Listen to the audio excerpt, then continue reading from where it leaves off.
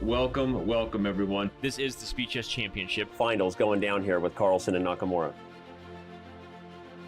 The bullet portion comes to an end. Hikaru Nakamura is mathematically eliminated in his chances, and the bottom line is Magnus Carlsen shows why he is the Magnus Carlsen. It has been Hikaru's Speed Chess Championship this 2018, and Wesley So had an amazing event this year as well, and we were tied heading into bullet before Hikaru Nakamura separated himself in the final portion. He blunders his rook, and it's just, things are just not going well for Wesley. They traded back and forth, landing heavy blows, but ultimately the heavyweight matchup is going to go toward Hikaru Nakamura's favor. Hikaru will be winning his third in a row. Extremely impressive display. Once he actually faced a deficit, he has looked like the best Hikaru we've seen.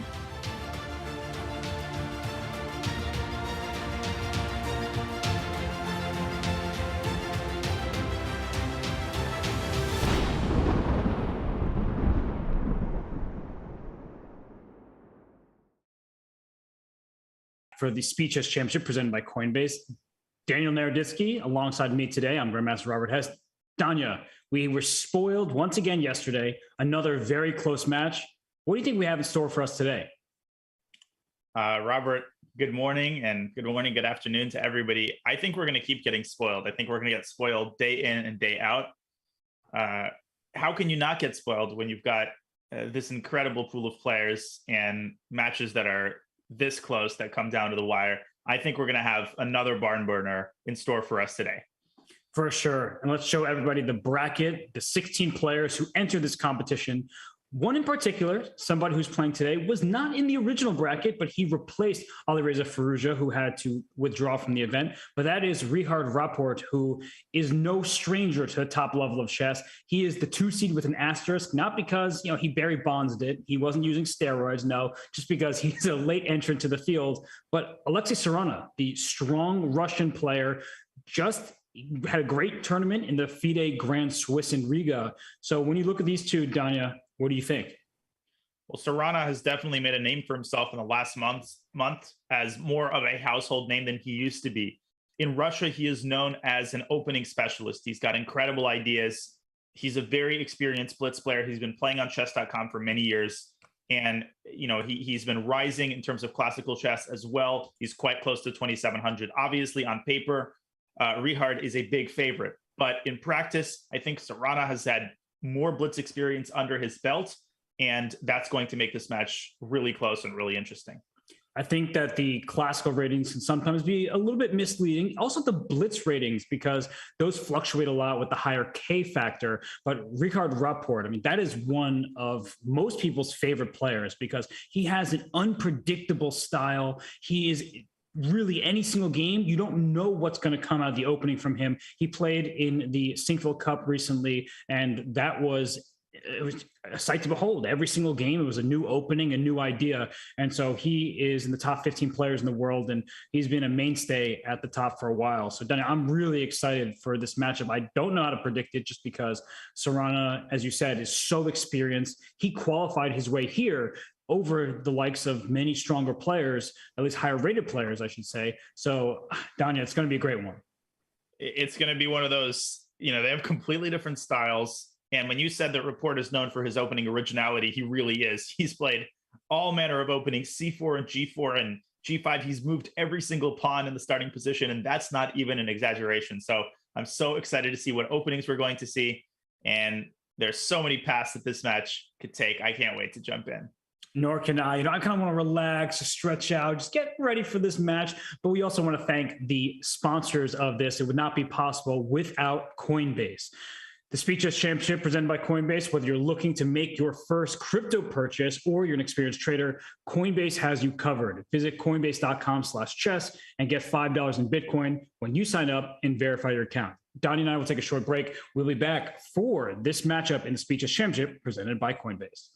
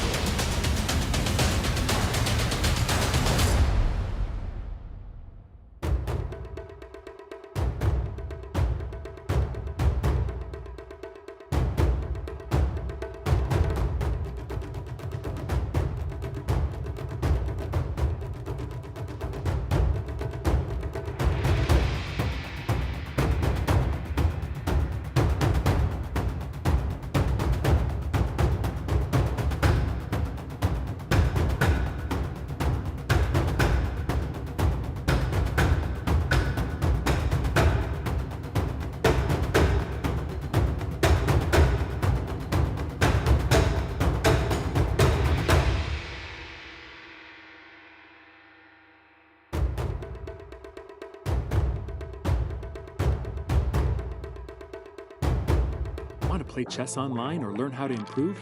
Join us at the #1 chess destination in the world, Chess.com. With thousands of people playing at any moment, you'll quickly find a game with someone at your level, whether you're a beginner or a grandmaster. Chess.com makes learning fun and easy. Sharpen your tactics with puzzles and enhance your strategy with our lessons by top masters. Learn from your own games with our easy-to-use analysis tool. Chess.com has everything you need to take your game to the next level. Signing up is free and easy. Join Chess.com today.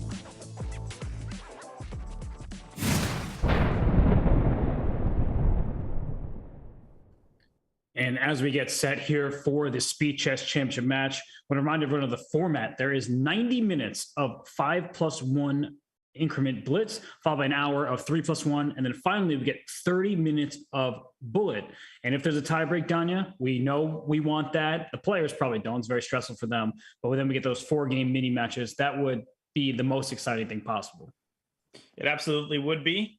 And there's a lot of money on the line as well. We're currently in the round of 16, where $2,000 goes to the winner. And Robert, you like to point this out, 2,000 divided by win percentage. That means that even if the match is lopsided, not only is there a lot of pride on the line, the players don't need to be asked twice to keep playing with full effort every game, but there's further motivation because more money is divided by win percentage. For sure. And in this matchup, Rapport is the favorite, at least on paper, before the match has begun. He did lose his only Speed Chess Championship match to date. That was to Alexander Grishuk back in 2017. But as you look at the Smart Chess predictions, Danya, the bullet section, that's the interesting one to me because Rapport is not playing that much online chess that I've known about, and especially not bullet. Yeah, the bullet has been the deciding factor in our 2 matches so far. And Smarter Chess is predicting another incredibly close match in a close bullet section. I agree. I think if Sarana can keep this relatively close going to the bullet, he should be the favorite given his additional experience and given his speed. Sarana, he's fast. He's a great bullet player. So we'll see how Rapport will be able to handle that come the bullet section.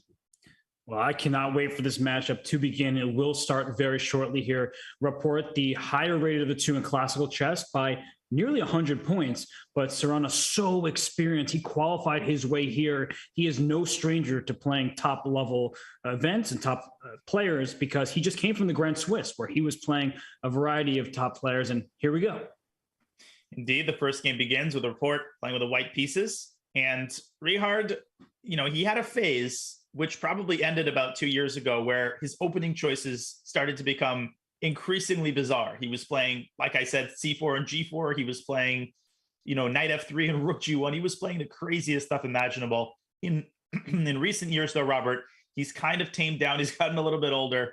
And I like this new Richard Rapport. He still plays unorthodox chess. He still maintains his style, but the openings he plays are just a little bit more traditional now.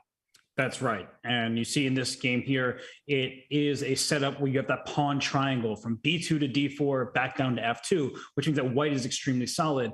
And that move, knight F to D7, moving the same piece twice, not developing the queen side yet, but that's important because the knight on B8 needs to cover the C6 square.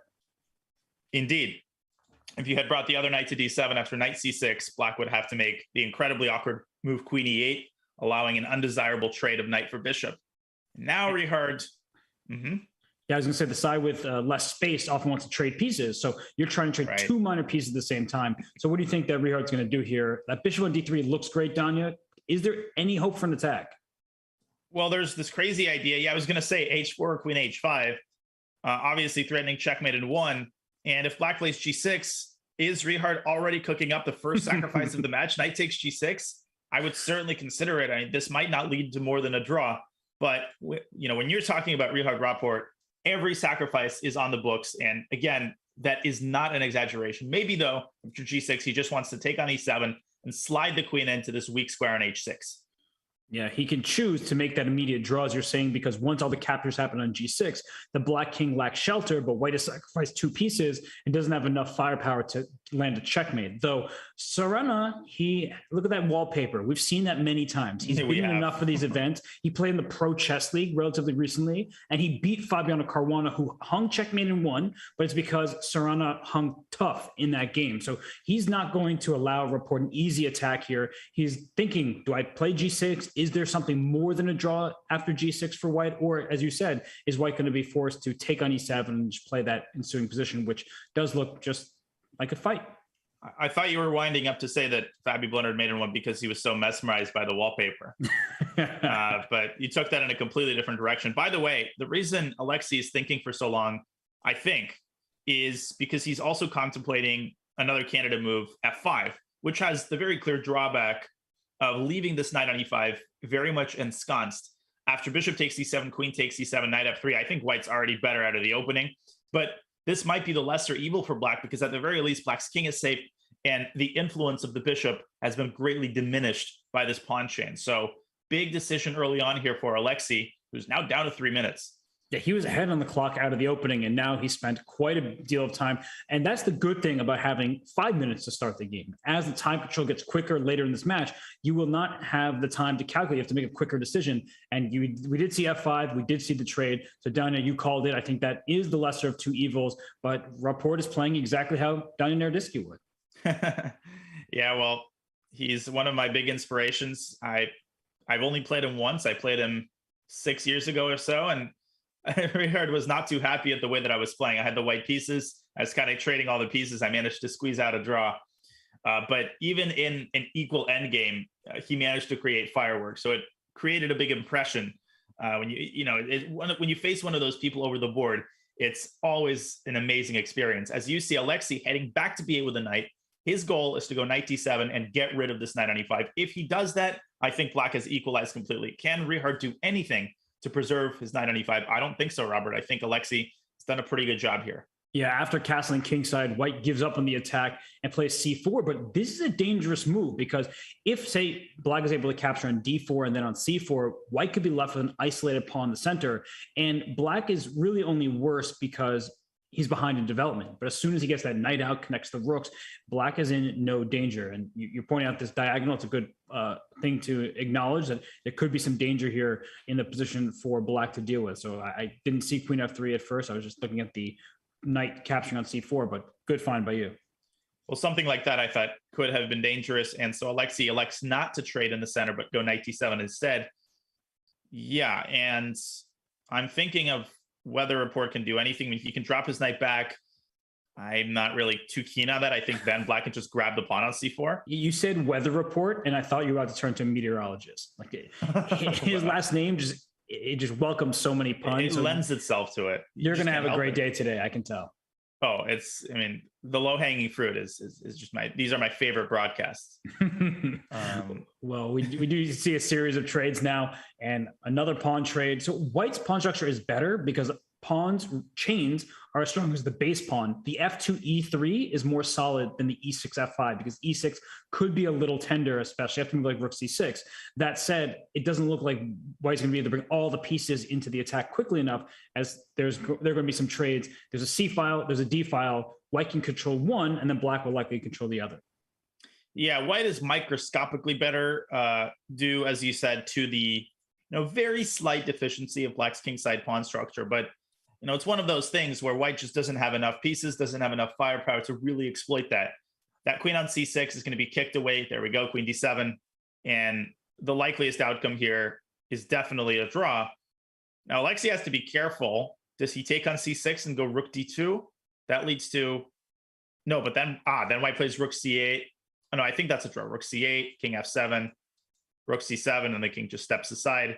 And we have mutual liquidation. I think you can take, and that's what Alexei does. And I think rook c8 check is the right choice because rook takes e6, rook takes b2. All of a sudden, Black can try to play for a win here because the a2 pawn is weak. You have a 2-on-1 on the queen side, and 2 versus 1 is easier to create a free pass pawn versus a 4-on-3. It takes a little bit more time. So I would play rook c8, rook c7, as you mentioned, and I think we'll just see a draw in the first game. Yeah, and I've lost so many of these games, Robert, in Blitz, where we get an innocuous-looking rook endgame. I grab the first pawn that I see, and all of a sudden, you lose a pawn in the blink of an eye. After a4, rook a2, white literally cannot defend a4, as you had indicated, and there's no way to get to the a7 pawn in time. So Richard is taking his time here, but he does settle for rook c8, rook c7. That's definitely the most prudent decision. Draw is incoming here when these pawns are traded. And here we'll see them get traded. You could play a5, hope to rush your pass pawn up the board, but then rook a2, and then you'll have to get the b pawn eventually, and we see a draw. Fair result. Fair result indeed. Both players, played a careful, good game. I thought after queen h5, Richard had a good position, but Alexei played a couple of very accurate moves. That maneuver, knight b8, knight d7, forcing that e5 knight off of the outpost. I thought that was the sort of, that was the idea that completely neutralized any aspirations that white might have had for an advantage. And you say, yes, we're going to be happy for sure in this one. But you say this regularly, Danya, that when you're just pressing the forward button, going through a game, we often take for granted moves like knight a6 back to b8. But that was a fantastic decision by Sarana in game one. Here in game two, he's the white side of this King's Indian. And these lines get real sharp later in the game. Danya, take it away. This is your opening. Yeah, these lines are incredibly complex, both positionally and tactically. There's so much going on both sides of the board. One relatively concerning thing for black in these structures is that the a6 knight is kind of stranded. In the King's Indian, you often want to go knight c5 and secure that knight with a5. Obviously, the problem here is that if you go knight c5, white is immediately going to meet this move with b4. Generally, in the King's Indian, the e4 pawn is hanging, and so white has to spend a tempo defending that. Not so here. And so Richard goes for a completely different idea. He plays pawn c5, and this knight from a6 can swing back to c7. That pawn is going to greatly slow down white's queenside pressure, although Alexei's plan is going to be to go rook b1 and b4. Richard might move his queen away from d8, or he might play bishop h6, ultimately with the aim of playing f6, f5, and starting the typical King's Indian pressure on the king side. I like what black's doing here. I do as well, and I've experienced on both sides of this.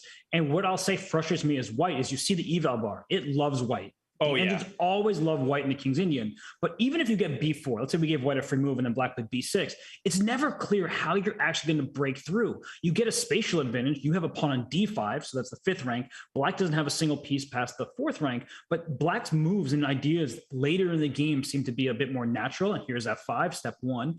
And where is white going to crash through from?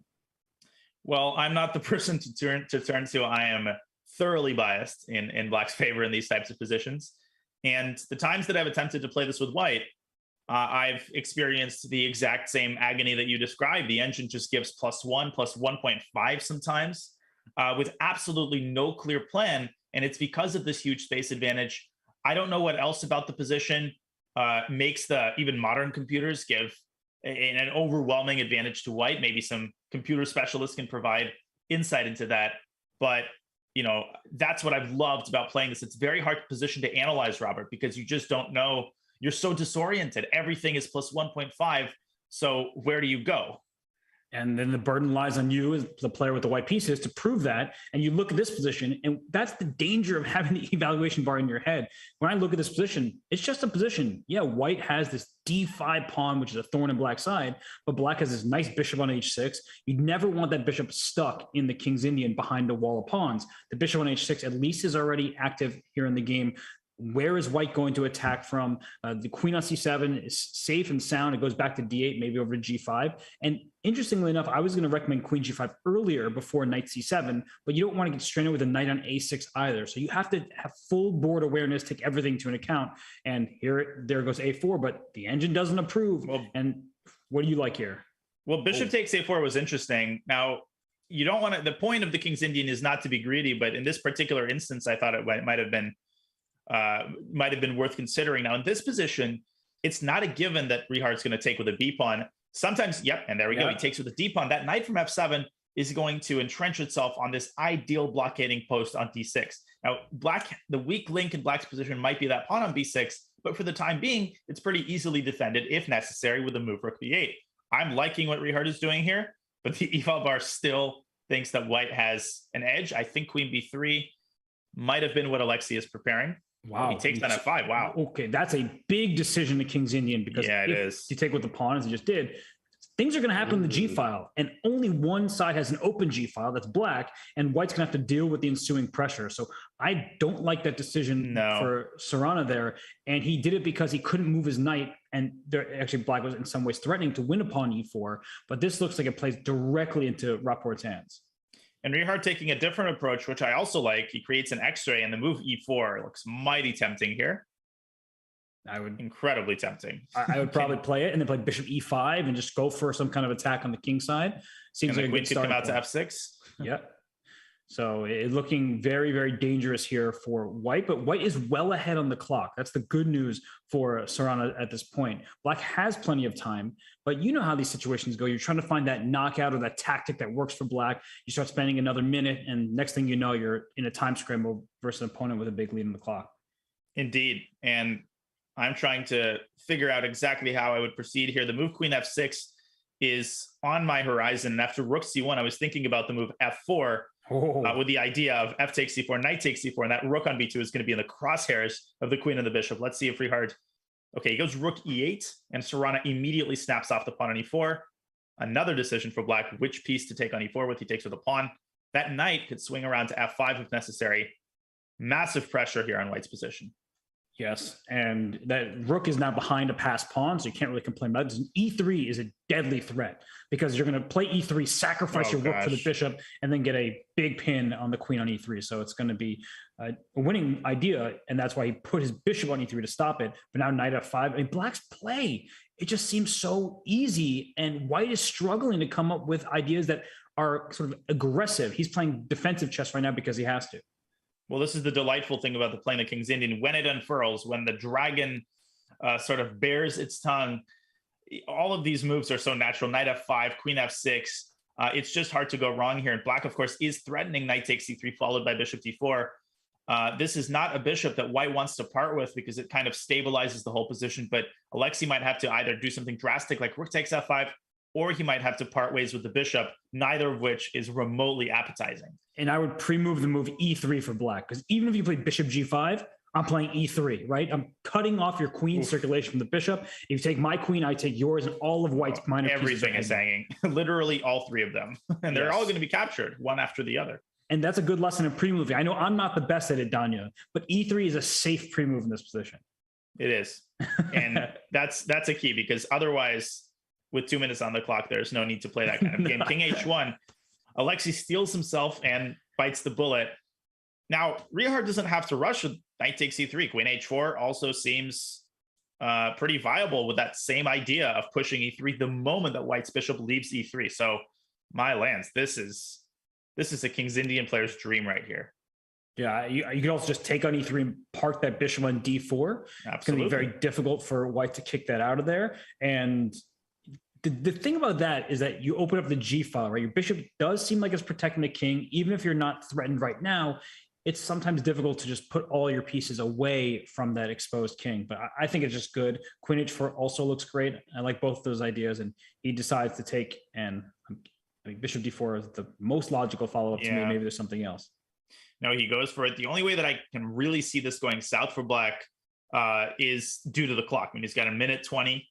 As we talked about, he might not be the most experienced blitz player, particularly of late. And, very easy to take 30, 45 seconds on a move here. And before you know it, you're in time pressure and you can't quite find the knockout blow. So let's see how Rihard handles this next stretch. I mean, rook g8 is coming.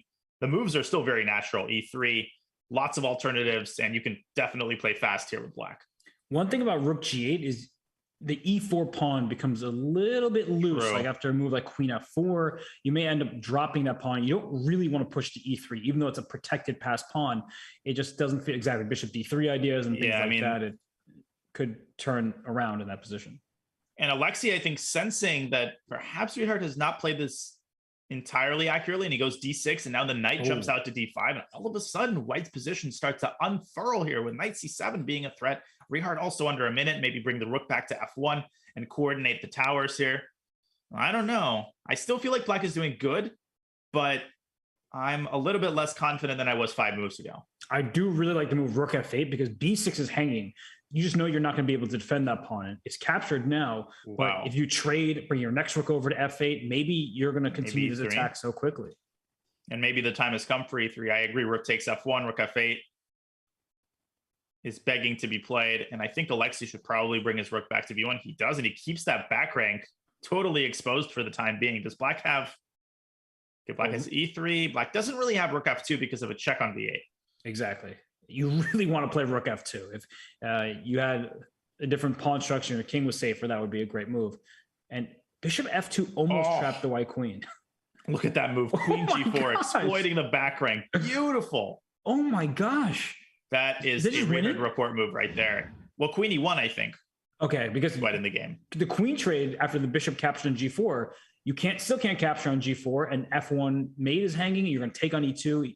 I mean, that's just your bishop is trapped. Yeah, you have no squares and you can't defend it. I think queen e1 might be the only move. That is a gorgeous move, queen g4. So we're already just the second game of the match. We're already treated to a wonderful queen sacrifice. So queen e1, I think you have to move the queen. He goes queen g5. Right and now, okay, rook f2 is now actually a threat because black has the g7 score for the king. I like this. Oh, rook f2 played. Is there bishop h3 after bishop f1? Oh my god, there's also queen d2 after bishop f1. Oh, that's even. I mean, both are so nasty. But bishop h3, if you take, you rook oh h2. My goodness, look at that. Queen g1. Unbelievable tactics here. And Alexei just completely overlooked rook f2. I think he forgot it was possible. I don't know what he could have done instead. The position was so difficult. And Richard, let's see if he finds bishop h3. He's Richard Rapport. He's going to find bishop h3. I think so too. Even queen takes f2 won't work out. He e3 just to go e2 next. Oh my goodness, he doesn't care about that bishop. He sacrifices it a different way. Oh my goodness, this is delightful. Knight takes e3. And queen takes e3. You can't take. Yeah, you can't. You're using the back rank. Oh, this is brutal. And what about rook b2? Oh, you got to stop it. Just rook stop b2. It. Rook b8 check, king g7. You could even take it, but yes, king g7 is even nicer, and that's game. Absolutely incredible attacking performance right there by Richard. So many beautiful moves. Fireworks on display in the last 5 moves of that game. You know, we always want to see Alireza Firouzja battle, but this is why we were so hyped yesterday when we got the breaking news that Rapport was in this tournament. He's such a fun, dynamic player. And even though he's playing the safe and sound opening in this game, as you said, he's maturing. He's starting out with an opening that allows him to just play from a neutral position after this. He doesn't have to rush these hectic decisions. That's exactly right. And in the last game, in the King's Indian obviously fits someone like Rapport like a glove. And the conceptual mastery, the knowledge of ideas was on display in the opening. And then in the middle game, despite some time pressure, Rapport playing with filigree tactical precision, finding one blow after another, and winning the first decisive game of the match. And Sarana goes right back to the same line he chose in game 1. And it's extremely solid for black, but you don't get any sort of dynamic play. And I often say the side that controls the pawn breaks is the side that typically has the advantage. And here white can play E or C4 to start opening up the position, whereas black doesn't have the same opportunity to open the position up. So I would prefer to have white side at this stage of the game. Definitely. And there's also a weakness on the b5 square that white could occupy as needed with the queen. White could still park a knight on e5, but perhaps Rapport rushed that just a little bit in the last game. And again, after knight e5, black would have had this knight fd7 move. And there it is. You mentioned it. Time for a pawn break. And will Sarana bring his rook to d7? Well, that runs into knight e5. Black has some problems to solve here. That's right. And the pawn tension also is unclear. Is white going to take now on d5?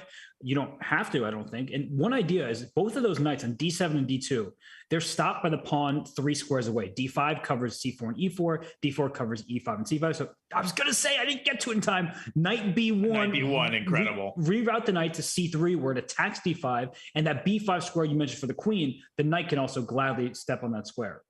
Gosh, even his retreating moves are just, they have that fire to them.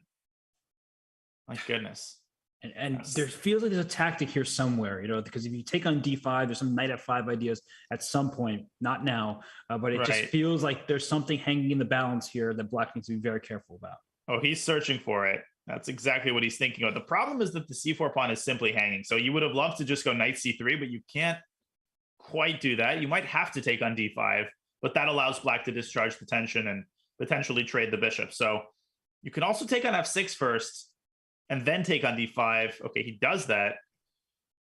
What exactly is his point after knight takes f6, cd, knight takes d5? Yeah, why is giving up the bishop for the knight better? I guess because you have light square control and black has a dark square bishop, that if you trade one pair of knights and then put your knight on b5, that bishop can move around, sure, but it can't kick that knight out of that really annoying square. And maybe the knight can even get to c6 later in the game. That's true. White has, and queen takes d5. Interesting decision right there. And it attacks a2, essentially forcing white's hand. And if white goes knight b5, this is a very important detail. Queen c4, I think, comes to the rescue. It does. Otherwise, you lose in exchange, and that trade helps black. You double in the c file. The d file is covered. Like, you look at the squares along the d file, d6, d7, d5, all covered by black's pieces and pawns. So I think that Sarana is doing a great job of fending off the initial pressure.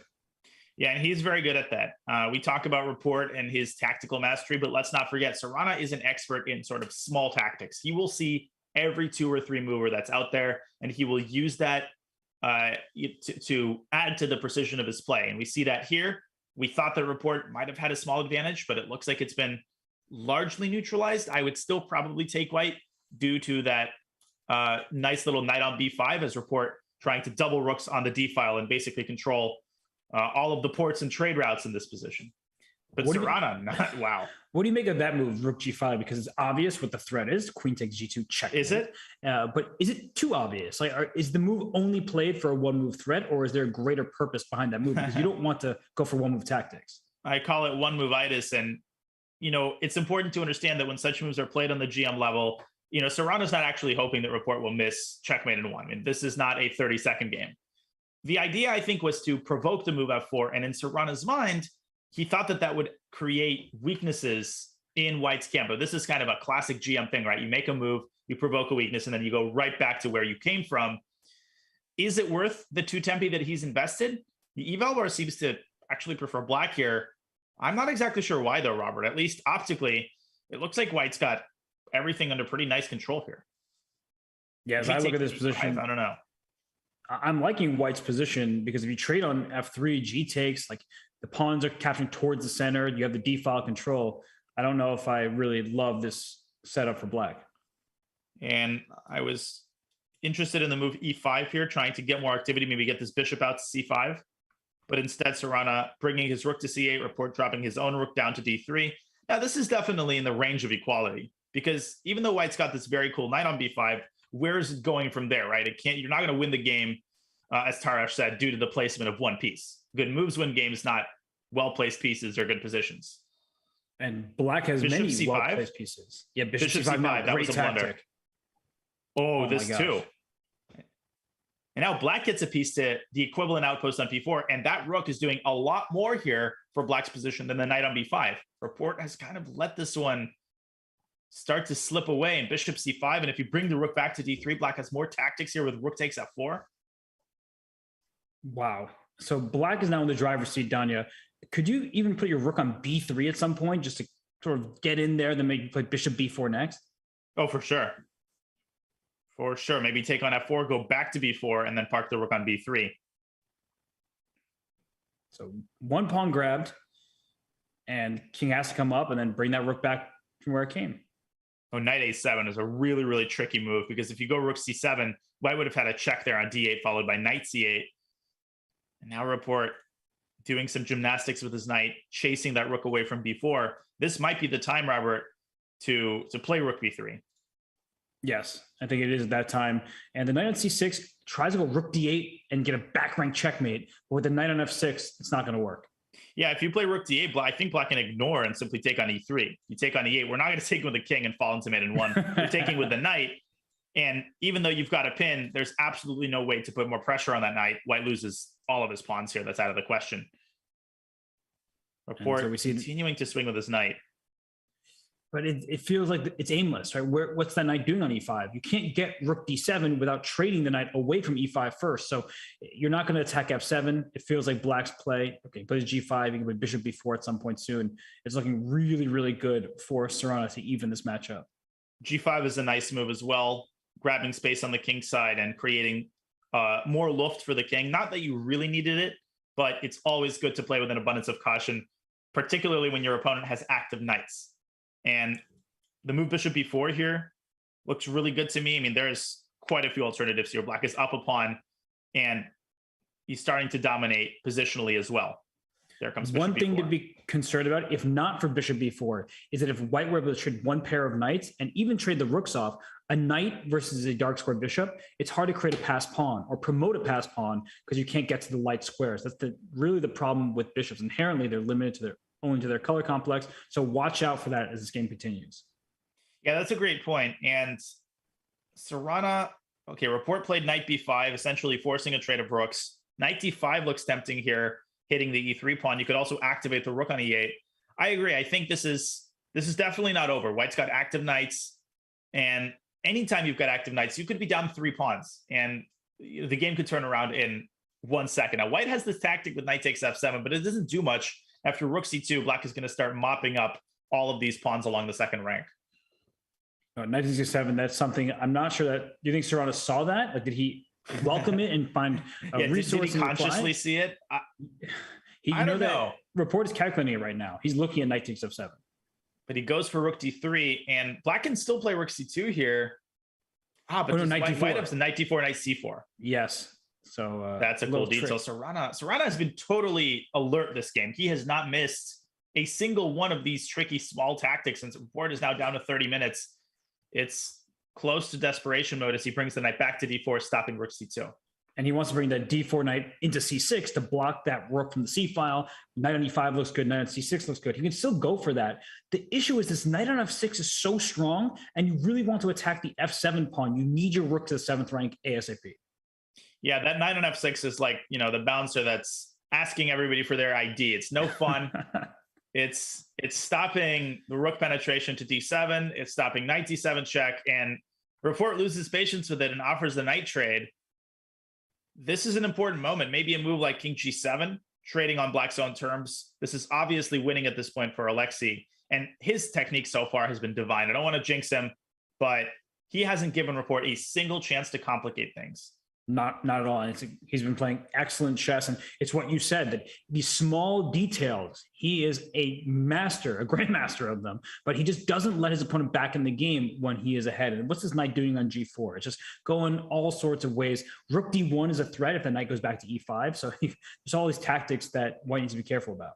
Knight takes e3, everything is coming apart at the seams here. h5 and e3 is going to be lost, and Richard is going to lose on time, but obviously this is resignable. What a game by Alexei to come back with the black pieces, a divine positional effort.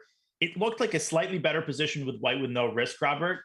And maybe that transition to the end game, it looked good for White at first. It's one of those cases where you had a piece on an outpost. It wasn't doing much.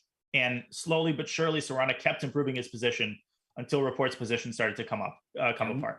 Looks can be deceiving for sure. And you saw that head shake from Rapport after the game finished. He was like, wow, I just got outplayed completely. So that was a head shake, a bit of frustration, but I'm sure underlying all that is the respect that Sarana deserves after a masterful game. Perfect technique. Indeed. And obviously, I think part of the frustration comes from the fact that Rapport won the first game with Black. He was hoping maybe to win another one and jump out onto an early lead. That's not going to happen now, as the match is tied at 1.5, and we have an Italian. I think it's pretty clear that this is going to be one of those matches which feature 15 different openings, and I actually love that because we get a diversity of different positions. We get to talk about a lot of different types of plans. The Italian is admittedly not one of my favorites, but hey, I mean, it is what it is. The fashions are what they are. I can tell why. Right? That was the first pawn trade we've seen all game, and the position remains relatively close for a while. But if you overlook, say, a d4 for White or an e4 for Black, and it happens all the time, even in high-level games, the game can just get out of hand very quickly. So the knight comes to g3. You want to make use of the f5 square. You're stopping that pawn from pushing to e4, and knight h4. There's that f5 square. Once the knight gets to f5, watch out for a sacrifice on h6. And if you cover f5 with bishop e6, that invites the queen up into f3, and that's exactly the kind of thing that White wants going for the initiative. I think White does very well in these types of positions in blitz and also in classical chess, because it's, again, it's one of those cases where the computer doesn't seem to find anything wrong, but White's got a lot of potential energy in his position. If you drop the king to h7, let's safeguard everything. As you said, you run into d4. If you don't do that, you allow sacrifices. White's position, I think, is easier to play. It's more compact, and white definitely is having all of the fun on the king side right now. And one of the essential questions is bishop takes or knight takes h6 an immediate threat? It doesn't lead to a direct checkmate, but when you look at that, 2 pawns for the piece, an exposed king. And so you have to be very, very careful if you are Rapport in this position. So one idea that I've seen played before, maybe I haven't played it myself and then lost the game anyway, is bishop c5 to f8 to like bring that bishop from an attacking point of view to a defensive one. That saves g7, saves h6, but it is playing very passively. So it's not ideal for a player like Rapport. And I think he's done something a little bit similar, because now if you play bishop takes h6 and queen d2, black steps back to g8 with the knight, preventing the queen from infiltrating to h6. And here, clearly white doesn't have enough for the piece. So Lexi has to find some way to add some Tabasco sauce to that attack on the king side. How do you do that? Maybe you go bishop e3 and try to neutralize black's dark squared bishop. I'm not really a specialist in these types of positions. Can you play queen d2? Because I'm throwing knight takes g7. If you play knight g8, do I have knight h5? Oh no, my knight f5 is hanging. Yeah, the other knight's going to hang. Okay, I got too eager. Well, maybe then you shift the queen to e2 and basically claim that you've forced black to make some passive moves. That's true. You gain like a queen tempo d2, there. Queen e2. That wasn't my idea. I was going for the just immediate checkmate, and then I blundered a piece. But thank you for justifying my plan. You're very welcome. I'm always there for you, Robert. You know that. You are. That's true. And so, if wholesome not for, commentator moment. what does white do here? Because the knight g3, knight f3, f5, excuse me, that looks really good. So bishop e3 makes sense, but then you're giving up on your attack. It feels like. Yeah, it's just one of those things. You make all of the typical moves, and where to from now? And d4 by Alexei. That is a very bold decision. What does he want? Knight takes g7 and knight f5. Oh. Okay, so there's an attack with rook e8, knight g7, king takes. Oh, this is happening. This is happening, and this is not a typo. I mean, you would imagine that Richard Rapport would be on the white side of this game, but Alexei's showing that. Donnie, does he want king g7, bishop takes h6? Oh my God, a second piece sack and queen d2, queen g5? Yeah. Wow. And then maybe not even taking on f6, but rather knight f5. Go for the mate. Incredible. Now, Richard doesn't have to take that knight, and he has various intermediate moves. You can consider d3. Why is the eval bar? Now the eval bar is showing equality. What a well-calculated idea by Alexei, because at first it was showing an overwhelming edge for black. So like d3, it invites the queen up to d3, but there might be rook e1 check and then take that bishop on c1. Something like that could get black 2 minor pieces for the rook. It's really unclear position. I don't know what the right moves are here. All I know is it looks scary for black. And d3 has been played, throwing that pawn down the board, opening up the bishop. And Alexei with a big decision here from the perspective of maintaining the idea of sacking a second piece. Bishop takes d3 looks more reasonable to me, but clearly there's something wrong with that move. Do you see what it is? No, but I'll try to figure it out on the fly here. Bishop takes d3. Is it bishop c4? Just like pinning that bishop and trying to. But then I just take your rook's hanging. Well, I tried. Yeah, that's the issue. I mean, I'm not even attempting anything because I know I'm going to fail. Because bishop takes d3 does look reasonable. Can't deny that. Maybe just rook g8. There is rook g8 and the bishop takes h6. This is such a wild position. It is, and Alexei obviously burning clock here. This is a huge decision. What do you take this pawn with? Queen takes c3, as you indicated, allows rook e1 check.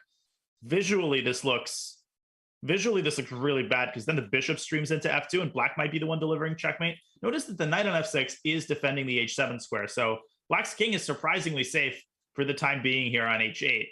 My vote is with bishop takes d3. So there must be king takes g7. That's the only thing I can see is that somehow the inclusion of d3 allows king g7 to work, but you see the evaluation bar is struggling just like our brains are. And he's gone knight takes e8. He's gone for a third option. And clearly d takes c2, queen takes c2, and the position kind of stabilizes a little bit. Black breathes a sigh of relief. And now I'm totally okay with black's position here. There was something there that he didn't like. Yeah, this doesn't feel like enough for white. Of course not. Look, you count the material. 2 minor pieces for a rook and 2 pawns. So by material, that's about even. Look at the pieces that black has. The queen on e5. Queen takes g3 is a threat. The knights are great. The bishops are great. I mean, all of black's pieces are doing something. So went from a position where you need to play defense to immediate offense. Yeah, I never like these kinds of positions for white. And when the queen's on the board, black is going to have just this abundance of tactical ideas, no matter where white's king hides. And white needs to defend this knight. He can go queen d3. He can move the king. But as I said, I don't see a great space to move it. If you move it to h2, you walk into another pin. If you move it to h1, you walk into this pin. Alexei does go to h2. And I think if you give white a couple of tempi, Robert, white's going to go queen d2, rook e1, and eventually black's king is going to start getting concerned again. So black has to strike while he's got time. And he does strike. 94 looks great because rook e1 is when my bishop takes f2. Then the queen on e5 is defended. That's really important in this position because otherwise then the pin on the knight on e4 would be a problem. So bishop f2 is a threat, which may mean f4 is the move that white should play, but that seems to expose white's king further. It also brings a piece closer to black's king. So is this better for white? Is it better for black? I think it helps black more than it helps white. I agree. And queen e6. Ooh, now black can take the bishop or the knight. Obviously, taking the bishop, I think, is more intuitive. There must be some kind of knight g5 move. And if you go f6, then that bishop on d5 is in the crosshairs after queen f5. So probably that is Alexei's idea. And that raises the possibility of taking on e4. This would force white's queen, I think, to e2, yes. Probably move to e2. Richard does take that bishop, and we see knight g5. Bishop e3. There's still this queen f5 move is actually a big threat because it hits the bishop and the pawn, and it kind of defends everything. So maybe Richard should move the queen back to f6. No, queen h7 mate. Oh my God! Oh no! Oh man! I mean, it was 2 SCC matches. And 2 and like a 5th, which that's a pretty good number, Robert. That is not a bad track record before blundering my first mate in one. It's true. You've done well. I just had to note, checkmate 1, those blunders do happen. And f6, queen f5, and I think white is in the driver's seat because the king on h2 is surprisingly safe. The king on h8 is as unsafe as it appears. I think it's the Sarana effect because you mentioned that Fabi blundered mate in 1 against him. I think it was in the same area of the board. And it was even more embarrassing because Fabi, I think, was winning. I think it was some sort of mate on g8 or g7. So something about Alexei Sarana and the king side, man, it's a curse. Queen f5, hitting the bishop. And somehow white's doing great here. Maybe you fg5, queen has to take on d5, and you take on f4. And like black puts a bishop on e3. Okay. I know it's not great for black, but at least you're going towards the white king. He's gone bishop g8. The Eval bar hated that move. And I think the reason why might be knight e4. And if black plays king g7, white's rook finally enters the fray with rook d1, rook d7. This is coming apart at the seams here for black. So that's a good move, but just defend the rook pawn. f1 or g3. I like rook f1 from a defensive standpoint, but if you can just protect safely here, rook d1. And this is looking terrible for black. It's probably just lost. Rook d7. Rook d7 easy moves. 4 seconds as well. I mean, it's impossible to play this with 4 seconds. Yeah. And anything wins here. Knight g5 might be the most effective. Knight g5 is game over. Gosh, Alexei is merciless. Like when he senses that the game is turning in his favor, he just doesn't give the opponent any chances. And will I eat my words here? Wait a second. Knight d8 is a nice move. Where's the game-ending move? It feels like you should just be able to win, but queen e6, queen g6, and then f5, f5. g4. Oh my god. f5 and g4. And the queen runs out of spaces. It can't defend the knight anymore. And Rapport lets his time run out. And Alexei Sarana wins the second game in a row to jump out to a 1-point lead. 2 incredible performances. So easy to underestimate Alexei Sarana. I mean, the guy is exceptionally good. He has been a force to be reckoned with in the online space for such a long period of time. We mentioned his recent success at the FIDE Grand Swiss in Riga, where he gained a bunch of rating points, performing over 2,700. So you look at the number next to his name in classical chess, you look at the number next to Rapport's name, and you think, oh, Rapport's the big favorite. Well, think again. Rapport is down 1 point right now. He's consistent. He knows his opening ideas. He's resilient. He's got all the qualities of a super GM. He's not a super GM yet, but he definitely will be. And that's been reflected in, the first stage of the 5-minute portion thus far. Well, he may just be 21, but he's a very mature style. Alexei Sarana leads 2.5, 1.5. We will be back shortly for more from the Speed Chess Championship match presented by Coinbase.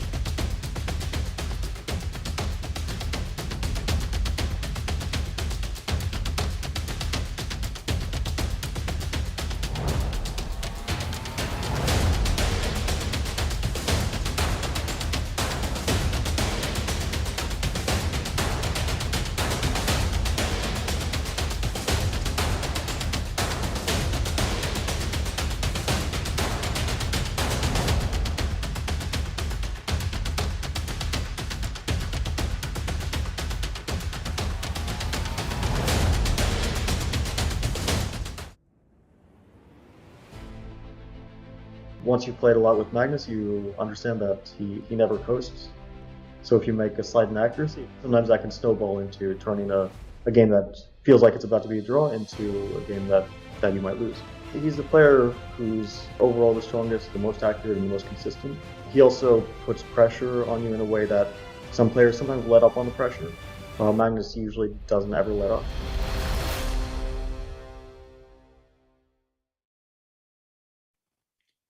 Coming up later today at 1:30 p.m. Pacific, the new FM Tani Arumi plays the first of several training matches on the Chess Kid platform. Today he takes on I Am Justice Williams in more than 2 hours of Blitz and Bullet. Tani's inspirational story is well known, but now he's going for more. He has raised his FIDE rating almost 400 points this year as he strives to become the world's youngest grandmaster. Watch Fun Master Mike call the action today at 1:30 p.m. Pacific at chess/chesskid on Twitch and chess.com/TV. You do not want to miss that. You also don't want to miss the continuation of this match here between Richard Rapport and Alexei Sarana in the Speed Chess Championship presented by Coinbase. Danya, 2.5, 1.5 in Sarana's favor. Rapport can strike back at any moment, though, right? Absolutely. It's just a 1-point game. Obviously, nothing has been decided yet. And Sarana just played 2 phenomenal games. He outplayed Rapport from start to finish. And I don't think that Richard needs to make any crazy changes. I don't think that this is cause for alarm. I just think he needs to continue playing his style and see what happens. But I have been thoroughly impressed with Alexei's play in these first 4 games. But Richard has the white pieces. Let's see if he will repeat another London/Trapowski. Well, here we go. So he's doing it. Yeah, C3. I kind of want something new. We've been getting fresh positions in the games, but I want something a little different from Rapport. I do That's as just well. selfish. No, I demand it. What do you mean it's selfish? Okay, They are supposed to play what the commentators want them to play. Come on. We Everybody are knows in that. new territory. The queen did go out to B3. The Bishop black queen G5. goes to C8 to protect. We're still getting E3, Bishop G5, the pawn triangle, all that good stuff. But now at least there's a queen on C8. All right, and now white plays C4, and we have some sort of a... You know what's funny is we had an inversion of the pawn structure, because when white's pawn is on C3, black often plays C5, but instead we have this kind of the same thing with colors reversed. Now we have kind of a Slav type of structure. Rook C1, creating an X-ray against black's queen. This is a structure that I don't know too much about, but I think black is doing really solidly here. Black can just castle. There are no threats despite the X-ray, but black has to be careful not to give up D5 by accident. Right. If that knight were not on F6, after C takes D5, E takes D5, then the white knight would be able to capture. But that's why the knight F6 is going to stay in its place. And where to from here, though? Black's position is solid, but I often get impatient as black. I want to play C5. I want to play E5. He just plays Queen B8 and gets out of any potential pins, and he's going to figure out the rest in a few moves.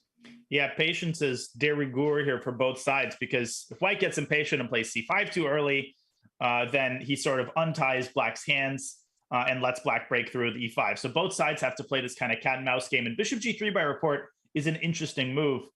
He's sort of using the fact that he has procrastinated on castling, and that might be a good thing, because after bishop takes G3, H takes G3, Robert, it's not out of the question to say that white's king might remain in the center and leave this rook. I mean, I don't really know what the rook on H1 is doing, because black has put this pawn on H6 where it's very well protected. White's not going to go G4, G5 anytime soon. But with a Rapport, you never know. He regularly pulls rabbits out of hats. He does. And sometimes the threat is strong in the execution. So just having the rook there could scare black off from playing on the queen side. But play on the queen side is already what Sarana is going for. He says bishop d6, queen d6. You've removed my queen as a defender from b7, but your queen makes its last good move by capturing on b7. Well, it's not a good move because it gets trapped. So don't be fooled. It's not a free pawn, but it's the last free square that queen would get to if it were to get greedy. Yeah, that pawn is, wait a minute. Now in this position, it's not the end of the story. You might have c5, but, this would give me a heart attack. I'm not going for this if I'm Rapport. I mean, at the very least, black can take on b7 and take on b2 with what seems like a totally fine endgame. That pawn is a sitting duck on d6. Oh my goodness, but he goes for it. What the heck? I really thought at first the queen's just trapped, and he plays rook b8. He has to play c5. Did he evaluate this as good for white? Because I'm very skeptical about this. Now, rook takes b7 is not forced. Black might also step back with the queen, but then after queen takes c6, white's queen has an evacuation path through a4. So you might have to go for this endgame. But that pawn on d6 looked too weak to justify this. Although the c6 pawn is a target and the c5 pawn is gone. So I mean, the rook on c1 stares down that file. So that's interesting. I wouldn't play a knight move yet because a2 is hanging, but at some point the knight could move out the way and then black could be in some danger. So maybe it's a brilliant decision that was disguised as a blunder in the making. It's possible. Black has the funny move queen takes h2 here, which is not out of the question, although I don't think he's going to play it. Because after queen takes h2, first of all, there's no desperado. You can't take on b8 because black's queen is going to return and take white's queen. But the problem is that after rook h2, rook b7, b3, that pawn on c6 is going to be a permanent weakness. Black is nowhere near playing a4. And I much prefer that other option of taking b7 over queen takes h2. But, you know, like a bullet game, I don't know if I'd be able to resist playing a move that's that pretty. Well, Sarana essayed the finest queen h2 in junior speeches championship history when he sacked his queen there for nothing just so he could develop his bishop with check and win his opponent's queen right back. So Sarana has a history of wonderful queen h2s. He doesn't go for it here, and I like the look of his position. But now that we're here, now that I can see it right in front of me, like, is there an opportunity for white to start with, say, bishop d1 and try to go bishop a4? It feels a little slow, at least at first. But if you play knight b6 to stop my bishop from going to a4, then I play knight a4 or knight e5. Like in some order, yeah. I'm going to just go for your c6 pawn directly. No, this is one of those things where, you know, the pawn on d6 is both a blessing and a curse. And it all depends on whether or not white can get himself going on the queen side and put some pressure on the c6 pawn, who is going to strike first. We're helped along by the eval bar, and objectively, there's no way in my eyes that this is good for white. But there comes bishop d1, and practically speaking, it's easy to let one of these, to lose control in one of these types of positions with bishop a4 on the horizon. And one of the big concerns that we have for black is that if white plays knight e5, I don't think you ever want to capture on e5, because then white gets this protected passed pawn on d6. So knight e5 feels like a very legitimate threat, even if in this position there might be something that black has in store. It just isn't something psychologically you want to allow if you're Sarana. And Alexei going bishop to d3, I think he's setting up bishop b5 in response to bishop a4, to which Rapport immediately responds knight d2. It looks like he's making a bunch of retreating moves, but in reality, he's maneuvering his pieces to better scores. But there comes knight e8, bishop b3, trapping the rook. But how are you going to attack it? Oh, knight a4. Oh, yes. Alexei completely blundered that. And he went so knight, did I. he went knight d2, because if that knight were not on d2 and the knight on c3 moves, then there's rook e2 check, right? Like, that's right. You don't have time to make this all work. And that is why he started with knight d2. He tricked him. He lulled him into a sense of, okay, you'll get d6. I'll just be active around you. No, I'm trapping that darn rook on b2. And you'll have to give up the exchange. And white is close to winning in that ensuing endgame. It's crazy when you see a move like knight d2. I mean, to me, I thought, oh, Rapport's bringing his knight to b3 and he's trying to play knight c5, but black strikes first. You don't have time for that. But no, bishop b3 and this beautiful threat of knight a4 and knight d1, by the way. So you can't make a move like bishop b5. That's not helpful because the rook is still going to get trapped. That's right. Incredible. And just one more time, it's important that the knight came to d2 first, because if the bishop had gone to b3, making your idea very clear, then instead, when the knight was back on f6, black would have been able to go forward rather than backward. So now it's going to be an exchange up for Rapport. His pawn structure is healthy. It's looking like just a clear edge for him. But will he be able to convert it? We know how good Sarana is at defense. Yeah, the game is not over. What really hurt Alexei was obviously the time that he just spent trying to find a way to extricate his rook. Rook d1 is another nice move. That king can drop back to e1, so it's not kind of in the way of white's pieces. And again, the c6 pawn, that's a big weakness. And the moment that white is able to dislodge this bishop from b5, which is why I would consider knight c3 or knight c5, the floodgates open and black's position collapses. I don't see Sarana holding this, for longer than 10 or 15 moves, but you never know. And he's in time trouble. But the good news is there's only one fully open file. It's the B file. And black is clogging up the queen side. Rooks need open lines to work with. So if you can keep the lines closed, then black has a chance. But look at this move, rook B1. I don't think you can, though. Yeah, you're going to play A4 very quickly to move your bishop out the way, and you get the open file as white. And a rook trade is an immediate death sentence for black because the minors are simply not going to be able to defend these weaknesses. The pawn on A5 being in a dark square isn't helping black either because you can't defend it with the bishop, and you can't play A4 because if bishop takes A4.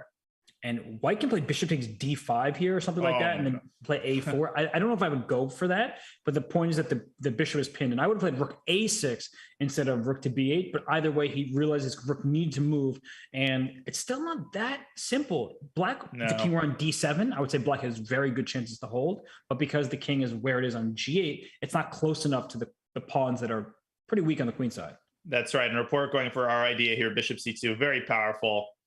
Unfortunately for Alexei, I think he's going to have to fully surrender control of the b file. And you know what that means. The rook's coming into b6, perhaps a bishop trade on the cards as well.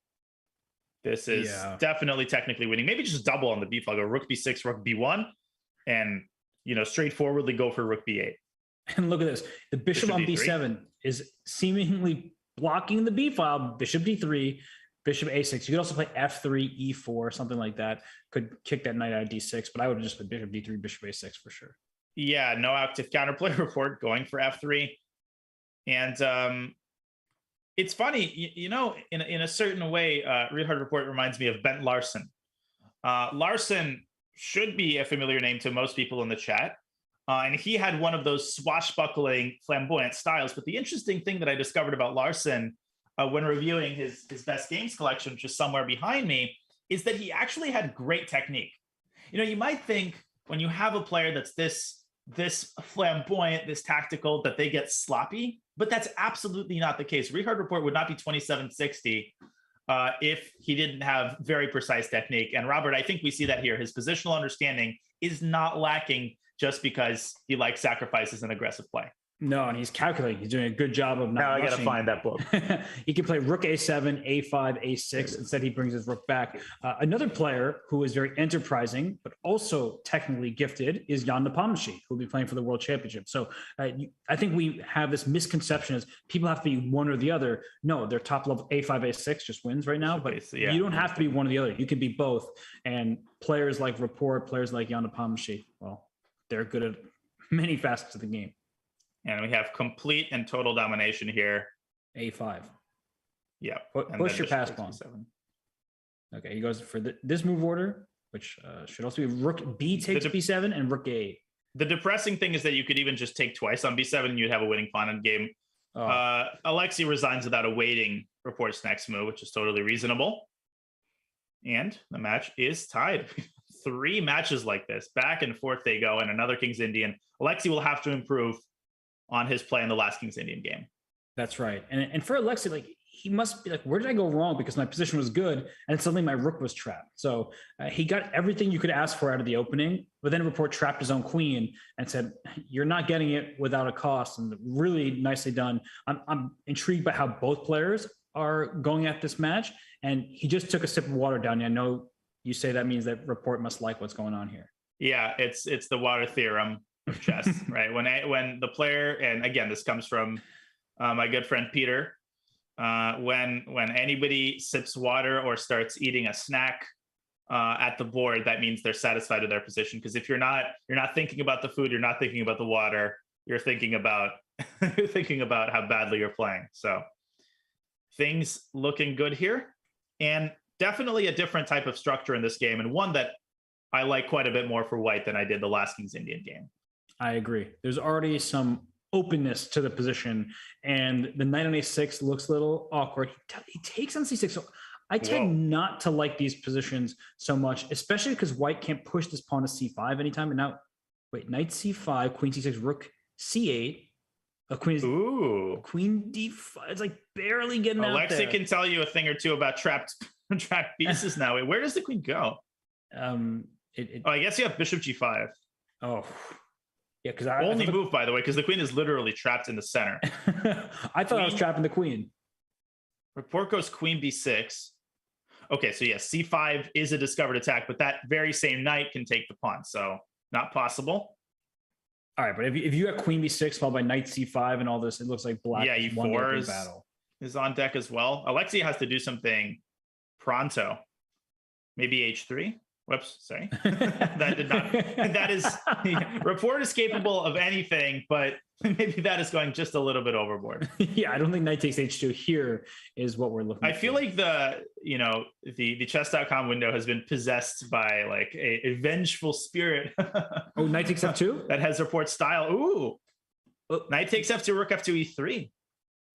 Oh, wait, but the knight on a6 is going to hang at the end. But there's Oh my Like gosh! bishop Wait, c8 knight f2, ideas? rook e3, and if you take and take, but there's bishop c8 immediately. You could even take on f2 and drop the bishop back to c8. Isn't that pretty? Yes. So knight takes f2 looks. How could this not be good for? What about knight f2, c4? I mean, obviously this No doesn't way. solve any of White's problems because then bishop d4 comes in. And I made a comment yesterday that I like to repeat. These types of positions, particularly the King's Indian, for example, in the hands of someone as dynamic as Rapport, you feel like it's a soccer field, and both sides have 11 players. But when Lionel Messi is on the field, did you say a football pitch? Is that what you said?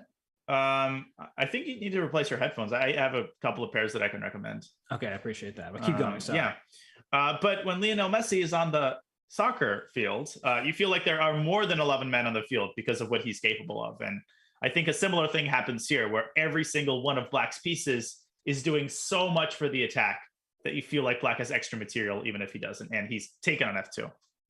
The position is really wonderful for Black. As you said, c5 may save material at the moment, but with that bishop coming into d4, the knight's offside on h4 could even get trapped later in the game if you're not careful. So I don't see a way for Sarana to. I think this is winning for White. And I think the chat Black? has just resigned for Black rather. I think the chat has resigned itself to my antics, which is what I love to see. I waged a war of attrition and I have succeeded. You're just a champion through and through. And I mean, this game, look at this. You can't really do anything. Disgusting. Disgusting. So do you have to play rook a1 to f1 and hope that you Knight c5, king h1, something like this? And obviously Black can't relax. I mean, but bishop, and I think Black can relax after bishop d3. We're gonna see another back rank checkmate is what you're saying. Yep. No, this is, wow, we might actually see queen takes f2, bishop c8. Now, the question for Black is, does he play this immediately or does he take on f2 first? Well, bishop c8 is queen takes c6, then you start to calculating. Whereas if you take on f2 and trade queens, you know you're in exchange ahead and should be winning. But then sometimes I do that and it's oversimplifying the position, and then the exchange downside actually has some decent drawing chances. Here, it's not the case. My Rapport is way too good, and I could even see Sarana resigning. Absolutely, in the next couple of moves. Wait, actually, I take that back, and you know why? Match strategy. I think Sarana's best chances are on the quicker time controls, so you play out games in the 5-minute portion. True. Yeah, that makes sense. And okay, b3, probably d5 is a knockout. But then c takes d5. Yeah, okay, g5 is a great move, and h5, forcing White to further weaken his position with g4. And then you take and go rook f4, anything wins. Bishop's back to c8 is fine. Yeah, because Black can take on c3 at some moment. Oh, take me away from here. Now d5 looks mighty strong.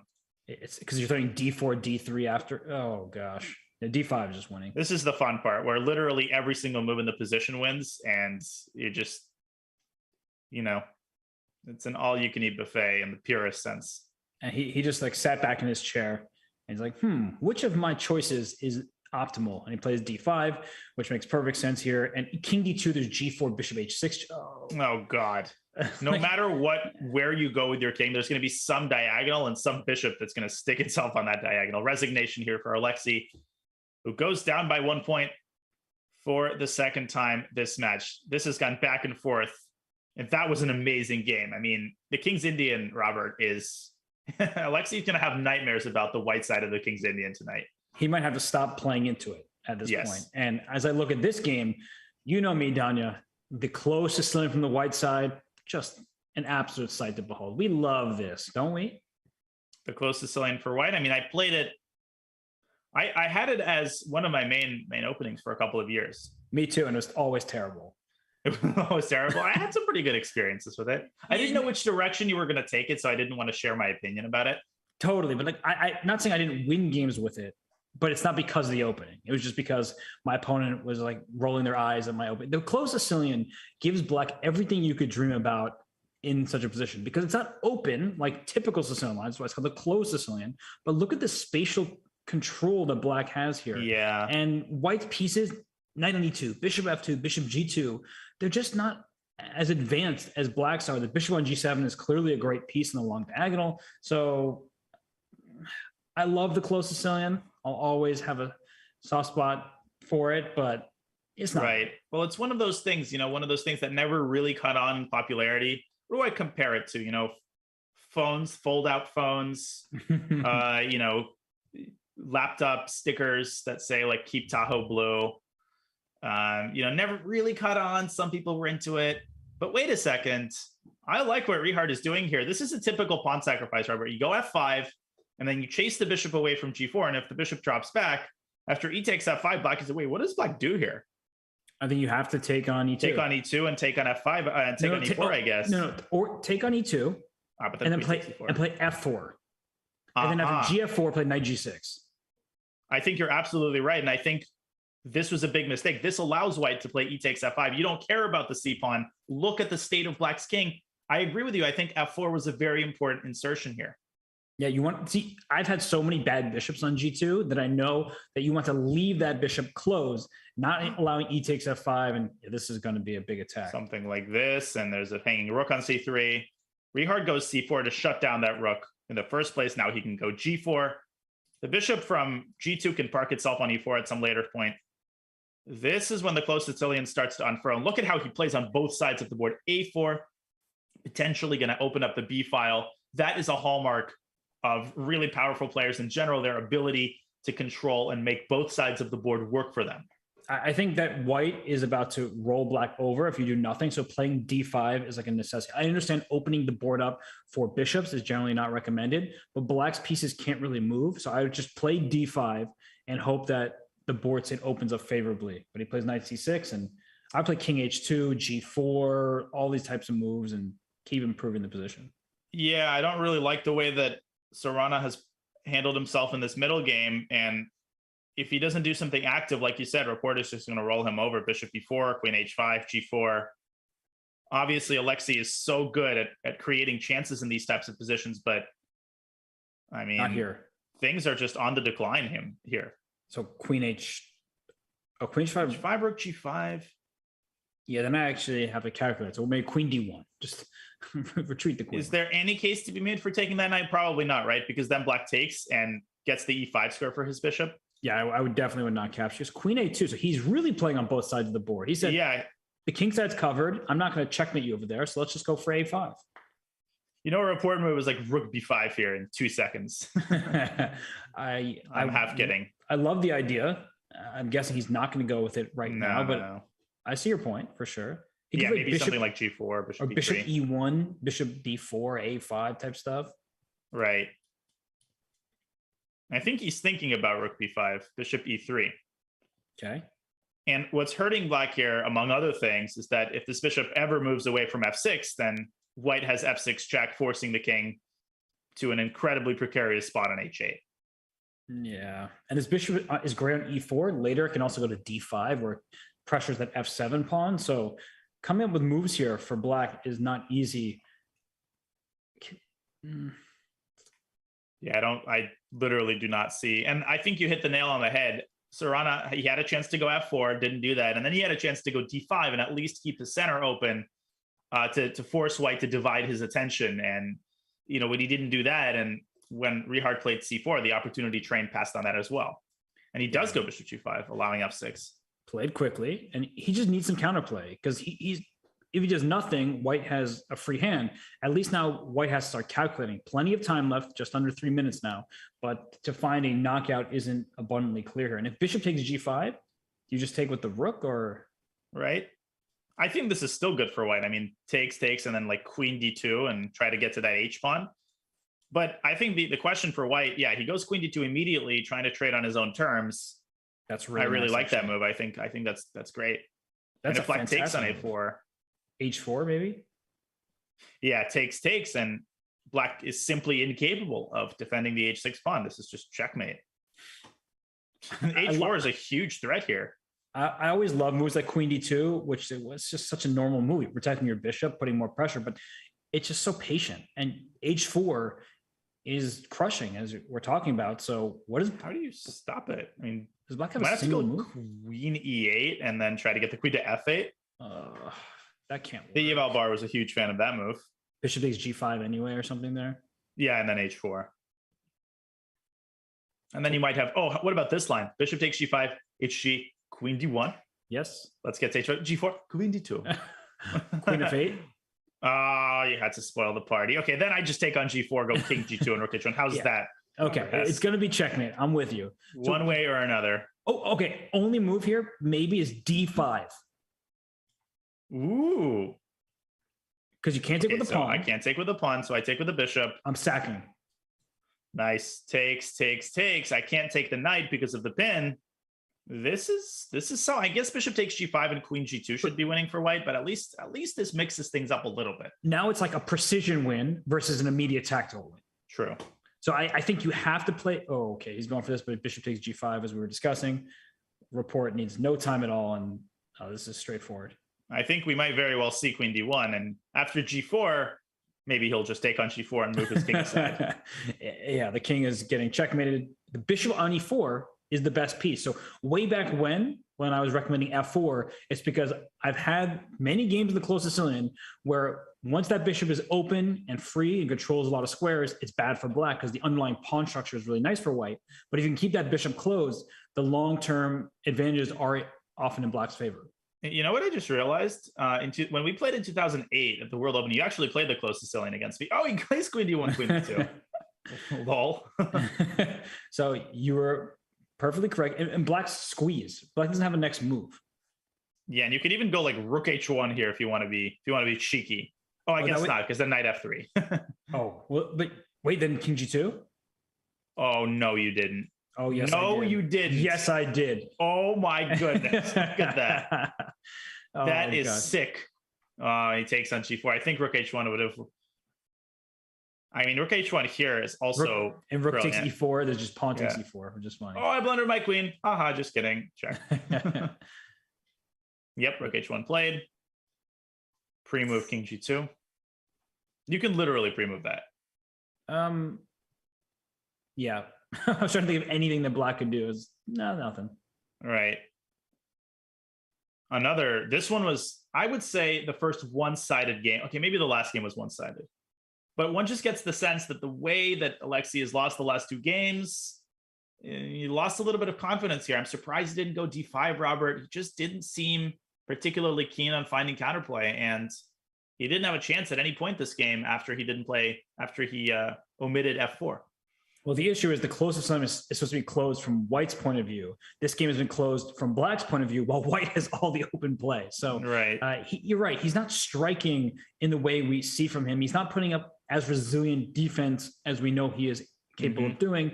And now he's just going to get checkmated soon, presumably. A gazillion different ways. I mean, anything wins. I think doubling rooks on the H file is one plan. You can take on G6, but I wouldn't even do that because Queen A8 becomes annoying. Rook H4 I'd play. Yeah, plenty of time here for Richard to work things out. Yeah, Rook H4, Rook takes F6, and probably just Rook G4 is the most functional. Although, Rook G6? Well, just take it. FG. Oh, you're. And if Rook takes G6, King H7. I don't have a checkmate. I thought it was actually kind of annoying. Just low key. Yeah, you only have one check on F3, so it probably isn't that big of a deal. But yes, that's not the checkmate I envisioned. Rook F1 is a classy move to just defend F6 and then play Rook H5. Problem solved. Threatening Bishop G6 and F7 check. So yeah, no, this is it. Alexei says enough. So I have a question for you. Now that it's a 2-game lead for Rapport, and of course Sarana can win any game in any time control. But if you're Alexei, what deficit do you think you can go into the bullet portion with and still feel pretty good about your chances? I think having reflected on the way that these SCC matches go, I think there's like an informal dividing line at 3 points. I would say that the 3-point lead is how do I put it? It's like that the 50, the point at which if it gets any worse than that, if it gets to 4, that's when you start thinking about, a blowout and an insurmountable lead. But if you keep the lead at 3, you still feel like you can just win a couple of games. I don't know if I'm making sense, but you feel like you can win a couple of games and quickly get back into the match. You can still pull off a comeback with, let's say, 10 minutes left in the match. So if I had to give an exact number, I would say 3, but that's not to suggest that Alexei is going to deliberately allow Rapport to get into a 3-point lead. No, not at all. I just try to get into the player's mindset of you're down 2 points right now after several losses. You're not happy, but you realize, okay, it's fine. Like if I can maintain this distance between us, I can have a chance in the bullet. If you can maintain this small lead, I remember when I was down by 5 points, I simply, I forced myself, every new game, Oh boy, we had to get the Gary impersonation. We had to make an appearance. He was knocking on the door for several matches now. So I think there's a little bit of tilt going on here. Alexei's already much worse. He's down a pawn. He's hemmed in his own bishop. And that move, knight d7, is just cruel. And he's down a minute on the clock as well. So knight d7, a very good idea by Rapport here. And I don't think you have full or any compensation for the pawn. 0. Big fat 0. In fact, black has the compensation after he plays c6, I think. Yeah. Or knight d3. I felt like c6 might have been more precise, but I did like c6 better. This is like you have the King's Indian ideas of going f5, except you're also a pawn up and dominating on the other flank. Right. I would play bishop g5 now for white because you're already down 1 pawn. If you lose b2, not ideal, but he plays in. If f6, just bishop e3. I'll give you the b2 pawn. I'm going to try to work around, try to get the c4 pawn back, and so the black's a bit more cramped. Yeah, there's a certain liberating quality to playing such positions because you're already down material, as you said. And that makes it easier to sacrifice more material. I think that's an important rule of thumb. The more material you've already sacrificed or blundered or lost, the easier it is to sacrifice more of it. And this actually looks kind of reasonable. I know black's up 2 pawns right now, but bishop takes b6, knight takes c4. You have to watch out if you're black for d5 to d6. That timed correctly could cause huge problems for black, and also a4, a5 if white has enough time to get away with that. So it's a position where white has chances, even though black is clearly better. Yeah, black's position is shakier than it appears. I don't know about he takes f5 though. Alexei has done that twice now. He did that in the last game, giving black that, those hanging kingside pawns. But I think the immediate bishop takes b6 and knight takes c4 might have been a better idea. Let's see what happens here. Because now black has e4 and the knight might not even have to move away from d3. And white has knight takes c4 because that undermines the defense of the knight on d3. But after knight takes c4, queen d3, knight takes e3, back to d6. Or back to d6. But he just goes e4. But I was going to say that you don't really like that trade. You're already down a pawn. You don't want to lose your bishop for a knight. And this looks even worse because you can't defend the knight c3 with a rook. And if the knight moves, the rook on a1 was hanging. Now rook a3 is a possibility. So maybe white has knight b5 in return. There's also some lines where you can just like take on c3 and try to get the d5 pawn. I wouldn't do that right now, that's for sure. But there is something to be said for that idea. No, I am keeping that King's Indian bishop by hook or by crook. Without it, black's position is as shaky as a fiddler on the roof. Now that's a reference. Yep.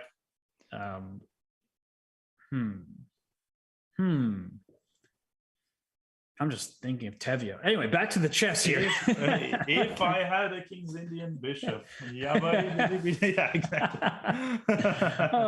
So what can bishop d7 is a common move? That's actually really nice because it takes away the b5 square from the knight. And if that knight was attacked with rook a3, the knight would have gone to b5. Now rook a3 becomes a huge threat. Yeah, this is a disaster. Rook a b1, escaping the pin, reinforcing the idea of knight b5 potentially, but that's not such an impressive idea. Takes and queen c3 is one option here. Well, that just looks great. As shaky as one of Danya's bad impressions, man, there is a savage. This guy is a savage. I did not know there were that. I can appreciate a savage remark. Queen takes c3, bishop takes d6 for white. Excuse me? Queen takes c3, bishop takes c3, and d6. Oh, I thought you said bishop takes d6. I'm like, bishop takes d6. That is wrong on so many levels. Now I see what you're saying. And Sarana sees what you're saying. He's played it. Okay, well, this is a problem for black because Want once the spike? take on b6 for sure. Okay, d5. I'm not saying that white's doing that well. I'm just saying that at least white has some hope. I'm not saying that you're saying that. Okay, takes on b7. I agree, though. I think Rapport has definitely lost at least a share of his advantage. This looks very impressive, this pawn phalanx, but if you go d4 prematurely, Robert, I guess white plays bishop h6. I think he's going to go d4. And there are plenty of positions after that where white plays g4 to really open up the position for that bishop on g2. But rook b5, going after the pawn, d4. There's almost like a rook takes f5 tactic. Yeah, and bishop takes c4. But you need to move your bishop away from e3 first. That's right. Yeah, if you do it immediately, you're going to lose. You're going to end up losing a piece. I mean, at the very least, black has rook f8 and rook takes f5. That's right. And if the bishop were somewhere else, then there would be the bishop takes d3 at the end. Wow, rook a5. Takes and rook b1 maybe. Now, don't sleep on that a pawn. I know it's still on a2, but if you fall asleep, that pawn's going to be on a7 in the blink of an eye. Also, the material's even. Oh, it is. Oh my God. I thought black was up like at least one pawn. I just assumed. Yeah, no. Since when is the material even? Since the d6, rook takes b6, rook takes b7. Just two grandmaster commentators do not realize that material is even an endgame. That's how you know that the commentators are grandmasters. Absolutely. So d4, he invites that, but then that opens the fifth rank. So bishop h3 later in the game, and bishop h6. Watch out for rook b8 mate. Rook b8 is a mate threat. Is white better now? Bishop h3 is coming. Black's position starts falling apart. Now it really is as shaky as a fiddler on the roof. Actually, is bishop h3 just winning that pawn next?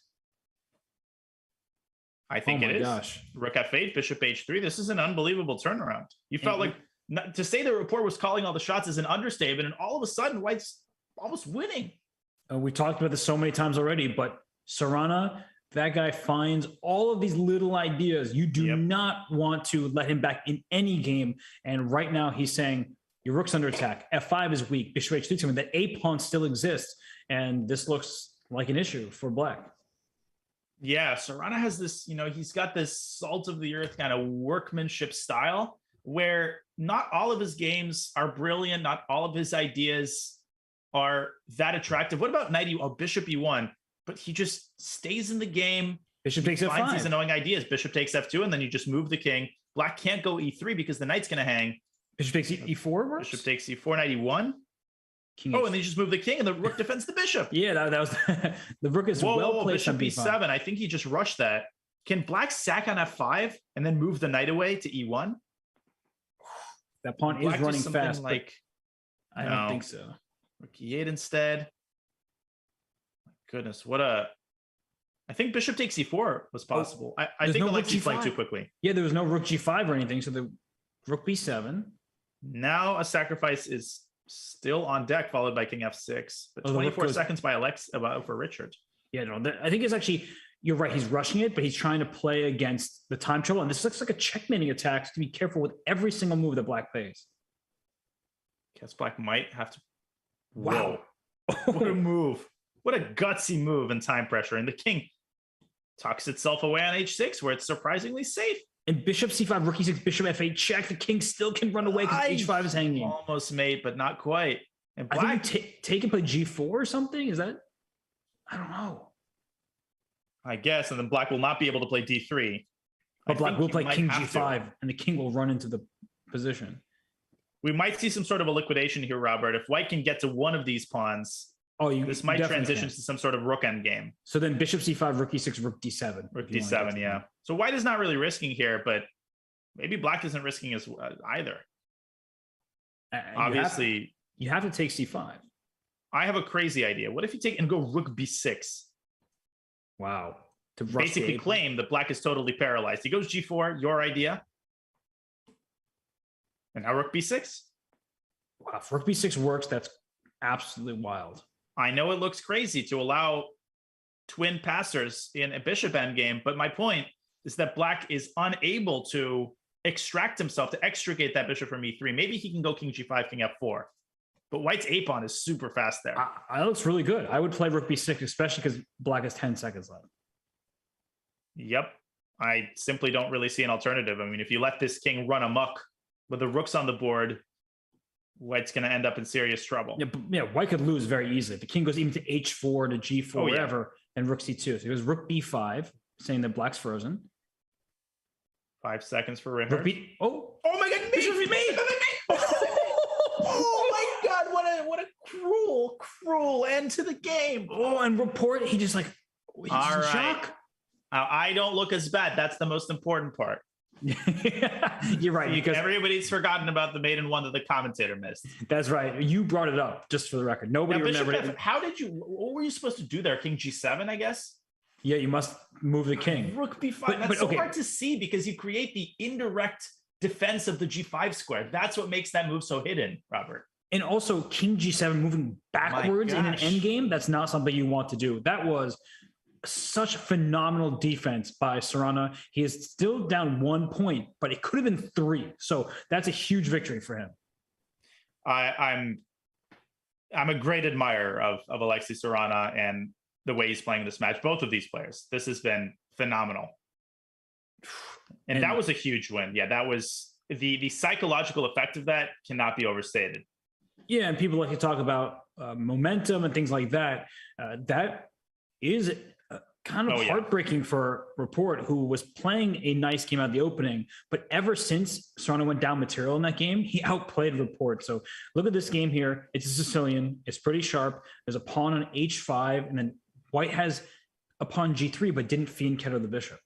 Yeah, my coach, Alexander Kalinin, sort of traditional Russian GM, he talked about that.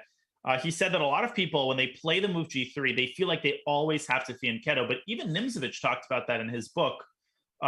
There's nothing obliging you to put the bishop on g2. And here, the bishop on g2 would kind of just be staring at the pawn. So it's not like the move g3 is such a huge weakness. This is a pretty unusual position for like a Najdorf type position.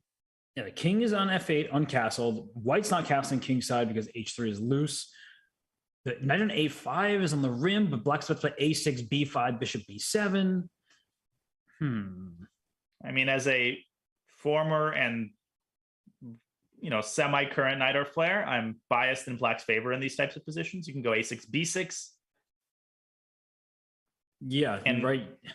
You stop b5 for black, but b6, bishop b7 is the idea you want to play anyway. Or what's tilting about this from white's perspective is that I mentioned the g3 is not such a big weakness, but it actually kind of is. You can't really castle. You can go king f1, king g2, which is a typical way to circumvent that, but that's slow and knight c4 is coming. White has to be a little bit careful here. Takes on f6. So you want the d5 square just like in any old Najdorf, but knight d5 played. And if bishop d5, can you get away with queen takes? I was wondering if the c2 pawn being under attack was a problem, and he says no. Now, positionally, it appears that white is dominating due to his control of the d5 square, but it's important to factor in, the entire picture here. And it might very well be that white is slightly better, but Najdorf players aren't generally worried about yielding the d5 square. And one idea for black, with the knight on f3, maybe not so much, is play h4, because you want to carve out dark squares for your bishop. That's the problem in the Najdorf for black, is you have a bishop that's staring into your own pawns. And the ideal trade, everyone, is the bishop on e2 trades for the knight on a5. That's what white wants, then to take over the d5 square, which is a light square, and play against the dark squared bishop. That is not going to be so easy to accomplish here, but that's one of the major goals for white. Yeah. Castle long now by Richard. Very creative way to keep his control over the d5 square. Yeah, I want to play king e7, but after the queen trade, there's rook d5 at the end, so that just wins the pawn. Ooh, that's a nasty move. e5 and c5 are both hanging. Black is worse. And imperceptibly, bit by bit, he slipped into another difficult position. I don't even know what black can do here. Wow. Somebody didn't have breakfast this morning. Yeah, he's hungry. So d6 is hanging with check. You open up the f file and your king's on f8. Your knight on a5 is loose, but the e2 bishop is under attack. And what a big decision that was. I like it. I like it. I like it as well. The game was not going in his direction, and this is a way to change the course of the game, as risky as it is. I get the feeling, Danya, that the way Sarana's playing could be really annoying for Rapport in the quicker time controls. Because moves like queen takes f2, when you have 3 minutes left on the game clock, you can figure out what to do. But if you have 1 minute left, you're met with this move, and then you're frantically trying to figure out, wait, I have to have a checkmate, right? I have to have an attack. Everything's hanging. It's not very clear what the best move is. If he just plays the calm rook d2. I think that's a great point. And that took him a pretty hefty chunk of time. I still think white is better.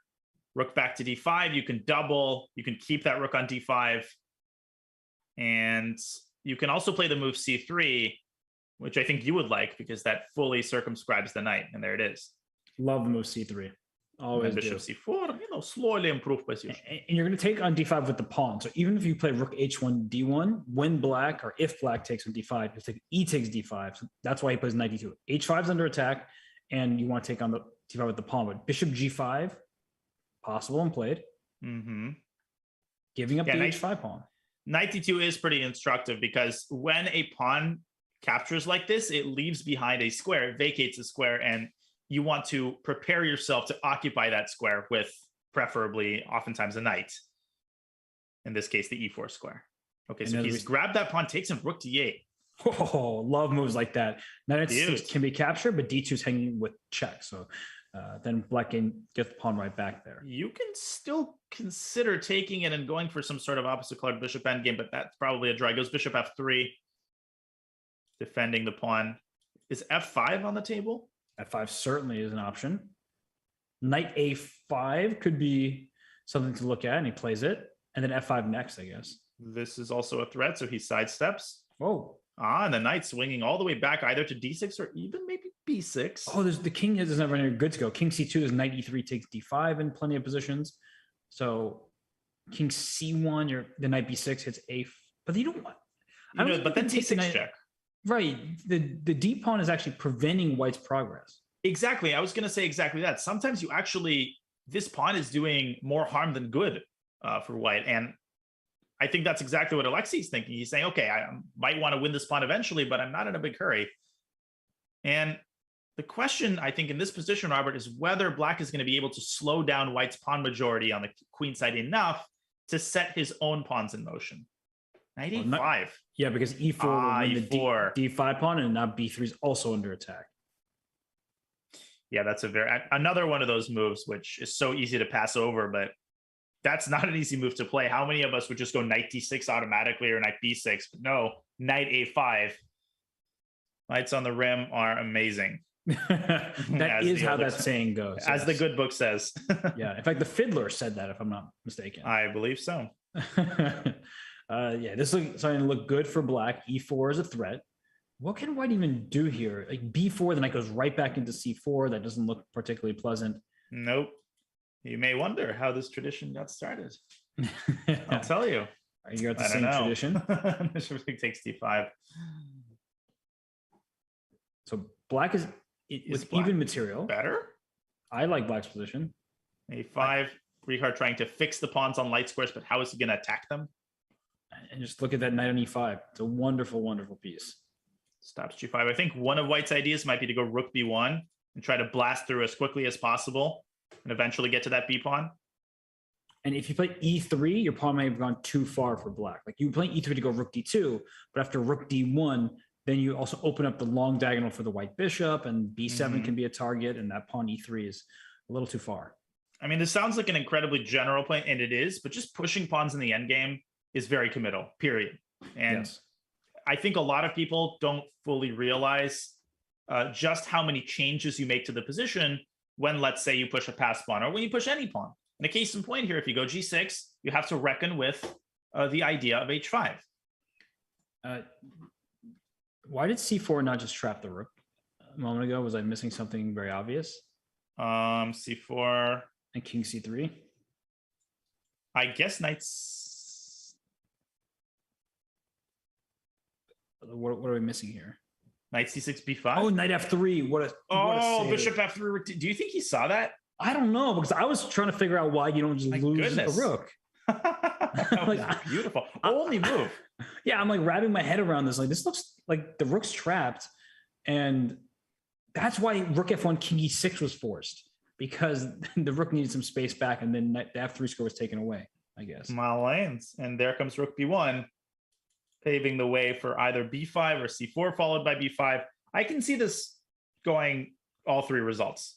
Yes, this position is still very complicated. Rapport down a little bit in the clock. This should be interesting to see how he handles the bullet portions of these games.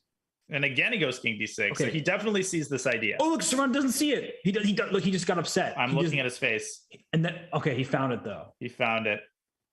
But wait a second. Oh, bishop takes f3. There's still rook d3. And rook takes f3. Somehow, Pawn takes. It doesn't. Gosh. What do you make of this pawn endgame? King d3. I guess black has some sort of f4. I'm too lazy to evaluate this. Well, let's see what happens. That's what I was looking at, right? Like, you get into this endgame. White could also just go b5 here and keep things as is. But then f4 for. Oh, and then f4 g. Then I take it.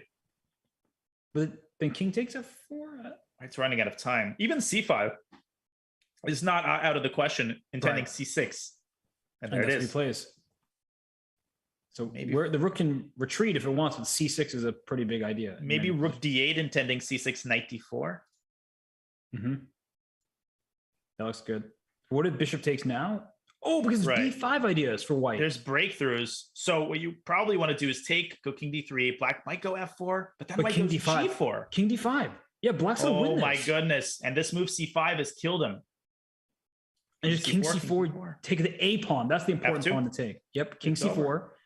Take the outside pawn because that's where your pass pawn is. a5 and oh, black remotes with check. My gosh. That's And huge. even if he didn't, it would be winning because of the pin. Right, you'd end up trading queens and then promoting your pawn, but Sarana wins that game. God, and if you looked at that end game, when they transitioned into that end game, no way the black would win that game, right? White is playing with no risk. White's got control of all the key avenues in the position. They're gonna Welcome to Alexei Sarana's part of the world. They're gonna cancel this game because the time is up. But look at that first move by Sarana, e4. He's trying to figure out what he needs to do. I'm curious if in the 3-minute portion, what Sarana will play, because we saw him with that Catalan position where Rapport was able to keep the c4 pawn, right? In that last game where Sarana was white. So he plays e4 this time. So it's going to be very, very interesting. We're going to keep our eye on the opening choices. But Danya, we're tied 4.5, 4.5. What do you make of what's just happened here? This has been an incredible display of chess. And that's one of those cliches. You know, as a commentator, we try to be gentle to the players. But in all honesty, I have been I don't want to say stunned, because these players have made a name for themselves as incredibly consistent and pursuing excellence in both blitz and bullet. But we saw so many different types of positions, and they were so well handled by both of these players, who of course have a universal style. What an incredible 5-minute segment, Robert. And I think the score, 4.5, 4.5, is very fair. And we've seen an incredible checkmate by Sarana, then an endgame win where it looked like he was the one trying to defend. But regardless, before we take a break, we do want to announce that there is a very fun event coming up. You will definitely want to either take part in it or at the very least watch it, because National Master James Kane III, he is back for Chess Played Quick. He hosts the doubles Bughouse edition of the monthly event. Watch your favorite streamers compete for bounties and prizes for the highest Bughouse rating. Join us this Sunday, November 14th from 10 a.m. to 2 p.m. Pacific, right here on Chess.com. We'll be back shortly for more from the Speed Chess Championship presented by Coinbase.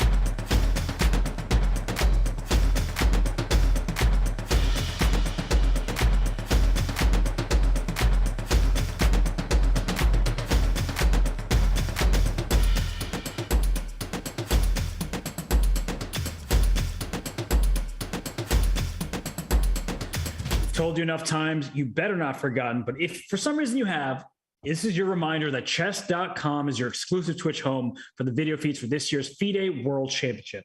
Join us for the best coverage around as we watch this year's players, the defending champion Magnus Carlsen and challenger Jan Nepomniachtchi battle for the title. The FIDE World Championship coming soon, later this month, to Chess.com.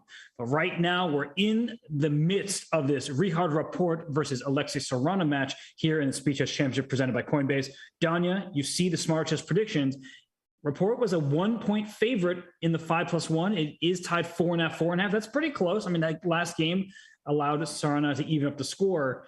3+1, 4.5, 4.5 is the Smart Chess prediction. What do you make of that?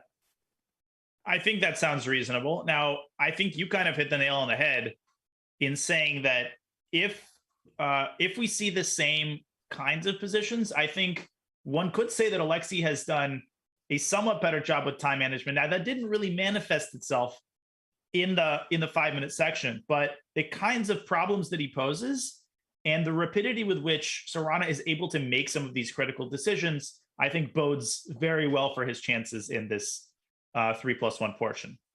Yeah, I'm very, very curious to see how Rapport handles the time trouble, because you get into more time trouble in more complicated positions in blitz games of 3 minutes versus those 5-minute games. So we're getting the 3+1 time control, an hour of that, and eventually we'll have the 30 minutes of bullet chess 1+1 time control. So we just saw E4 from Sarana. He's wanting to change his opening based on his bad starts the game two games ago, where he had the white piece in the Catalan. So we'll see if Sarana sticks to that E4, or he knew the time was up and he just making Rapport think about it. Right. He just faked him out. It reminds me of a story that my old coach Gregory Kaidanov told me.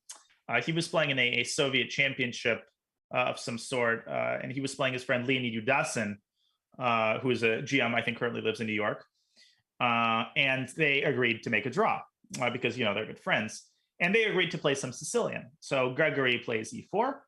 And, you know, when you're sometimes recording the move on your score sheet and without looking at the board, you make a move. So Leonid, without looking at the board, thinks he pushes the C pawn, but he actually pushes the B pawn forward 2 squares. He plays E4, B5. And obviously that puts Gregory in this very awkward spot. B5 is one of the worst first moves that Black can play. And so he calmly retracts the pawn from B5 and plays C5 on Yudasin's behalf. Yeah, that's one of those. I hope you'll be okay moments with me sharing that. No, that's a well-known story. I've heard it before, but right. Yeah, it's funny. Wholesome. It's a OTB misclick, or as right. some of the cool kids say, right? They say IRL chess, even though to me that's just chess. Anyway, right, exactly. We are in this French defense, so you know I have to talk about it. There's a light square bishop for Black on D7 that is entombed by its own pawn with F7, E6, D5, and C4. However, White doesn't really have a clear way to punch through on the king side. And if that's the case, you look at those double pawns on the C file for White, that allows Black to try to break open the queen side with an eventual maybe B5, A5, B4, or as is often played, that bishop on D7 ends up on the A4 square, just to put pressure on C2, and then Black can proceed with pawn marches on the queen side.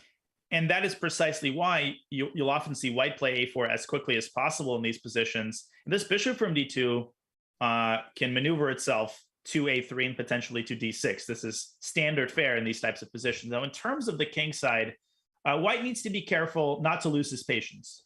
Sometimes if you get tilted, you play H5 prematurely, Black plays G5, and then Black might play F5. And if anything, Black might turn the king side to his favor. Now, Alexei has gone knight H5. Does he want to sack on G5? No way. No way. I wouldn't rule that. Oh, knight H2.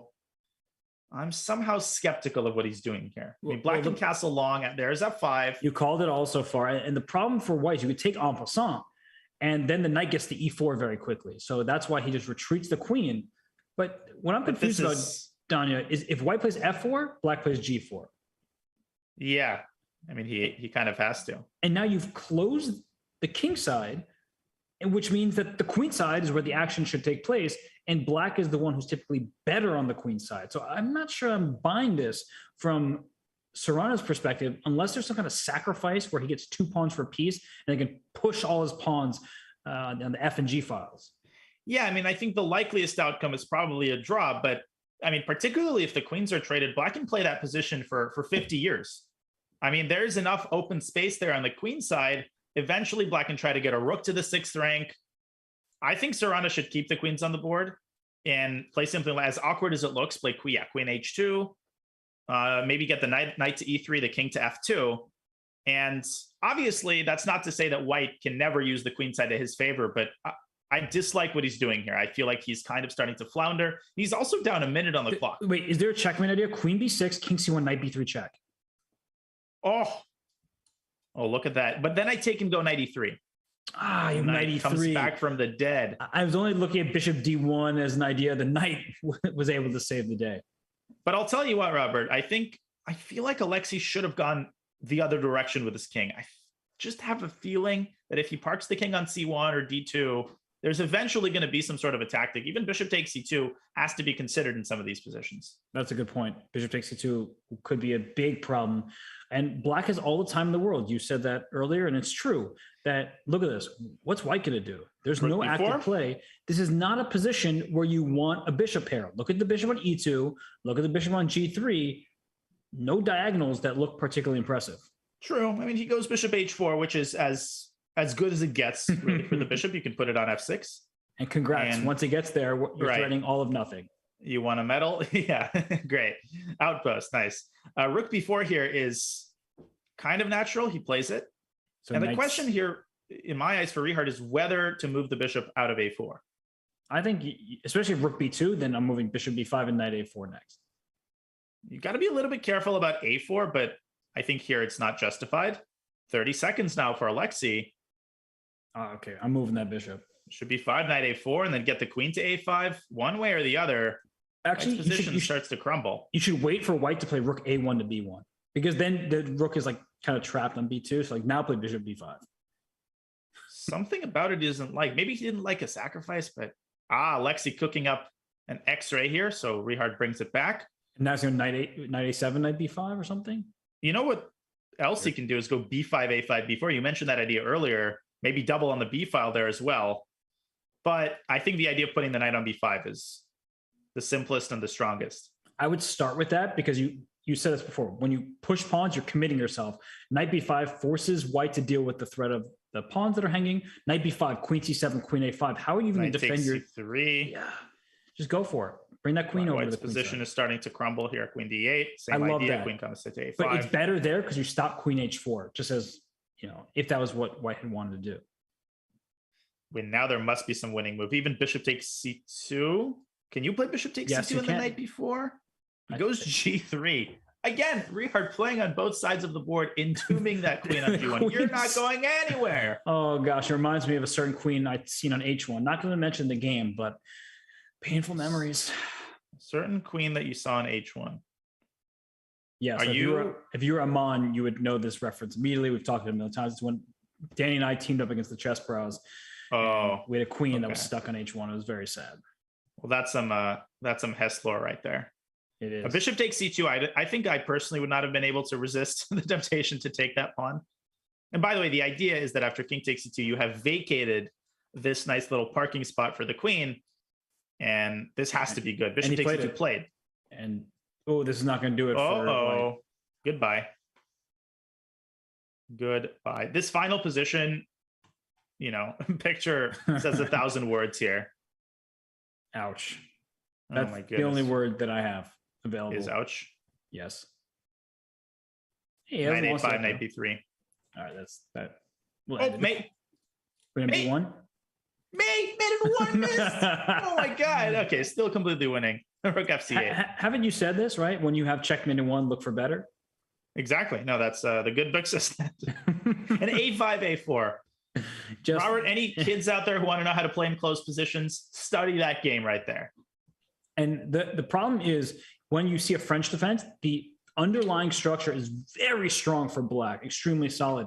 And once the king side was closed, it was free reign on the queen side for black and a smooth victory for Rapport. And right now it's a Sicilian where it started closed. Now it's opened up. If b4 for black, which tries to get the e4 pawn, white has knight d5 ideas, even though it's a piece sacrifice. This is as old as the hills, this idea. And white sometimes even plays knight d5 unprovoked. Although if you're going to sack, you usually go a4 to weaken the pawn. And I think we're going to see knight d5. We Must see knight d5. Here it is. Richard Rapport is not retreating the knight in that position. And don't take that knight. I think if you take that knight in a blitz game, you just get blown off the board. Yeah, I mean, the problem is that sometimes taking the knight is the most principled reaction. But what else do you do? Because white might very well swallow up that pawn on b4. Why not? And if black plays a5, then the other knight can come to b5 or even to f5 sometimes. Yeah. This is already looking quite nasty for black. Maybe even close to lost. E takes d5 looks, to my eyes, just terrible as well. Maybe you take and go, okay, goes a5. Your knight b5 idea is extremely tempting. But I if think knight Richard b5 is probably tempted by knight f5 as well. Yeah, knight b5 is like rook c8, perhaps. He takes f6. Oh, e5 if you take with the queen. So you have to take with the knight. Is there You want still e5 E5? anyway? Well, I don't know about that, because now maybe black can play e5, and at the very least, black is not going to get checkmated. Yeah, bishop g5 after e5. Go for the positional. Should be 7, take on f6. This is like a nightmare. Sveshnikov maybe go c3 to open a second front. I feel like that's in Richard's style. And it's just a good move. Queen d3 is also very solid. Although queen d3 is a little slower, but the problem for black is bishop e7 is met by bishop f6 earlier, and the d6 pawn was loose. That's why he just put h6 right away. Now when he plays bishop e7, both queen and bishop safely defend the d6 pawn. Knight a7. Wow. What a good, but isn't there rook c5? Yes. Which was, I think, Missed. It was missed by blundered by Rapport. Richard. And now bishop e7 castle is happening very quickly. And if black gets those moves in, then black's better. So c3, well timed. Yes, it could have been played earlier, but you cannot allow black to safely castle. As you're highlighting here, the b file opening up is favorable for the side that is safely castled, king tucked away, and can make use of the connected rooks. Yeah, and it's a question of choosing the lesser evil, because if black plays bishop e7, then yes, he's going to be able to castle, but it might come at the cost of that pawn. I mean, even something like queen b3, and white's going to have connected passers there. Okay, this has happened, and Richard going for rook c1 instead, which I like as well. You going for or a do I like positional it? approach? Yeah, well, Maybe I don't like it. is he just going to bring his knight back to b5 and somehow claim white square control and a bad dark square bishop? He has clearly mishandled this. No, this is going in the wrong direction, especially after that move. 3 rook d8 by Alexei, gearing up for rook takes d5, He wants d5. and this as well. Okay, is d5 possible? I think it is, and I think Richard has completely lost control of this game.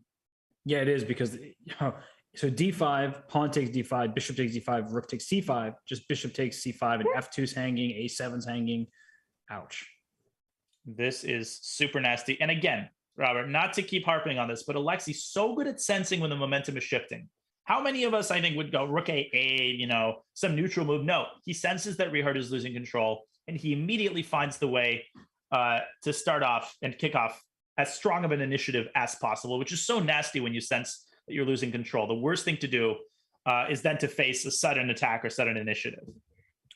And you took on d5. Now Whoa, rook takes, C? and then bishop c5 happening, rook d2 happening. Too. I think that's another mistake by Richard. The b3 pawn is weak.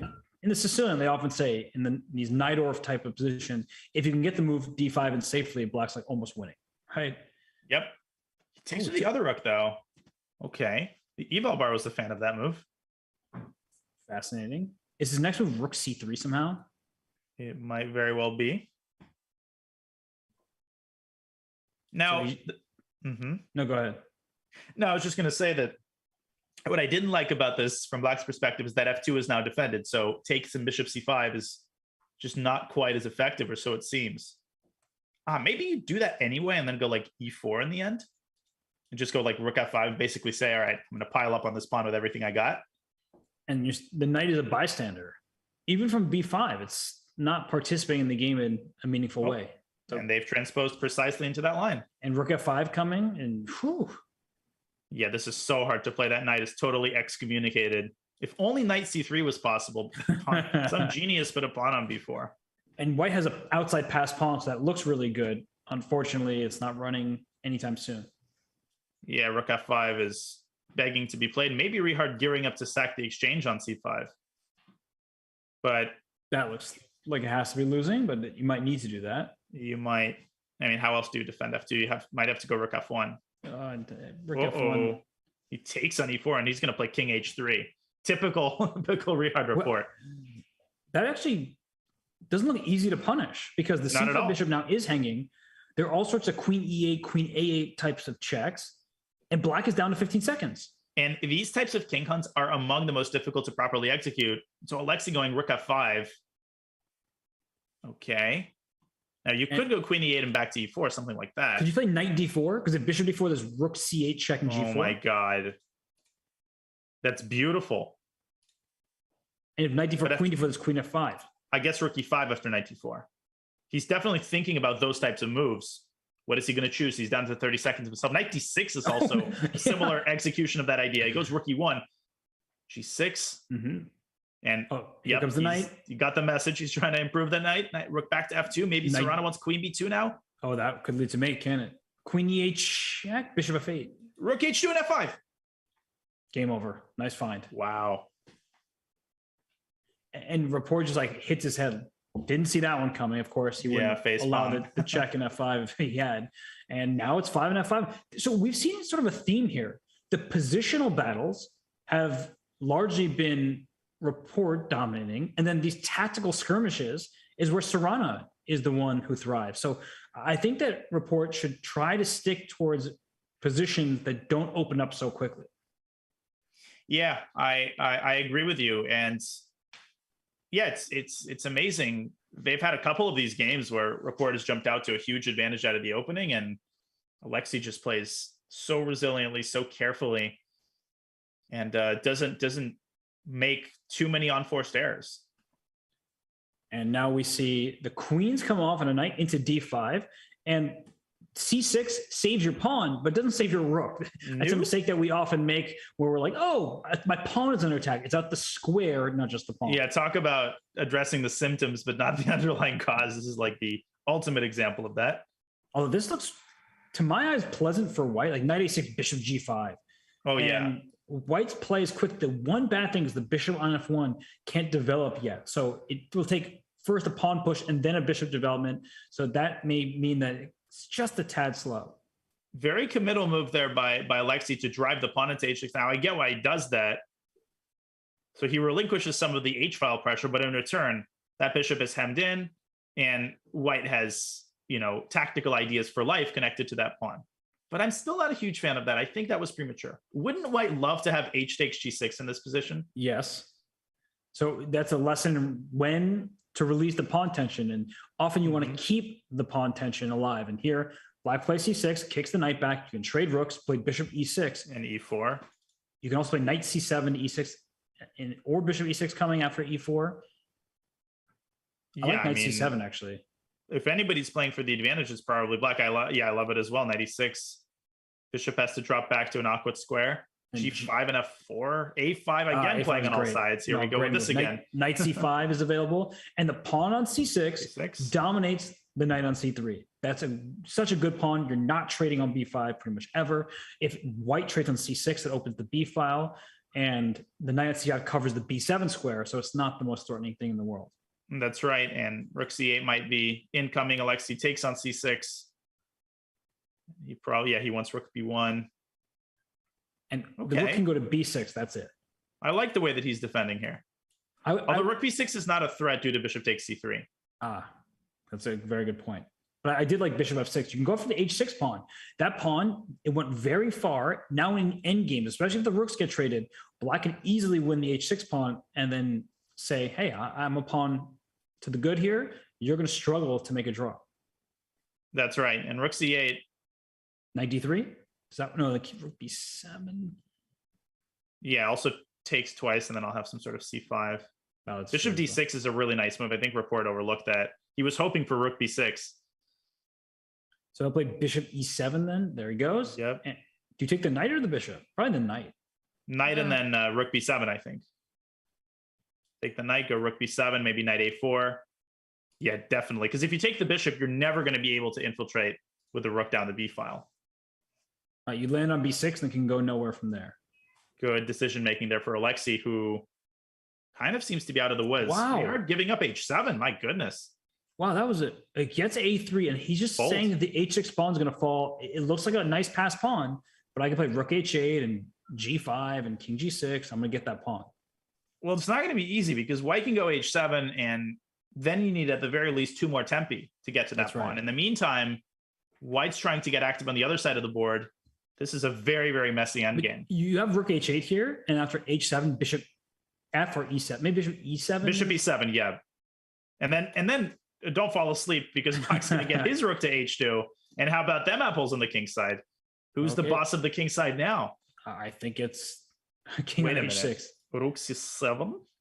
Which the rook, yeah, rook c7 looks good. Yeah, it's not that impressive though, because even if you take, I mean, you can't really take c6 because of bishop d7. All these pins, Jesus.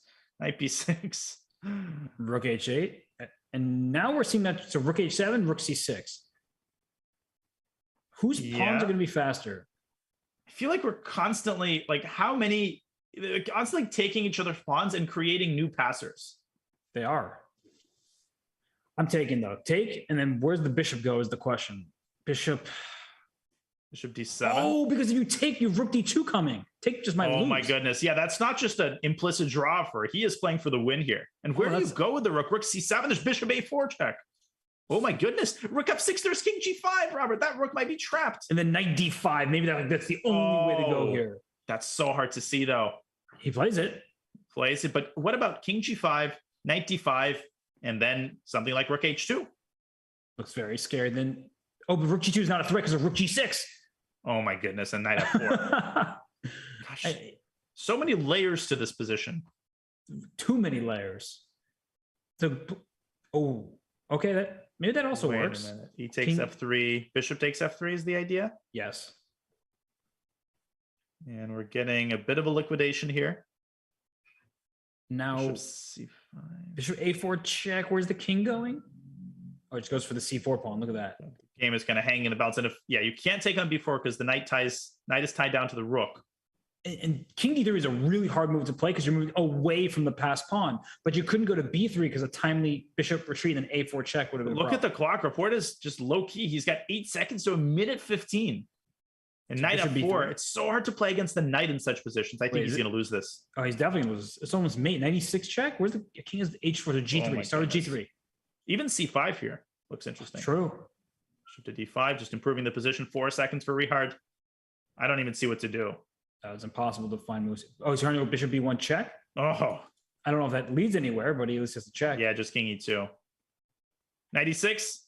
Yeah. King f6. I think Alexei got too excited there. But the bishop's trapped in a2. King, knight c5, rook b2. Oh my, no, come on. He's evil. Although with the pawn structure the way it is, okay, he lost some time. He's gonna flag, yeah. That's a bit of an ominous sign for what's going to happen, or potentially in the bullets segment. But I was about to say with those pawns split, there were some chances. Is this tilt? Well, I would say it's tilt if the person playing white wasn't Richard Rapport, because again, rewind 3 years ago, Robert, he was doing this stuff in classical chess. Yeah. I mean, we know Hikaru played queen h5, both against d5 and against c5. It's obviously a really bad move. Black is better, but I think Rapport's just taking a trip down memory lane and saying, okay, this match, it's not entirely going my way in the last couple of games. Let's, in Russian, there's an expression, let's change the, let's change the record, like the old school disc. Yeah. Let's change the song. Let's change the, the arc of the match. And hey, I'm not complaining. It's fun to get a new opening here. It's a very closed position. And once more, the d5 square is central. Okay, I said it and I was like, was not a pun I meant to say. But by the way, the kids in the chat are like, what is a record? the d5 square is of the utmost importance. So if, for instance, white could trade the knight on f3 and the bishop on b5 for the knight on c6 and bishop on d7, then white just hops the knight into d5 with a huge advantage because the bishop on f6 is staring into its own pawns. Yeah, that is like the classic good knight against bad bishop position. And wait a second, voluntarily goes for it. I'm surprised by that. That is a highly dubious positional decision. Now, I get the fact that he's got the c file, but Robert, I don't think that's nearly enough to justify voluntarily going for this imbalance. I That's really, shocking. really dislike that. Because now all the light squares are whites for the taking. So you could even just play F5 and then try to crash through on the king side in a bit. Like F5, move the queen, G4, bring a rook to the G file, H4, just and so on. Yeah. The knight on D5 is untouchable. No, and black has in return some measly quote unquote pressure on the C pawn, which isn't even that serious to begin with. White at some point could consider taking on E5 and taking on F6, and there's your move H4. That was a really, really bad decision by Alexei, but obviously he's not losing here, and he finds a way to harass white along the C file. Should Richard play C3? Ooh, then maybe there's takes and some sort of rook takes D5, bishop B6 action. Okay, that looks challenging. So I don't think I liked H4. He needs to just stabilize on the queen side first, Yeah. and then push forward on the king side. He didn't need to be in a rush. Yeah, maybe even moving the king away would have been interesting to prevent any kind of bishop B6 related shenanigans. Hold because on, this wait, doesn't actually- seem significant, but Can it you is. just take on E5 and then take on F6 here? Just like this, Just like that. trading in one advantage for another. And if I take on C2, you want to take on H6? He probably. I can see that happening. And rook G6, H5, H6 is an idea. The material may be even, or maybe black will win all the queenside pawns to go up material, but the king safety is paramount, and he's going for this line. Following Robert Hess's advice, always a questionable thing to do. It's funny. I got very distracted by the queen side. We've been complimenting Rapport on his full board awareness. I was like super focused on the queen side, and then I just turned my attention right back to the king side where he's been trying to push forward. It's like that pawn was hanging, and now he sits on queen C7 protects I everything. don't like that move. Yeah. Queen C7. And if anything, white has to be a little bit careful. You can't afford to just give everything up on the queen side. You don't have enough of an attack to warrant that. He could take H6 and then bring rook to E6. So at least he has that going for him. But doing that on the There's previous queen move is obviously much more Oh, effective. but then there's queen C1, queen F4, and it's anybody's Uh-oh. race. That pawn on E2 might be lost. We had something similar like this in the first game. And here's another detail, Robert. After queen C1, queen F4, the problem with the queen trade is that black is also threatening F3. So you might not have even time to defend the A2 pawn. No, you won't. You'll have to take the E5 pawn, give up A2, And there it is. He's given up both of these pawns. Now maybe you just go rook G6 or all your eggs in the H pawn basket. No, he goes rook E6. This is such a tricky position. This is scary for black, though. That king is so weak. Rook takes E5 is threatened. Queen G6, rook E8 mate. Oh, that's a much bigger threat. How do you stop that? Well, queen G6, there's still rook F2, but then after rook E8, rook F8, black is still holding on. Oh, that's one of those moves that you really have to spy rook F2 because you might think you just walked into checkmate. But you can't go here because then queen G6 is going to win on the spot. That's right. I mean, obviously in such positions, you cannot afford for either of your pieces to be passive. So what's the waiting move or useful move that he goes queen F7? Okay, that makes sense, at least visually. Queen takes E5. Now this threatens various rook E8 related shenanigans. And rook E7, if rook E8 is Material not good is enough. equal. Okay, D4 is hanging, but those passed pawns on the queen side are looking pretty nice. Maybe rook F2, but then rook E7 seems nasty indeed. Yeah. And queen G6 for black, trying to checkmate white first. Okay, he goes king H7, trying to get the king as safe as it can, as safe as he can get it. So which is not very safe. Is H5 a good move for white, or is that just putting the pawn on a? No, I really like it because you're taking the G6 square away from black's queen, which intensifies the force of rook E7. But there's rook A5 after H5. Oh no, he didn't. Rook A5. Right? That is a nasty resource. 13 seconds. Again, Rapport is down on the clock, and again, Sarana has almost an entire minute. And he doesn't look happy. Like he just doesn't see what to do. Uh-oh. And the evaluation board G6? is tanked. G6 Queen G- resigns. Or no? He's queen G5 or queen G3, but that's not what you want here. Take the rook. Excuse me. Oh, he blundered the rook. You're not the only one who blundered that. What? Oh my God. I can't. Now this still might be winning for black, but my lands, this actually might be a draw. Rook B6? Oh my goodness. We jinxed him. Take on A6? Yay! I think he might be able to pull this one out. Now, which pawn does he go for? He goes with the D pawn. Yeah, but this is so hard to defend with 2 seconds. Okay, D3, rook E2, king F5. I lost some time. Oh, yeah, this actually might already be a draw, objectively speaking, but my goodness. Alexei gets away with it. Doesn't take the free rook, wins anyway, and Robert jumps out to a 2-point lead. It's a wow. I was about to say 1-point lead before you said that. It is a 2-game lead for Sarana, who wins to go to 7.5 to 5.5.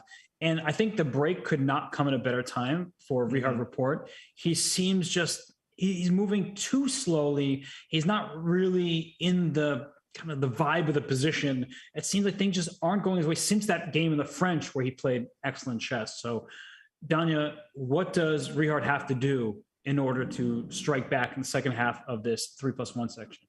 Yeah, he has to recuperate from this. And what was particularly painful is the fact that he had that knight on D5. He had a textbook good knight against bad bishop position. Everything was going his way, and poof, not only does he not manage to win, but he actually loses that game. He's got to forget about it, move on, follow all of the cliche advice. And like you said, this break comes at the absolute perfect time. Deep breath, some water. I think he'll be back punching. Sounds great. I'll take that deep breath and grab some water. Everyone, you should do the same. We'll be back very shortly for more from this Rapport Sarana match here in the Speed Chess Championship presented by Coinbase.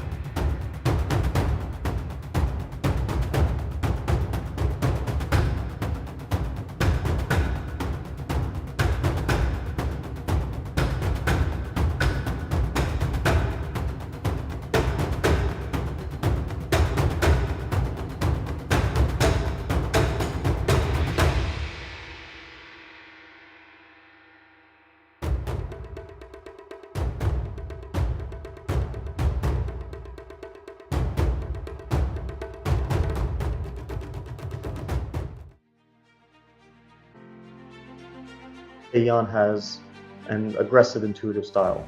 He has a good feeling for chess, especially when he plays with initiative, and he likes to put pressure on his opponents. He's just overall confident and full of ideas. He can play extremely well in it, and if he comes to the match at his very best, then maybe he can play better than Magnus.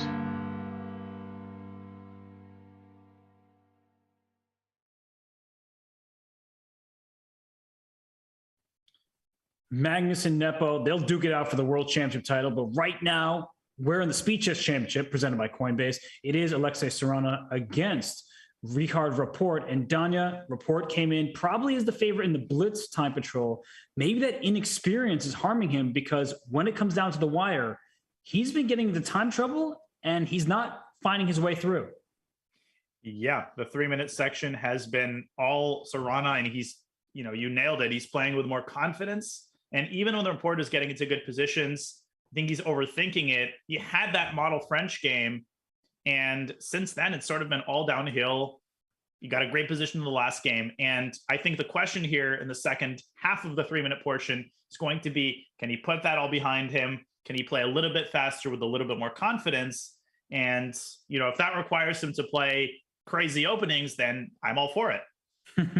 That does make our live commentators much more fun. And we know that no matter the game, no matter the situation, Rapport plays very fun chess. He's always entertaining. But for Sarana, he is defending well. And then also he's playing precisely in moments where he gets the advantage. He doesn't let it slip. That last game, it was like he was going on the queen side from like precarious looking opening. And then all of a sudden he was able to pounce and he didn't let go. And they're back to King's Indian land. Of course, Sarana no longer playing the main line. He goes for the fianchetto. And Rapport playing kind of a Benoni style King's Indian here with c5. And Bishop E3. This is an old line. Bishop E6. It is. Yeah, it goes after the c5 pawn. Black can then go after the c4 pawn. And if you look at the position, it's exactly the same, with the exception being the bishop is still on c8. And now the queen comes to a5. Danya, these lines, this queen b4, this has been popular since the 80s. But it's not that popular anymore. 80s. Yeah, exactly. I have to say this is popular in the 80s. You sound like Yasser without tell me you're Yasser without telling me you're Yasser, Right. No, this is the main line. yes, when I played Johann Hjartarson in 1983, I remember that we had this. But yeah, Rook BC1. Now this is interesting. What's interesting about this is, obviously the placement of the queens is quite unorthodox, and neither side wants to take the opposing queen. Bishop takes unless it's on their terms. Is about to win a piece. Oh my goodness! So I think that's nasty. What does White do? I think White has made a huge mistake. White is lost. I don't know about lost, but you can't trade queens because pawn takes b4 and b2 is a problem. You're going to take on e3 next anyway. And I think you might have to do that though. Yeah, takes a knight a4. This is real ugly. No, I mean, there's no way that White is happy right now. And Rook d8, good move. King f2, I like that because the knight on f3 covers d2. The knight on a4 covers b2. And if Black isn't quick, maybe White has a chance to coordinate the pieces better.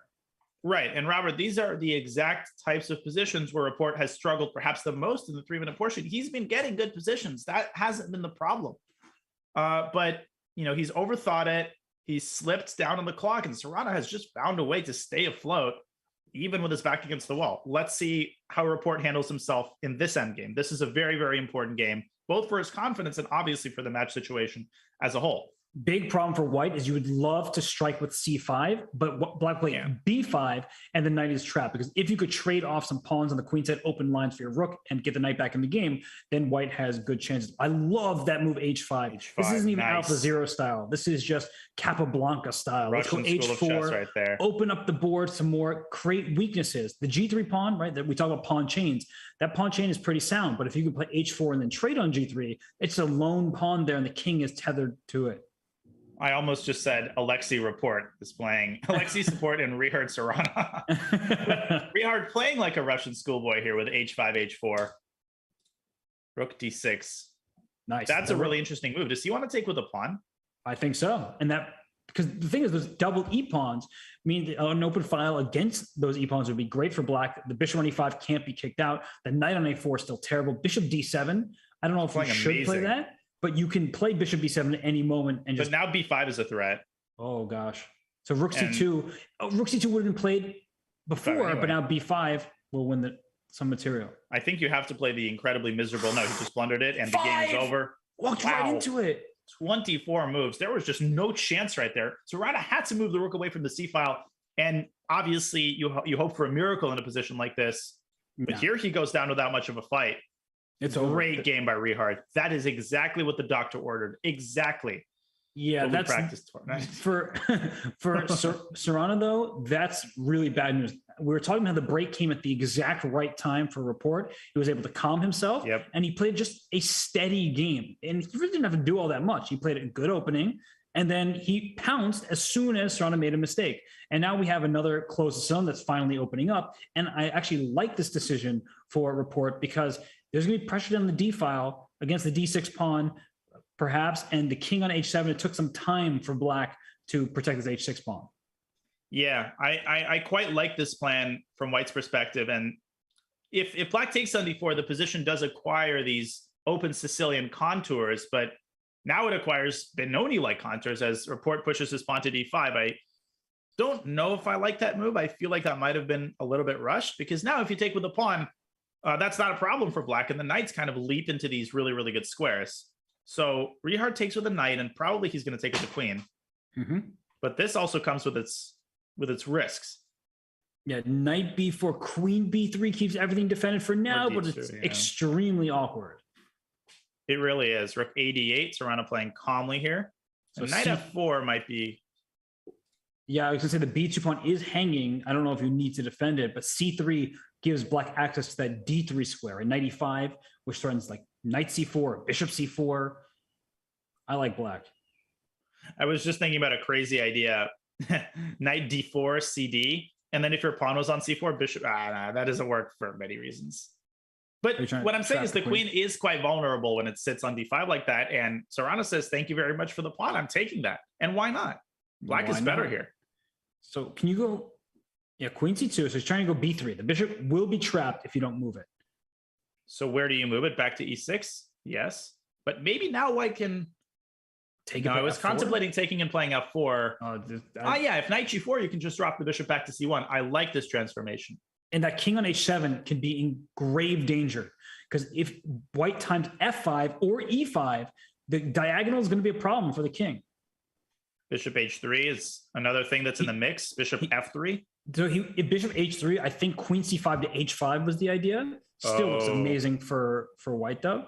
But something like that perhaps is what he was going for. But yeah, bishop f3 kicks the knight back, and he's just playing this a little slowly. Yeah, they had a game like this in the 5-minute portion, kind of a generally similar structure. Obviously, in that game, White had played f5, and here he plays f5 again. He induced h5. Now he plays f5, and will he even recapture on f5, or will he go bishop g5? He'll probably recapture He'll recapture and then play bishop g5 next. and try to induce e4. Okay, so bishop g5. Is there bishop takes d5? Oh wow, I wasn't even looking in that direction. The rook d5 and queen c6 at the end. No, could I be- don't think so. Queen e2 instead, hitting h5 and e5 at the same time. That is a fork. But it actually looks like a big problem for Black. That's a great move. It's so easy to just automatically play bishop g5, but Richard squeezing the absolute maximum out of the position. This might be close to loss for Black. I think honestly the worst part about Black's position is you just think it's lost. Like even if the eval bar wasn't that high up, it looks like a position where Black is probably F6 lost. even. Oh gosh. Takes. You play- If the rook takes f6, you play bishop g5. If bishop takes f6, you take d5. What do you think of that? Wait, so f6, rook f6, bishop g5, rook f3. You goon. Yeah, he takes g3 is coming. He goes instead. Oh, he still hasn't made a move. Maybe bishop f4 is calmer and stronger. Plays bishop g5. Yep. And I think he F6. still probably has his eyes on f6. Yeah, and rook d6, there's bishop f4, of course. You might have to go rook d7. Rook takes f5, runs right into bishop takes d8. Right. That's important, by the way. Rook d7. Okay, now maybe something calm like queen g4 or rook f1 can be considered here as well. You don't have to go f6. Oh, queen g4 is really G6. nasty, actually. this is even nastier because now f6 is a huge threat. And it's not prevented by a move like rook f7. You just still go f6. In fact, I was going to say down here, rook d6. Well, queen g6, you just get kicked out of there. But no, after rook d6, it's still f6. Ouch. You've gotten f6'd. Yeah, that's no fun.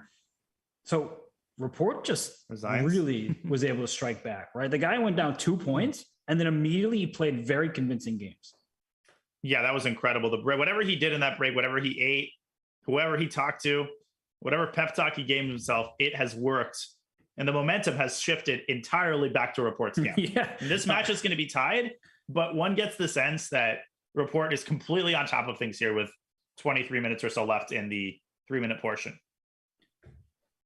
What is the most challenging move for Black to play? Like, I don't see anything that makes he goes here and I think you have to play rook takes f. Okay, queen c6. Now h5 is possible. Then go king 8. Oh, can't go king h8. Yikes. Right. Oh God. But after h6, I'm simply threatening to take on g7. No, so if you can't play king h8, then yeah, this is great. You have to go rook f6, but then just takes queen g5, and easy mop up there for white. Yeah, once d5 falls, the whole game falls apart. Yeah. Nothing.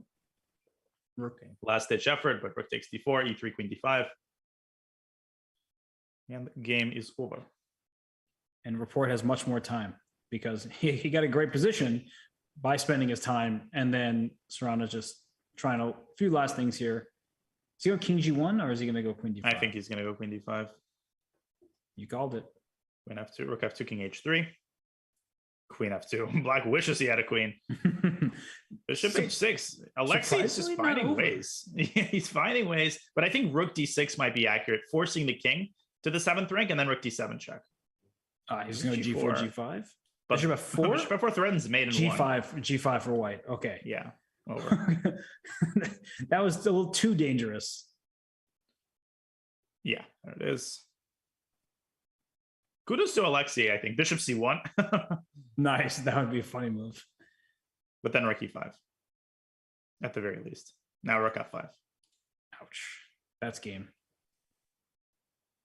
Yeah. And Rapport, he breathes a sigh of relief. He is now tied 7.5, 7.5, and he's been convincing. He goes back to the French that served him really well in a previous game and back the same variation. Indeed. And Rapport is more than happy to repeat that. This is a huge game because the momentum hangs in the balance. I like that decision. E takes d5. That's obviously not one of the more ambitious moves, but in the brief time that I experimented with the French, an experiment that I will not return to, I actually kind of struggled with these positions from Black's perspective, but Rapport seems like he knows exactly what he's doing and where the pieces belong. Well, it makes sense to struggle in these positions because there's a bishop on d3, which is aiming towards the Black king side, and the bishop on c8's not participating. So at least at a quick glance at the minor pieces, it does seem like some of White's pieces are better, but look how solid Black is. You can't make an attack with just one piece, and there are no structural weaknesses that Black has to worry about. That's right. Rook e8. And Alexei's move b4, definitely quite committal because that does create certain weaknesses on the queen side. But obviously, currently, Black doesn't have the pieces available to exploit them. Everything is on the king side. I mean, obviously, this is equal. Yeah. So g4, I mean. Exchange French does have more bite than people give it credit for. And well, now we have an interesting situation because it's not going to be the same pieces. It's going to be a bishop versus a knight. And is that a good thing for Black? That's the question, because the bishop on c8, not the best piece on the board. No, and the knight on c5 is at least looks nice. Rook back to e7, puts it on a defended square. Rook e8, I think, would have allowed some sort of a cute tactic with knight f4. He goes knight f4 anyway. Mm-hmm. And again, I think Sarana is aiming for something resembling a good knight against bad bishop in balance. The problem is if Black trades everything and then goes b6 and then tries to get that bishop out to a6. And that's exactly what's happening. I also hate the fact that White's pawn is on b4. Yep. Creates Swiss cheese situation there on the queen side. The best move would be push that pawn right back to b2. I feel like this is heading toward a draw. Yeah, with opposite colored bishops, this looks very equal, unless somehow Black blunders a quick rook e1 teleports to g3. Right. Well, it'll only take 2 moves to teleport it. F6 is a little bold, but obviously black can just go queen d7, rook e8, and I think we're going to see further liquidation in a draw. Yeah, this was the least interesting game of the match. This one in the first game, actually. I forgot about it, but you're right. That game was also too equal, too calm. Yeah, this is the most equal endgame ever. He's going to go queen e6 maybe. Then they'll just agree on a draw. Although if you're Sarana, you might just want to keep playing this game. Okay. Yeah, it's possible. Okay. I wonder, you know how sometimes you know that one of the super grandmasters isn't that good at bullet? We just don't know how good Rapport is. And maybe Sarana feels the same way, where Sarana is a great bullet player, but for all we know, so is Rapport. Yeah, I've played Rapport before.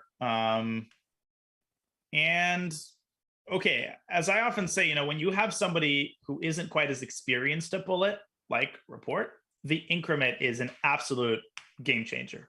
And it often saves the day for people like Rapport, because obviously it's still bullet, it's still incredibly fast paced, but you don't get that element of crazy time scrambles, which can only be really mastered with a lot of experience. It's very fair. And this game, so I don't know what's happened in the last couple of games. It went from exciting back and forth match to let's trade queens and then play this queenless middle game with a pawn structure that doesn't leave much tension. Yeah, it is quite symmetrical. The main difference being, I would say, in white's favor, there's a pawn on f3 and a knight on f6, which is totally limited by that pawn. That's and right. White's got some nasty maneuvers in a position like this. You can go king. I've seen people go king b1, knight c1, knight d3. That's one way to consider it. And white can also storm on the king side because the pawn on f3 protects e4. It also protects g4 and can go g4, h4, and start trying to advance there. Yeah, it's easy to fall asleep on these endgame attacks, but they can be nasty. So I guess the question for black is, should he go bishop e6 and trade light squared bishops? I mean, I think one way or another, it won't totally change the evaluation, but I would definitely take white here. I think white's got a more pleasant position, slightly. And the king is now on e6, so that's an active king. It's a good piece. It's hard to get to, so it's not like you're going to get checkmated. And now the bishop can also, I would say, slide back, but it goes to d4. That might backfire because knight e2. I think Sarana might have just forgotten bishop about C1. That move. Bishop C1 white is threatening to take on d4. But bishop C1 there might be bishop e3. Okay, so he takes first. Oh, the C5 if you take square. with a rook, you walk into bishop c3. Yeah, knight c5 check is happening. Wait, does it just happen? Alexi, yeah, rook takes d4 has been played. Black's going to lose at least a pawn here after knight c5. What is he doing? Oh gosh, he was lulled into a false sense of security. It looked completely. A knight c5 check and take on b7. Well, bishop d4 was a really, really bad move. I think just bishop e7 and black is totally fine, or bishop d6. I was just trying to make that point, right? I was like, oh, the king's on e6, the bishop can slide back, and he still goes forward. And if king d6, knight b7 check, and knight gets back here, e5 is hanging. Nicely spotted by Rapport. Rook d1 maybe? Yes. And then if rook d8, our favorite knight a4. Watch that happen. Well, knight endgames are most similar to king and pawn endgames, right? So being a clear pawn up is huge. We're in plenty of rook endgames that you can hold even if you're down a pawn. If the rooks end up getting traded, that presumably is not good news for Sarana. That's true, but I like the defensive construction that he's putting together here, potentially going f6, maybe even c5, although that weakens the d5 square. And maybe you should go b5 and a4. We've seen that kind of idea before. No pun intended. Mm-hmm. I was waiting for you to say rather that. Pun intended, of course. Who am I kidding? No, but this is totally thankless, I think. h4 could be an idea. The bishop on f2 doesn't really have anything to attack. It's already putting pressure on b6, but that's defended. So is he going to go? Okay, takes the pawn. If he took the knight, would he have played bishop g3 and even thought about taking that knight? This doesn't seem easy to win. No, it doesn't. And what really hurts black here is obviously the weakness of that b pawn. And so c5 is not entirely out of the question now that white doesn't have a rook. Well, white can put the rook on d5. But king c3, king c4? No, that was a nice move by Rapport. Oh, but the knight comes back. And if rook d5, then the knight comes to c7. Somehow that knight's doing it all. Ooh, it takes g5, rook g8. H1. Uh-oh. King c4, knight back to d6. But That black is knight hanging is- by a thread. Yeah, that knight's a hero right now. Yeah, there has to be a way to break down the defenses. The only thing going in Sarana's favor is that time situation. He has played this game remarkably fast. G4 was surprising to me because it eliminates any possibility to go G3 and F4 if you want to open up the king side. That's right. And now that pawn is weak. How is white planning? Oh, no, king C4 maybe? I was thinking 96. 96, king D5, knight F5 check. Maybe go full Bobby Fischer mode and sacrifice the bishop, but that doesn't usually make sense until the rooks are off the board. But the bishop's on C1 now, so you're kinking into D5. Or not. So rook E1 maybe instead of bishop to C1? There's no way he repeats, right? I mean, he's going to keep trying. Wait, Sarana didn't repeat. Okay, so wait, rook H5 now? Rook H2 trying to go to D2, but knight back to F7. What was wrong with rook H5? And the knight Knight F7, king F7? C4. Oh, king C4. I guess rook D1. I mean, it was still a game there. Okay, walk to king C3 C2. He could also go C3, B4 at some moment, so he doesn't have to give up on the winning chances. I think you just get the rook to D1. I think you abandon the H file, get the rook to D1. And what if the rooks are traded? I feel like that's winning. Or maybe not. No, I'm inclined to agree. It just seems like It's hard to say because black's going to take it and park the king, let's say on C6. No, he doesn't trade. Okay, but so now rook D7, rook B7? I don't know. Now it's close to loss. This looks winning. Mm-hmm. Rook H6. Oh, just really? trying to Really, defend. Riley. King G7.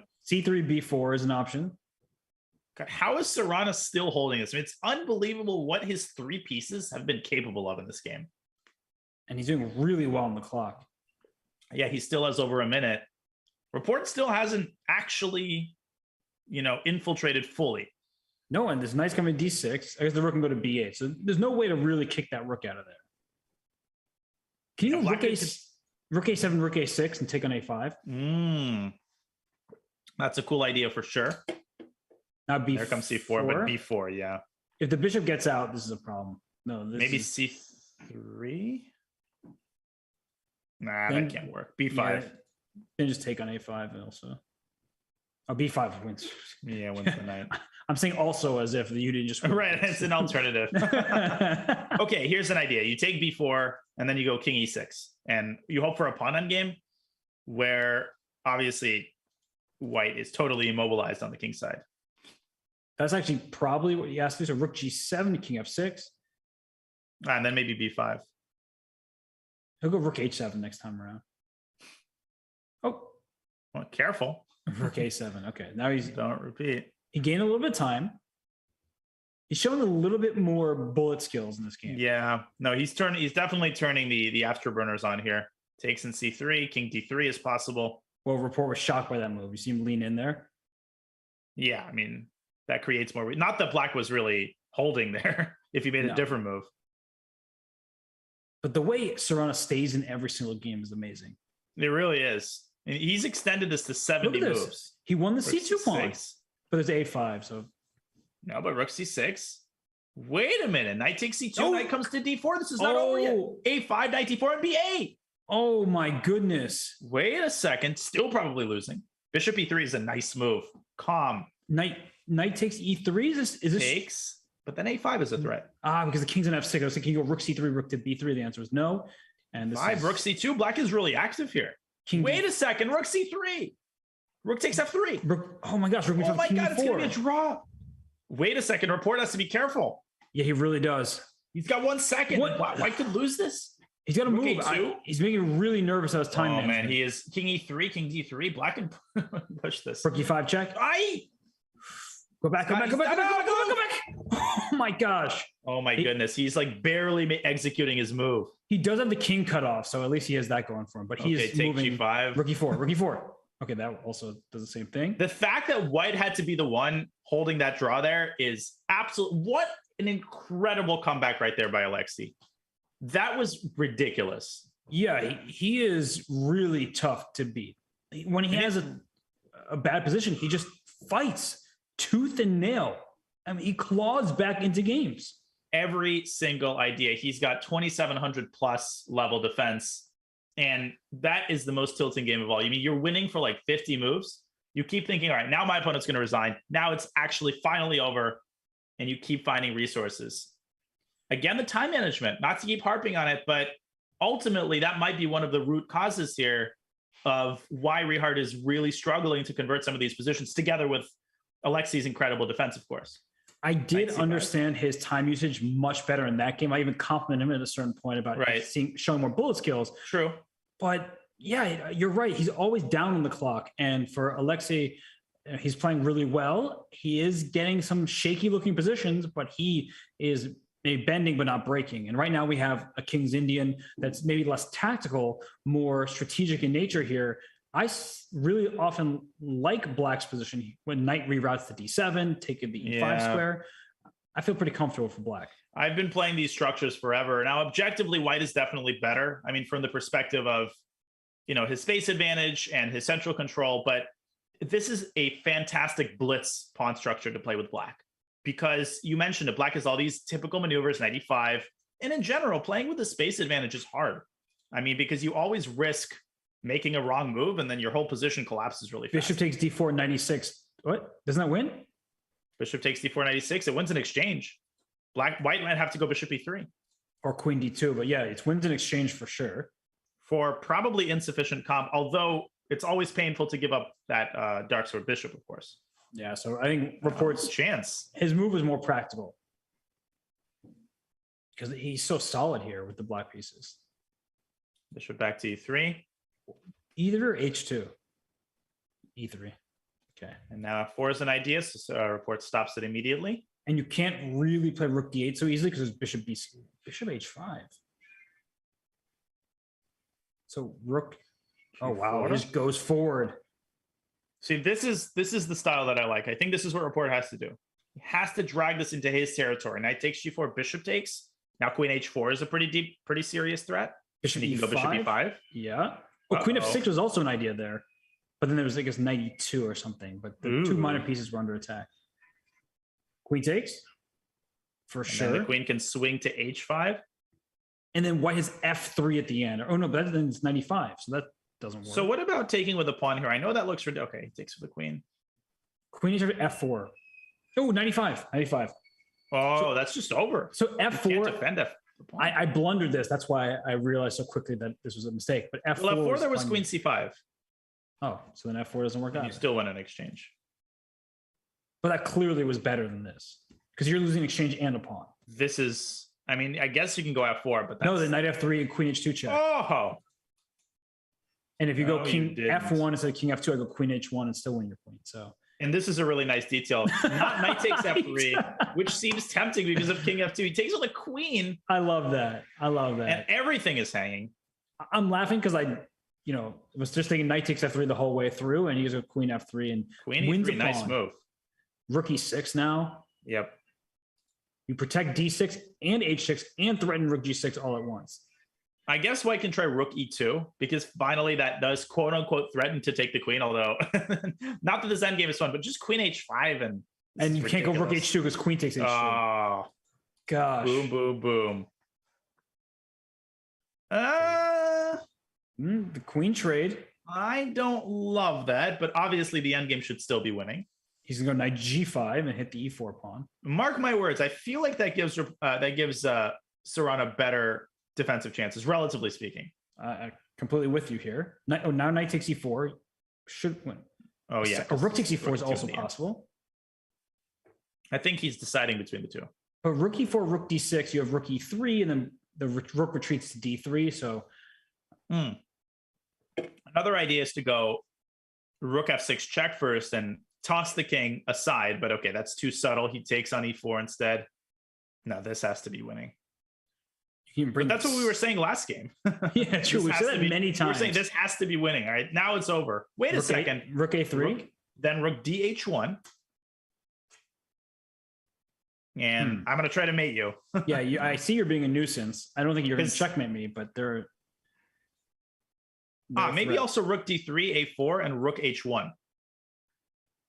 Oh, wow. With the idea of winning and tracking down that pawn after you take B3. That's actually a pretty unbelievable idea. He plays Rook H2. Same idea. So he finds every single one of these ideas. is there some kind of like rook e5, rook c5 type of maneuver? That's what I'm looking for. Probably Perhaps.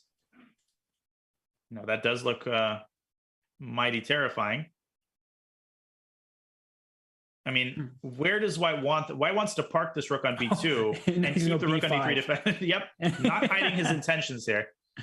Oh, and actually b5 is a great idea. What if you like move the king to e4 and just say, BC. all right, Sparta, not Ricky a check. That almost worked though. I was confused for a second. Maybe king g4. King g4 to hide. Okay, that's a little And too still, ridiculous. still b5, probably. Also, the king's on g4. You have a takes b3 and then rook a4 to follow, and c4 is in Right. trouble. Okay, well, Sarana is just struggling to find a move here. Rapport has the lead on the clock, almost 50 seconds to 25. Yeah, I mean, this is obviously crucial for White to play accurately here. Rook e3, bringing the rook to a defended square. I like that move. That's a great That move. might have been the best move. So b5, I guess, for black now. Just no, but then h6 is hanging in a lot of these positions. Right. How does black? Okay, he takes it. We're gonna have a single rook endgame. Okay, b4, and maybe there's c5. yeah, c5 or king e4. King comes in very quickly there. This is probably closer to a draw at this point than it is to a black win. I mean, if he saves this one, I'm going to be in total disbelief. He just brings his king to c5. But what did I say about that transition to an endgame? I think if Richard had just kept the queen, so queen h5, I just don't see White saving that position. I'm with you. I feel like he's, you know, I mean, this is insane. King C5. King c5. Like, he can almost lose this. Yeah, you actually can if you give up c6. But king c5 is f3 instead. I actually really don't like rook f3. I don't like that at all. I don't see the point of that. That rook was perfectly placed on b3. It was pinning the b pawn. He's down under 10 seconds, so that's not a good look either. Rook b5. And now king g4 is coming. Rook d5 played. The rook can toggle between f4 and h4. The king between c3 and c4. I guess just rook d1, rook g1 at some point should be winning. Or rook e1 here. Okay, so he goes after this pawn, and the king is close enough for White. It looks to hold. So c5 played. Okay. Now, if the black king moves away from g5, you have g4. And if you trade these pawns, it's a draw. You got to move. King g4? Go up? King f2? Okay, you don't have check. King f1? F4. Rook F4. c3. Rook c3 check, Robert, was an immediate draw. Now he's got to know the technique here. There's many ways to draw this. You don't actually need the Philidor position. But oh my God. 0.1. Oh my God. He barely made that move with 0.1 second. Oh my gosh. And now he's just I think he's going to force a draw. He almost lost on time. Literally 0.1 second. Oh, that freaked me out. No, that was For king e3. I think that freaked him out as well. King, just try it. King g2. Yeah, he's got it. And just toggle between the f file squares. Ooh. King f1 King is F3? not necessary there, but okay. Check. Just rook f7, keep the rook behind the pawn. This is called the alternate Philidor method. It's called the Russian technique. Right. It's called Alexei Sarana has known this since he was 2 years old. Of course, he has studied a lot of chess, and he works really hard in this game. King e3. Or does he want mate? No way! What? After such brilliant defense, and there's time for one more game. There is. Oh, he blundered mate and won. King h3. And if you're Rapport, obviously you're thrilled you just won that game, but you're also happy to get another 3-minute game. You absolutely are. I mean, recovering after that, literally just mate and won after the most epic defense of all time. He almost won that on time. What an incredible heartbreaker. But we know what that's like is when you're defending for like 50 moves straight, Right. And you're just on the cusp of making that draw, but you still need to be really attentive. And then you make that one slip, you make a move with your hand rather than with your brain, and then it all goes downhill from here. And look at this, H5 and H5 F5. and F5. Okay. Now, of course, we were shocked, but the reality is this stuff happens all the time. And the result of the game is justified, but my goodness, he was that close. And Rapport also was that close to losing on time. He made a move with 0.1 seconds left. I mean, I'm speechless. And the close Sicilian has, on balance, been working pretty darn well for him. Now, you know what's the typical idea in these positions is to move the E2 knight away from E2, move the C3 knight away from C3, and then play pawn C3 to evict this knight away from D4. That's a hard plan to prevent. And I think he's going to do that. And he's doing it in the best way possible because he's killing two birds with one stone. He wants this knight later to come to F3. And I think Alexei, sensing the danger, tries to whip up counterplay on the queen side. On the king side, rather. But bishop g3, even though your bishop doesn't want to just stare into its own pawns, white is a pawn ahead. And if you continue with the plan you just said, that after bishop g3, the knight moves c3, the knight gets into f3 and into g5, like white has all the prospects. Mm-hmm. And for Alexei, important to keep things in perspective here. It's a very painful game, but it's quote unquote just a point. Right.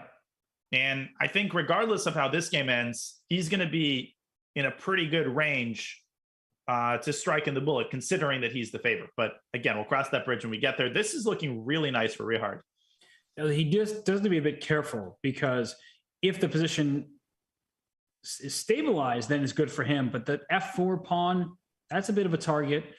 And now I guess takes an e5 maybe, or maybe e5 immediately, just creating total chaos on the board. Yeah, that's like a good try. So c3, knight goes back to e6. Then you can take an e5 and on f5, and what's the consequence of this? I mean, this is like just impenetrable. c3 has been played. Black can also take on f4 first. And in these types of situations in a blitz game, I mean, you have to trust your intuition. It is impossible to rely mainly on your calculation here. You can't do it. And I actually don't like taking on f4 because the d6 pawn becomes a quick target. That's right. Yeah, you won't be able to drop the knight back to e6. You'll have to find a very awkward square. So knight e6 looks like the most reasonable move. Wow. F takes. Wait a minute. He's sacking a piece? He's sacking a piece? And he's blundering a piece, I think, because bishop now white can E4. just take on e4, and you cannot take g3. I think he missed that. Yeah, he did, for sure. And look, you just saw that? Right there.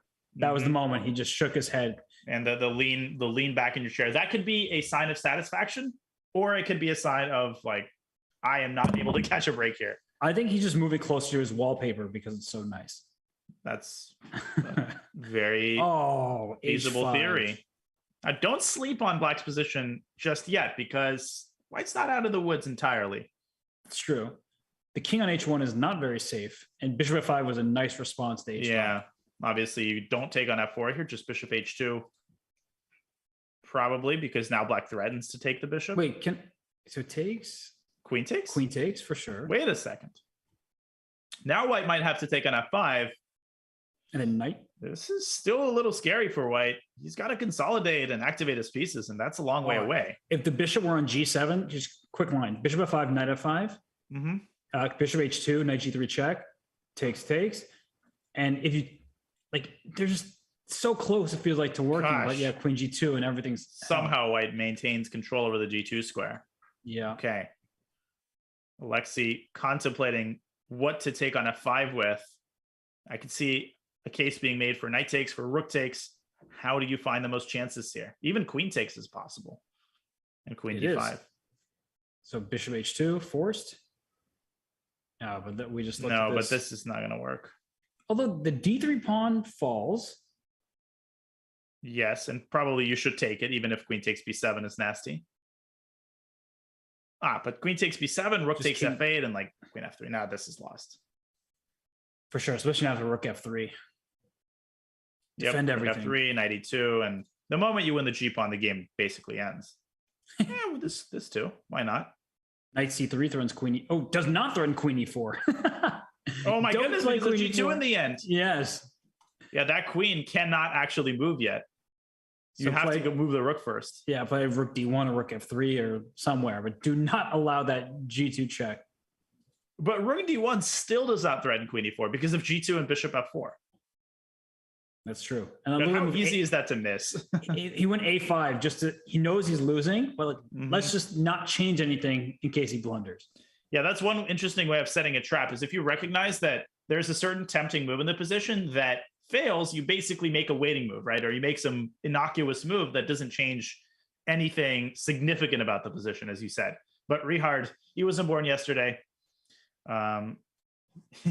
It would be funny because you were born yesterday. That's right. Happened to be. Oh, that is actually hilarious. Actually was. This is now clearly over. The White King's safer than the Black King, actually. Yeah, and the Black King has just a few days left to live, as does the Bishop. And the time is up for this 3+1 segment. Alexei just gonna make a couple moves and resign, I'm sure.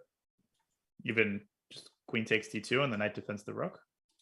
Queen d2, rook g3. Oh my god, rook g3. Are you kidding me? It's his idea. Rook d1. He avoids the complications and Alexei resigns.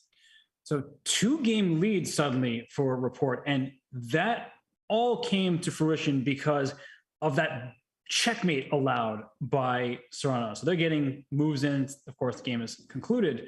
I like how they're starting another King's Indian. Yeah, they want to go, and that's the nature of the SEC. So Danya, a 2-game lead, thanks to that checkmate, thanks to this last game here, where the close Sicilian, it's been his bread and butter. It's working out for Rapport. So for Sarana, you mentioned this, Danya, only 2 games behind heading to the bullet.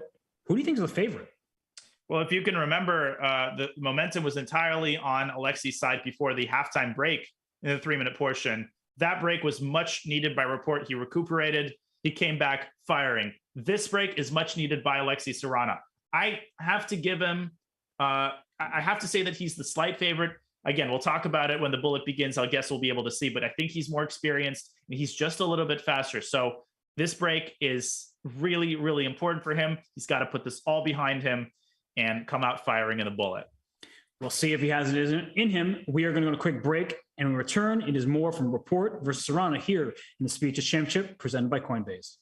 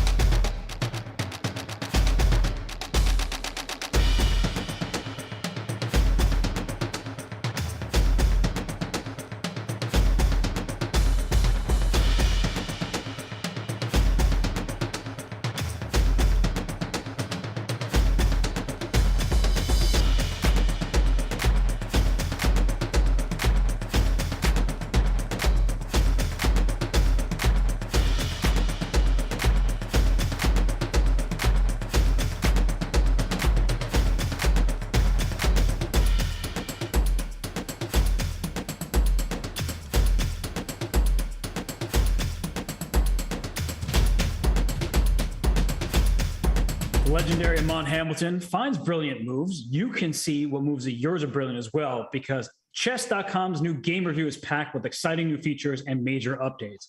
Play a game and check out this whole new experience combining key moments, brilliant moves, great moves, explanations from the coach, and more. Game review is available to premium members now and will be available to all members soon. Danya, the Smarter Chess predictions, the 2-game lead for Rapport at this point. The overall match prediction was a 2-point win for Rapport, and he was the favorite in Bullet. It doesn't sound like you and I are buying that. I don't think we are. And again, it's a complete black box. I mean, maybe he plays an insane Bullet segment and wins this by 6. I have played Rapport maybe 10 or 15 times or so, not a lot. And honestly, I don't remember. I mean, he's definitely capable of playing fast. And I think he showed that in the 3-minute portion. When he turns the jets on, he still plays well. And I don't think he has any big issues with rapid play, but I just think Sarana's added experience, his incredible intuitive decision-making, that's going to give him the edge. Let's see. Yeah. Well, normally when you turn the jets on, people change the channel because not good football to watch. But here we have Rapport. He's trying to nurse that 2-point lead. I just checked the ratings. Sarana is like almost 3,100, Rapport around 3,000. Well, that's reasonable, I think. The increment is a big difference maker. It is. It is a big difference maker. And it really, it takes that necessity to master the mechanics of pre-moves and all that other stuff that requires essentially being a Bullet veteran. I like what Alexei did here. He went into the King's Indian line that he's lost in several times, and he took on e5. He's going for a much more peaceful position. And one in which there's no risk of getting checkmated. I'm glad you said it because I was going to recommend this earlier, but I thought you would just never come to me again because these lines are not as fun for Black as the others, but that's a good choice for Sarana. It is. No, it is. I have to begrudgingly admit that this is among the most annoying ways that you can largely take this thing out of the King's Indian. We kind of see Rapport struggling to make anything happen on the King side. In the meantime, Alexei has positioned his pieces beautifully. He's got great coordination. He's got a clamp on the center, but where to from here? And that move is just looking at knight g4, saying, I don't want to allow that. But it's just a backwards move. Your knight d4 move, and he plays it because of the tactics available to Black. Knight g4 was available there. And if he didn't play bishop e6. f3, a5 is also in the mix. I love a5. Yeah, he protects his knight and attacks g3 at the same time, but I really like a5. Yeah, and they've played incredibly fast, both of them over 40 seconds. There comes a5. Alexei has to be very, very careful here. He goes b5. Wow. What a move. And if c takes b5, he's just going to take on d4 and take on b5. That's a nice move. And if knight takes b5, you trade knights and then play rook d7. So that knight on d4 is very important. I'm kind of surprised Rapport took that pawn, but okay, he gives up d4. Now he's down a pawn. And I guess he banks on the bishop. Yeah, how's he going to get back? Is rook e5? There's c6. c6, yeah.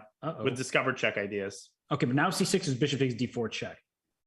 But now the knight gets to d6. That's no good for Black. Nasty effect. And look at the time, 20-second advantage here for Alexei Rapport trying to take the sting out of that. Oh, what a move. And if the knight were on b5, there'd be a trade and bishop d4 check. So that knight is very important where it is. Yep, knight g4 is another excellent move. Rook d7 is possible. Knight d6. Rook c7. And now knight e3. I'd bring that knight around. Okay, knight b5 back. Yep, rook c4, another good move. He's on a roll here. You can just sense the confidence the way that he's playing here. Could have started with rook to d7, but he's going after that bishop, and now rook d7 and knight e5. All of his pieces are screaming in. But knight e5, rook c5, not so clear. Yeah, what's the idea? I guess he wants... Ooh. Oh, wow, that rook. Takes a knight d3, though, and then you're going to take a4, and White's going to be winning. That's true, but if the king protects, the g3 pawn falls. But now Rapport won't go down without a fight. No, he's fighting really hard here. Okay. I like g5. Black is making some progress defensively speaking, and I can come back to f6. Even knight f4. We saw a position like this earlier, right? Where exactly. Sarana did this.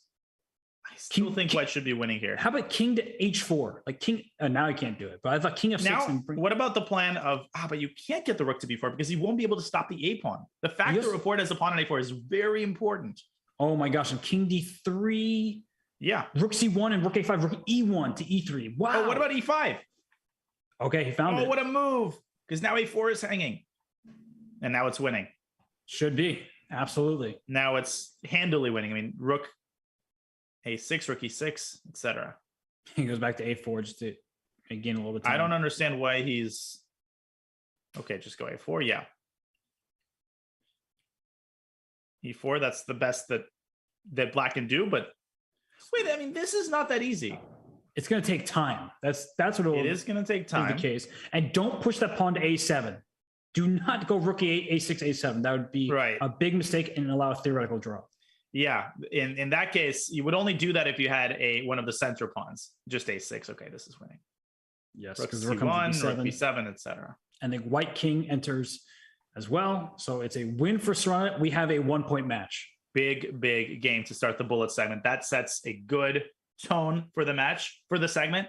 And it looked like Alexei had a very precarious position at one point, but that decision to take that pawn on b5 really backfired, I think. And great decision by Alexei to play b5 instead of allowing the open a file. He says, "No, let me get activity, not you." Ooh, e5 comes close to anyways here, but not in this case. Yeah, the knight on h3. Again, we have one of these close Sicilian structures, which Richard has acquitted himself so well in. And he keeps playing on both sides of the board, right? He's been moving pieces on the king side. Now he plays a4, just waiting to strike.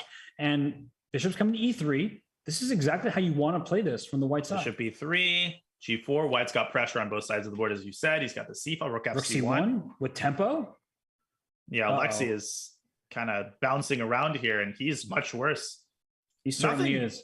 Nothing apocalyptic has happened just yet, but this is such an easy position to play for white. You know, there's b4 ideas as well, because if you take rook takes, then e5 is happening. And love it. Love that move. Although maybe takes in d5. The other rook to b1, that looks scary. Okay, now Richard just wants g4, g5 checkmate. 5 pawns in the Bishop fourth rank. Knight c4. This is still a game, but white is literally like 2 moves away from having a crushing attack. It doesn't look like anything right now, but the moment you play g5, it's total devastation on the king side. You never see 5 pawns in a row like this. Almost ever. Yeah, that's crazy. Okay, g5. It's like pre-movable. Boom, boom. Uh-oh. Here come the pieces. Knight g4 is coming. Okay, e5 shutting down the 5th rank. And he wants to take, if it's trade on g2, king takes rook h1, go for checkmate. God, the eval bar is like running the Boston Marathon here, but this is just lost for black. Or maybe not. Knight c4. Alexei all of a sudden creating counterplay here. The bishop has no moves. Yeah, if this king wasn't there, if you could just sack the king and go rook h1, that would be mate. Knight d2 to go to b3. What an incredible... The knight is jumping around. I still feel like white should have a way to get that rook to the h file. Just go rook d3. Ignore everything. Get the rook to h3. And the question is there going to be a direct check? Bishop h3 is really bad. He's blocking the h file. What was bishop h3? That was total panic. He wants knight f6. Watch out for knight f6, though. I get it, but wait a second. But you take with the bishop. The queen's hanging on h5. Wait, no, GF? Wait, I thought he was going to take with a pawn. I know, he should have taken with a pawn to the bishop. What he's losing. No, he's lost. Knight g4. He's lost He now. had to take with a pawn there and then with a bishop, and then the queen would have been pinned, and the bishop could have dropped back to g7, defending everything. And knight h6 check. That's the thing that he probably missed. Is like knight d7. Breaker. Here, knight h6. Not over yet. Where's the mate? Oh, just pawn takes. Very precise King H8? order. King h8, there was knight f7 and queen g6 check. And now the king is going to run to h5. No, it's not. What a move. No, it's not. What a move. It is, but it's going to get checkmated there. Or knight f5. Yeah, queen g7. Bishop king g4. h5, queen h7. Bishop g4, nicer mate. Queen h7. There we go. Fine. No, right. I'll tell you what. You should go rook d5, sack the rook, and then play queen h7. Oh, you're just a bully. Just to say that you sacked the rook. Or to use us on the match clock. See, you were actually being really smart. You just didn't realize. Bingo. That was the actual motivation. Okay, did we just see a Scandi? We did see a Scandi. Where's John Bartholomew? I was opening my mouth to say somewhere John Bartholomew has a big smile. But he's always smiling. So that I don't know. That is also true, even when he's getting flagged on 15. So this position where white has put the pawn to f3 that does corral the enemy knight, but it creates some weak dark squares that you have to worry about. All right, guys, just gonna get this knight to d5 and just keep everything nice and protected. Pour myself one of those Americanos at Starbucks. All right. So white's probably slightly better here, but considering that it was a Scandi, this is a pretty good outcome for black. And this move, like bishop to g1, caught me off guard. Didn't seem like it was completely necessary. No. Now Queen be H- careful about knight d2 coming. Okay, so b3. Okay. No, this looks very pleasant for black. now. Alexi playing really loose here. Bishop d6. Even knight h5 is possible, probably. Ooh. I mean, this pawn structure, it's just bishop c6. And I will say, though, that the queen on g3 is well placed, and black's king is not entirely out of the woods here. Knight e4? oh gosh, yeah, knight e4 is a very forward-looking coming. move. Or knight d4? f5 even? also? Oh, b4. There's a lot of these pawn breaks. b4 is a nice move. You can't take on b4 because you give up f6. And queen a3 is rook b3, so the queen on a retreat. Mm-hmm. Now, do you play b5 and then f5, or some combination of both? a4, okay. Isn't He's the problem? a5. He is, but the problem is white is like strategically lost, so you have to tactically just Yeah. be quick. I'm going a5, tuck that queen away, and now strike on the other side of that 5. That's very much in Rapport's style. I like f5, but Sarana, he's the one playing like Rapport and playing well. And oh gosh, how are you going to defend your king? He takes. And That is a great question. Maybe f6 on the next move, try to blunt the bishop. I think you have no choice. What about rook f1, f6, and then just leave the bishop on e5 and go like knight f4, knight e6? Ooh, going for checkmates in f8 and g7 squares. He's looking for it. He's looking for some sort of a knockout here. He goes knight f4 immediately. Okay, I like it. And Yeah. knight e6. You called it. And if pawn e5, there's even like queen g5 ideas and plenty of variations. Woo! Rook takes f6 is coming. Ooh, rook f6. Look at that queen on a7. That is what's killing black here. That queen is not It's over. participating in the defense at all. I don't see a way Knight to survive this. d5. Rook takes a6. F3. Wow. I had rook takes a6, which was even more forcing, but That would have been a nice move. actually maybe this is more forcing technically because it should lead to a checkmate. Takes anything is winning. Rook e1. Rook e1. Checkmate. What a game. And Indeed. a frustrating one for Rihard. It looked like he was completely in control. Lexi was tilting just a little bit out of the opening, but that moment he found a way to get that queen to g3, he pounced like a tiger out of a cage. But it's like they're returning, they're each winning their own serve. They're winning with the white pieces. At some point, Sarana needs to take down Rapport with the black pieces. Yep. And the Philidor is a perfectly viable weapon and bullet. You're making a lot of moves, a lot of well-known moves, and building up a nice advantage on the clock. Although white is super solid and doesn't have anything Oh, yeah. at risk at the moment. Can you take on a4? Okay, does it? I think this is actually theory, which I don't say very often because I don't know very much theory, but I vaguely remember this being a line. Okay, well, I'm guessing you don't take on f7 because that's the obvious move. Z. What? Ooh, Bishop Oh, takes it's queen g7. He wants d4. this, but he's going to give b2 up at the end. And black's going to have connected passers there on the queen side. Be careful. Rapport might be losing control of this game. He's also down 20 seconds. e5. Whoa. But Now you as can you move know, the knight back. you know as well as anyone that having an unsafe king always gives people chances in bullet chess. Oh, yeah. No, as long as this king is going to remain on the king side, white's going to have counterplay. I like white because black's extra pawn is on a5. Doesn't Bishop feel very b1. What a move. Preparing c3. Love it. There it is. Notice that he's not taking on e5. I think he wants to keep the queens on the board. Maybe now he's going to take on e5. Nope. Actually, I would have taken right there. Oh, rook takes d5. I'm playing that in a heartbeat. Knight f5 check. Yeah.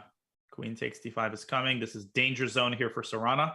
But And queen c6 after queen d5 forces the queen trade. Oh, it Rook does. takes e5. Oh, Maybe that. I don't know if that worked. I don't think it White did, might 'cause be better here. Look at the domination, even in the endgame. yeah, because rook a1, rook takes a5, or rook d1 coming. It's just God, Alexi just cannot h4. buy one with black. Wait, what's the material count? It's even. Now it should be a draw. That idea of sacking back the exchange was really astute. Yeah, because otherwise he would have been in huge trouble. Okay, now it should be just a matter of keeping all the pawns defended. Maybe just go h6, king f6. Definitely white still has chances. I wouldn't offer a draw here if I'm Rihard. Go bishop c4, king e4. White is It's clearly still very better. nasty. Yeah, and not to Alexi bring up should- bad memories, but you know, in your recent over the board game, opposite colored bishops don't just mean a draw when, especially when the king is wiggling. Oh, his way in. absolutely. And that was lost from the start. Now, I'm very surprised that Rihard didn't go king d5 when he had a chance. He goes king f5, but that pawn's going to be a weakness. Rook f1, And white might have to. 3 pawns and dark squares, not what you want for white. White could be worse here if he's not careful. I know that sounds ridiculous, but now he's going to lose c3. You can't really go king f6. You got to be careful. Oh, rook c3, king f6, and rook e8 checkmate is the idea, but bishop d8. Yeah, but bishop d8, which Richard has missed. Okay, rook takes b3. There's bishop c4. Rook f7 as well. After rook b3, right? Ooh, that's actually a very serious threat is bishop c4, and black's king could still end up in big trouble. Bishop c4. Wait a second. Black's king is in huge. Okay, that's a good move. You want to get your very king good towards move. the center. Get it the heck away from the king side. And rook a7. Don't allow a4 because a4 was actually a really annoying threat. Now I'm going bishop e7 and run this h pawn as fast as its legs will carry it. Which is not that fast. Not fast, sadly. Oh, rook's going to the h7. gas pedal down. You can't go h5 because of, well, bishop f7. But is someone king e6 is going to threaten checkmate? Repeating moves once. Mm-hmm. I don't like that move at all. Now h5. Then, wait, checking king d6? Check? King d6? Oh my god, and if king d7, you have to go king d7. Oh, you only have, oh my gosh. The red, bishop e5, king c7. White is not winning the rook there. My gosh. That was fortunate because that was a total... So close. And Richard going for the win here. All right. King e4 back. Rook f6. Oh, nice. Look at how resiliently he's playing. He's not blundering anything. He's so alert. But the way that Rapport is playing, just keeping him tight on f5 coming, bishop e6. b4. Oh, b4 is a big opportunity. b4 is really powerful because that pawn makes its way to b5. I think they're both missing this idea continuously. Uh-oh, and then this pawn's going. You don't want the pawn to go too far. h6. Yeah, h4, and then rook h6. Oh, b4. This pawn. No, b4 now is blunder. Uh-oh. All of a sudden, black wins that b pawn. And now black's playing for a win. Now black is playing for a win here. Bishop d3 check. Okay, he's not going to get it. But... I don't know who's playing for what. Rook I don't c6. know. I think they're both repeating moves. Enough of this already. Rook f7 is a nice gosh, I was like, force a draw. I was like, what is rook f7? Did he forget which diagonal his bishop's on? Oh my goodness. What an insane game. And Alexei has to be happy with the draw. It's a 1-point match. And how much time remaining on the clock? 14 minutes. He's been really successful with the white pieces. Let's see if Richard varies his opening. He does. Mm-hmm. And look at this. He's going just super solid. Is Gatakomsky playing somewhere here? Gatakomsky's playing in Arena Kings, I think so. He's the Gata's spirit is in the air. Yes, 95. Whoa. Is this the real thing? I'm sure it is, because remember what I said at the very start? In Russia, Alexei is known as an opening three. He has some crazy opening ideas cooked up, and this is the perfect time to uncork them. I want to say I've seen this like one time in my life in some, I don't even know who was playing, like Ponomar and Yakovenko or something. Right, those kinds of players. Off.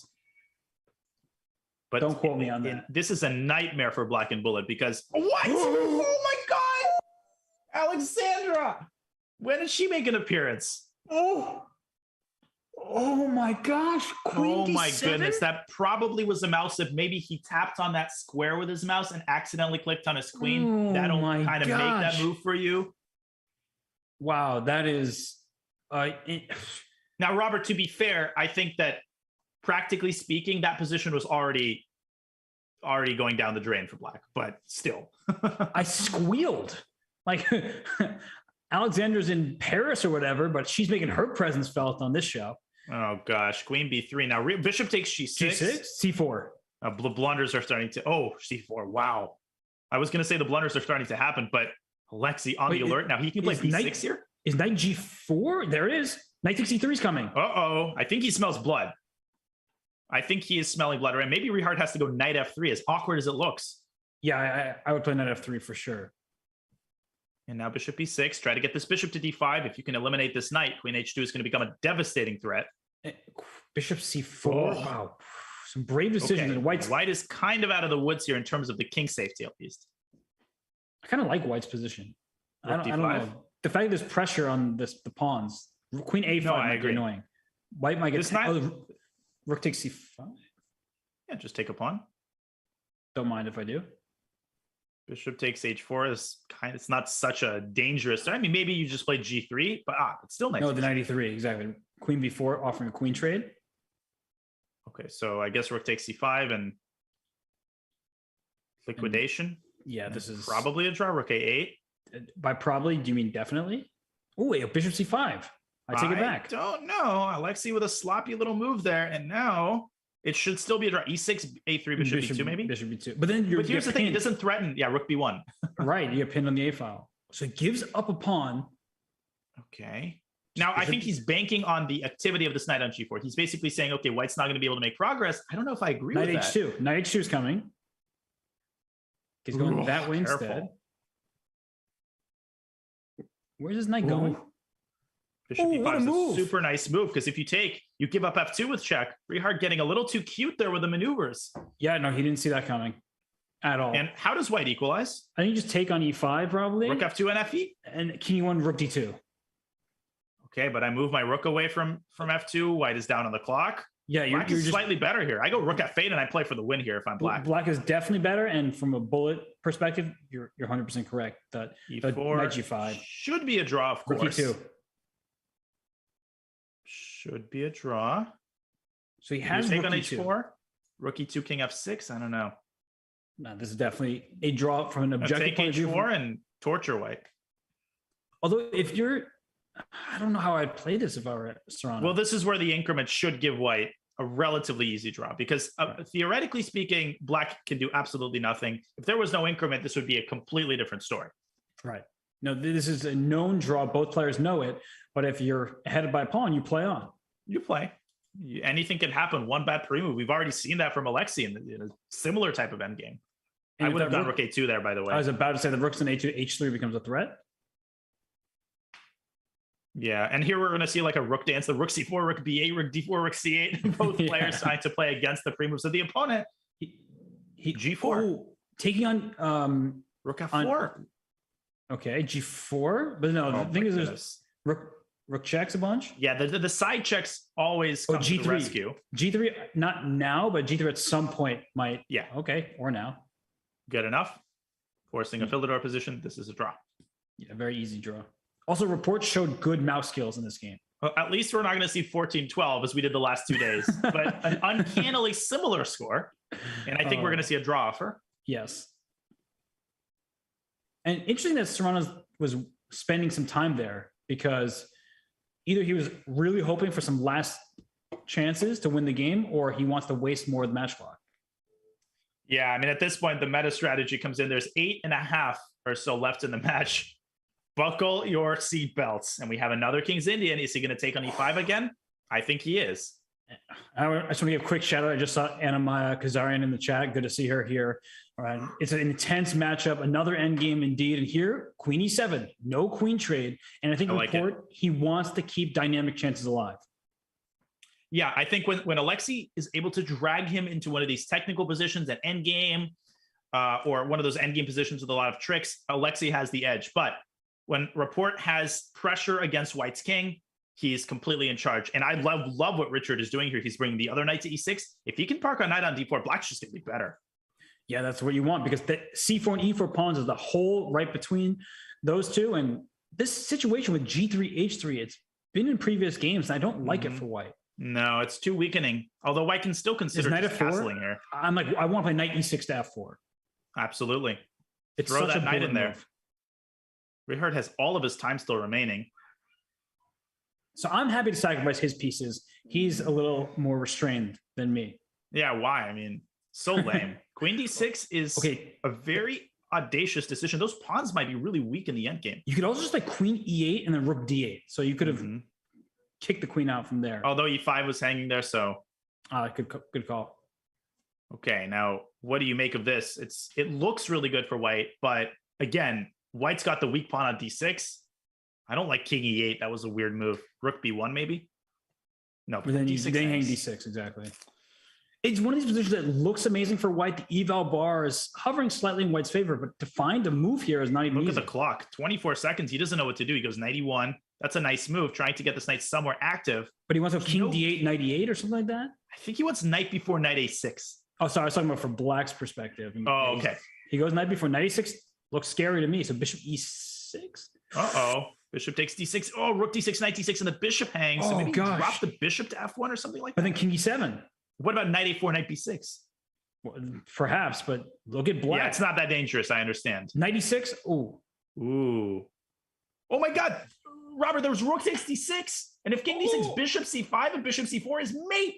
that is insane. That was a winning idea for Sir Alexei. But that's Of like course so it's a- off the radar, of the players. Oh my gosh. I'm sorry to not show the game. That was No. worth taking a second of a detour. Now, this is, I would say, dynamically balanced because white's got a lot of piece activity in return for the pawn. Yeah, I don't even know what Bishop C7 and King D8. Wow, he goes Bishop passive c4, for the bishop moment. b6, 96. infiltration here, then But maybe 90 b5. Yeah, taking knight B5. Maybe just take the pawn on e4. Okay. Oh wow, the pawn was hanging. It's true. Now he sends the rook where it wants to go anyway. Maybe you just go knight d4 and think about bailing out. Yeah, 94 does secure Black the draw. is playing with fire. Wow. G8. So now C6 is not hanging. Bishop because it's F7. King D7. Oh, but he goes just for there. Don't take. But now the pawn's collapsed. Bishop takes h5. You Don't take can on take the G5. pawn on G. Oh, you you could could take because of the F2 square was covered at that moment. He's not taking it yet. I think he's trying to improve his position first, but that's going to backfire. Richard says, I'm keeping that pawn. Yeah, Bishop C. Oh, I thought the rook was on B1. Sorry, I freaked out. I really thought the rook was on No, B1. it's all good. Oh my gosh, it scared Now, me. wait a second. There's ideas connected with knight f3 and rook h8. So perfect time for Alexei to get his bishop there. But wait, he should have taken Oh gosh, and G4 is not hanging. So you could just put the knight back on F3. rook G4 h2. is not hanging. Rook h2. No, but rook H2. Rook d1 check maybe, getting the rook onto a defended square. Now rook h2 for sure. Oh, but This has to 94. be winning. Knight takes c4. Bishop takes g4. Knight g3. Mm-hmm. Winning chances here for black. Clean extra pawn. Indeed. And Match the clock king at 4. E4. Now he pushes my the gosh. c pawn. This is almost indefensible. Rook a4. Got to be very careful because c3 loses the pawn. So you have rook C3 after king Bishop D1. What about bishop d1 and king d2? Rook D3 check, always. King f2, knight f5. No, now but you now might that lose comes the to second D6. pawn. Or to take E3 saying, you're right. What am I talking about? Rook c2. This should be winning now. Oh, king D2. Whoa! That should not have been allowed. Wait, King takes c3 is a draw. Yeah, it's a draw. Bishop Oh C4. my goodness. Rapport had a golden opportunity there, but he just allowed that king to get too far, too active. Oh, Now it's another gosh. draw. The stage has been set. There are 4 minutes remaining. The match is tied. Oh, my lands. Oh, I think that there is time for 2 more games, right? At least. Because even if someone wins this game, you just need to have 1 second left on the match clock to have a new game. And we get back to this Philidor opening in G4. That's the report we love. That is Richie right there.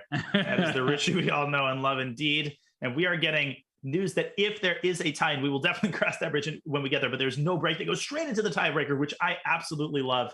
High energy right here. And what's going on here? What do you make of this? I like the placement of that knight on h5, Robert. It's really preventing white from doing much on the king side. But the center might give if black is not careful. And maybe takes the queen d6. One of the things that white sometimes goes for is knight e2, knight g3, but not after h4. You can't take on d6 because the f3 knight was hanging, but queen d6 still an idea, and black is loose over there on the queen side. Extremely loose. Oh, no, that one's an exchange. Bishop g4. Oh, wow, what a find. Bishop takes f8 does win the exchange, but black is going to recapture with the bishop and then play b4. So I like the fact that he keeps the bishop alive. And bishop f3, rook h3, that bishop gets trapped in there. Oh, rook takes g4, bishop f8. Wow, that's amazing. What a gutsy idea. Bishop b8, rook d2, king 2. You get 2 rooks, but it's about king safety. King when you have weak. the imbalance of 2 rooks against a queen. White's in big trouble here because king is black's better. going to take on d6 and go b4. This is looking bad. I think black is winning. Okay. And you want the f2 pawn gone. Oh, I wouldn't have taken that. Definitely not. Rook d7, allowing the rook to get activated. No, this is bad news for black. Now white is like super active, still not clear. King h8. How do you activate this other rook on g4? It's fully entombed. Oh, wow, it's trapped. Knight d1, I guess? Maybe knight e2? No, but then bishop e3 check. Also, queen c8 is kind of a threat. So, oh, no, it's not. Your queen can't leave the back rank because a rook my f8, goodness, rook it's g8 mate. mate. Also, knight takes f2 defends the rook, but that's a moot point. Yeah, well, yeah. Queen d8 is tricky, but probably wrong. Queen, Yes, you have to move the bishop.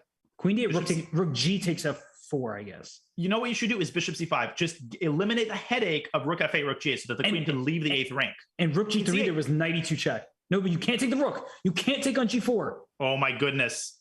That was so cleverly done. Incredible. Rook back. But now the rook is still in trouble. Now it's safe. I think I take their knight e3. I feel like in the long run, though, it's so hard to keep black's pieces fully contained. You got the queen and the knight combo, which in bullet is basically a death sentence. And look at the rooks. They're connected on the first rank, means no checkmate. The king is tucked away for now. Rapport is doing an amazing job holding on here. You can't take h4 because of the pin. Bishop f7, I would play at some point. Oh, now black's pieces are in a bit of trouble. Bishop f7. We're going to see repetition. Can you take on take on e4, rook f2, knight c3 check. So you can take an e4. Tricky move there. Bishop e6 was possible. Move. Bishop e6 was possible to distract the queen. What, now c3. Ooh, that creates more holes, but he wants the king on a1. That knight is moving to d3. Okay, he goes king 1. Still think black's got the edge.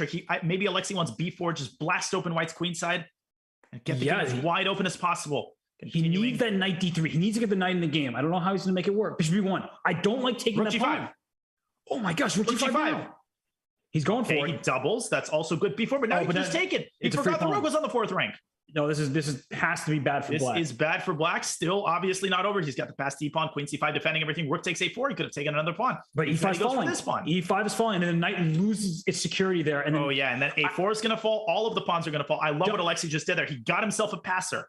Danya, there's 29 seconds left. I don't know how you keep track of both, but you could almost consider resigning just to get one more game. This might be the last game. Yeah, this is bad for black.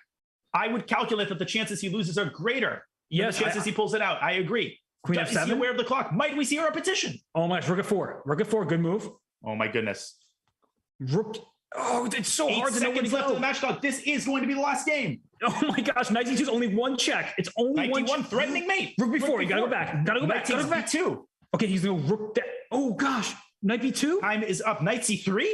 No, but knight b2. Knight c3. Knight b2 was rook e6. But Robert, there was knight c3 with forcing the perpetual, I think. Oh my goodness. Now Alexei is on his last legs here. Rook g4. He's going to win the pawn. Rook e6. Oh my gosh. Knight c3. No, just take it. That's take it. Queens. There's stalemate ideas. Oh my God. It's a draw. Saved it. It's a draw. Oh my goodness. We get overtime. What? Knight c3. What was that? Oh my gosh. And they're going straight into tiebreakers. I hope they know that. 4 additional bullet games without a break. Okay. This is unreal. And Richard, he had the chance there. He had it. He had it in the bag. He was playing so well. Like he was moving his rooks perfectly, defending everything, got his king to a1, saved that. And then when Sarana took pawns that opened diagonals for the bishop, unfortunately for him, in that scramble, he allowed knight c3 and he just didn't protect the a3 pawn. And that allowed Sarana to survive. Yeah, I mean, knight c3 was a genius move in Rapport's time scramble. There were also stalemate ideas there that I think Richard had in the back of his head, and that was distracting him from the main task of figuring out how to defend that pawn. Well, Sarana was down 2 points. He went +2 in the bullet, clearly. And that means, based on the little match history, it's a small sample size, but I would think in a 4-game match, he should be the slight favorite. That's Sarana, although it's 4 games. But I would say the momentum is probably on his side. This reminds me of a situation where, in basketball, one side hits a buzzer beater, forcing the game to overtime. And they're feeling great. They're feeling like they earned it. Whereas Rapport feels like, man, if I just made one more accurate move, this match would have been over right now. I'm sure there are studies out there, at least there should be, that tell us, do teams that tie it to send games to overtime, do they actually do better than 50% worse? Like, what's the deal there? I guess that's a good question. You have to take into account difference in playing ability, right? Some teams are better, the game just happened to go to overtime. But either way, I'm pretty stoked for this tiebreaker.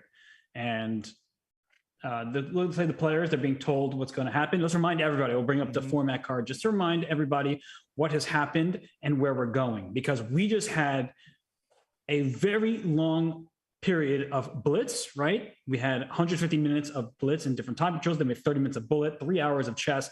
Now we're getting to a 4-game mini match, 1+1. If it's tied 2-2, just a single Armageddon game. Who gets the choice on the color though? Rapport. I'm pretty sure I don't know what the criteria is. We know it's Rapport. It might be the higher rated. But again, we'll cross that bridge when we get there, I suppose. And it looks like the players are taking a brief break. We were going to go straight through, but the players decided that they're going to take a little breath, get some fresh air, perhaps. They earned it. Did they? They earned a minute of break, 1 minute break.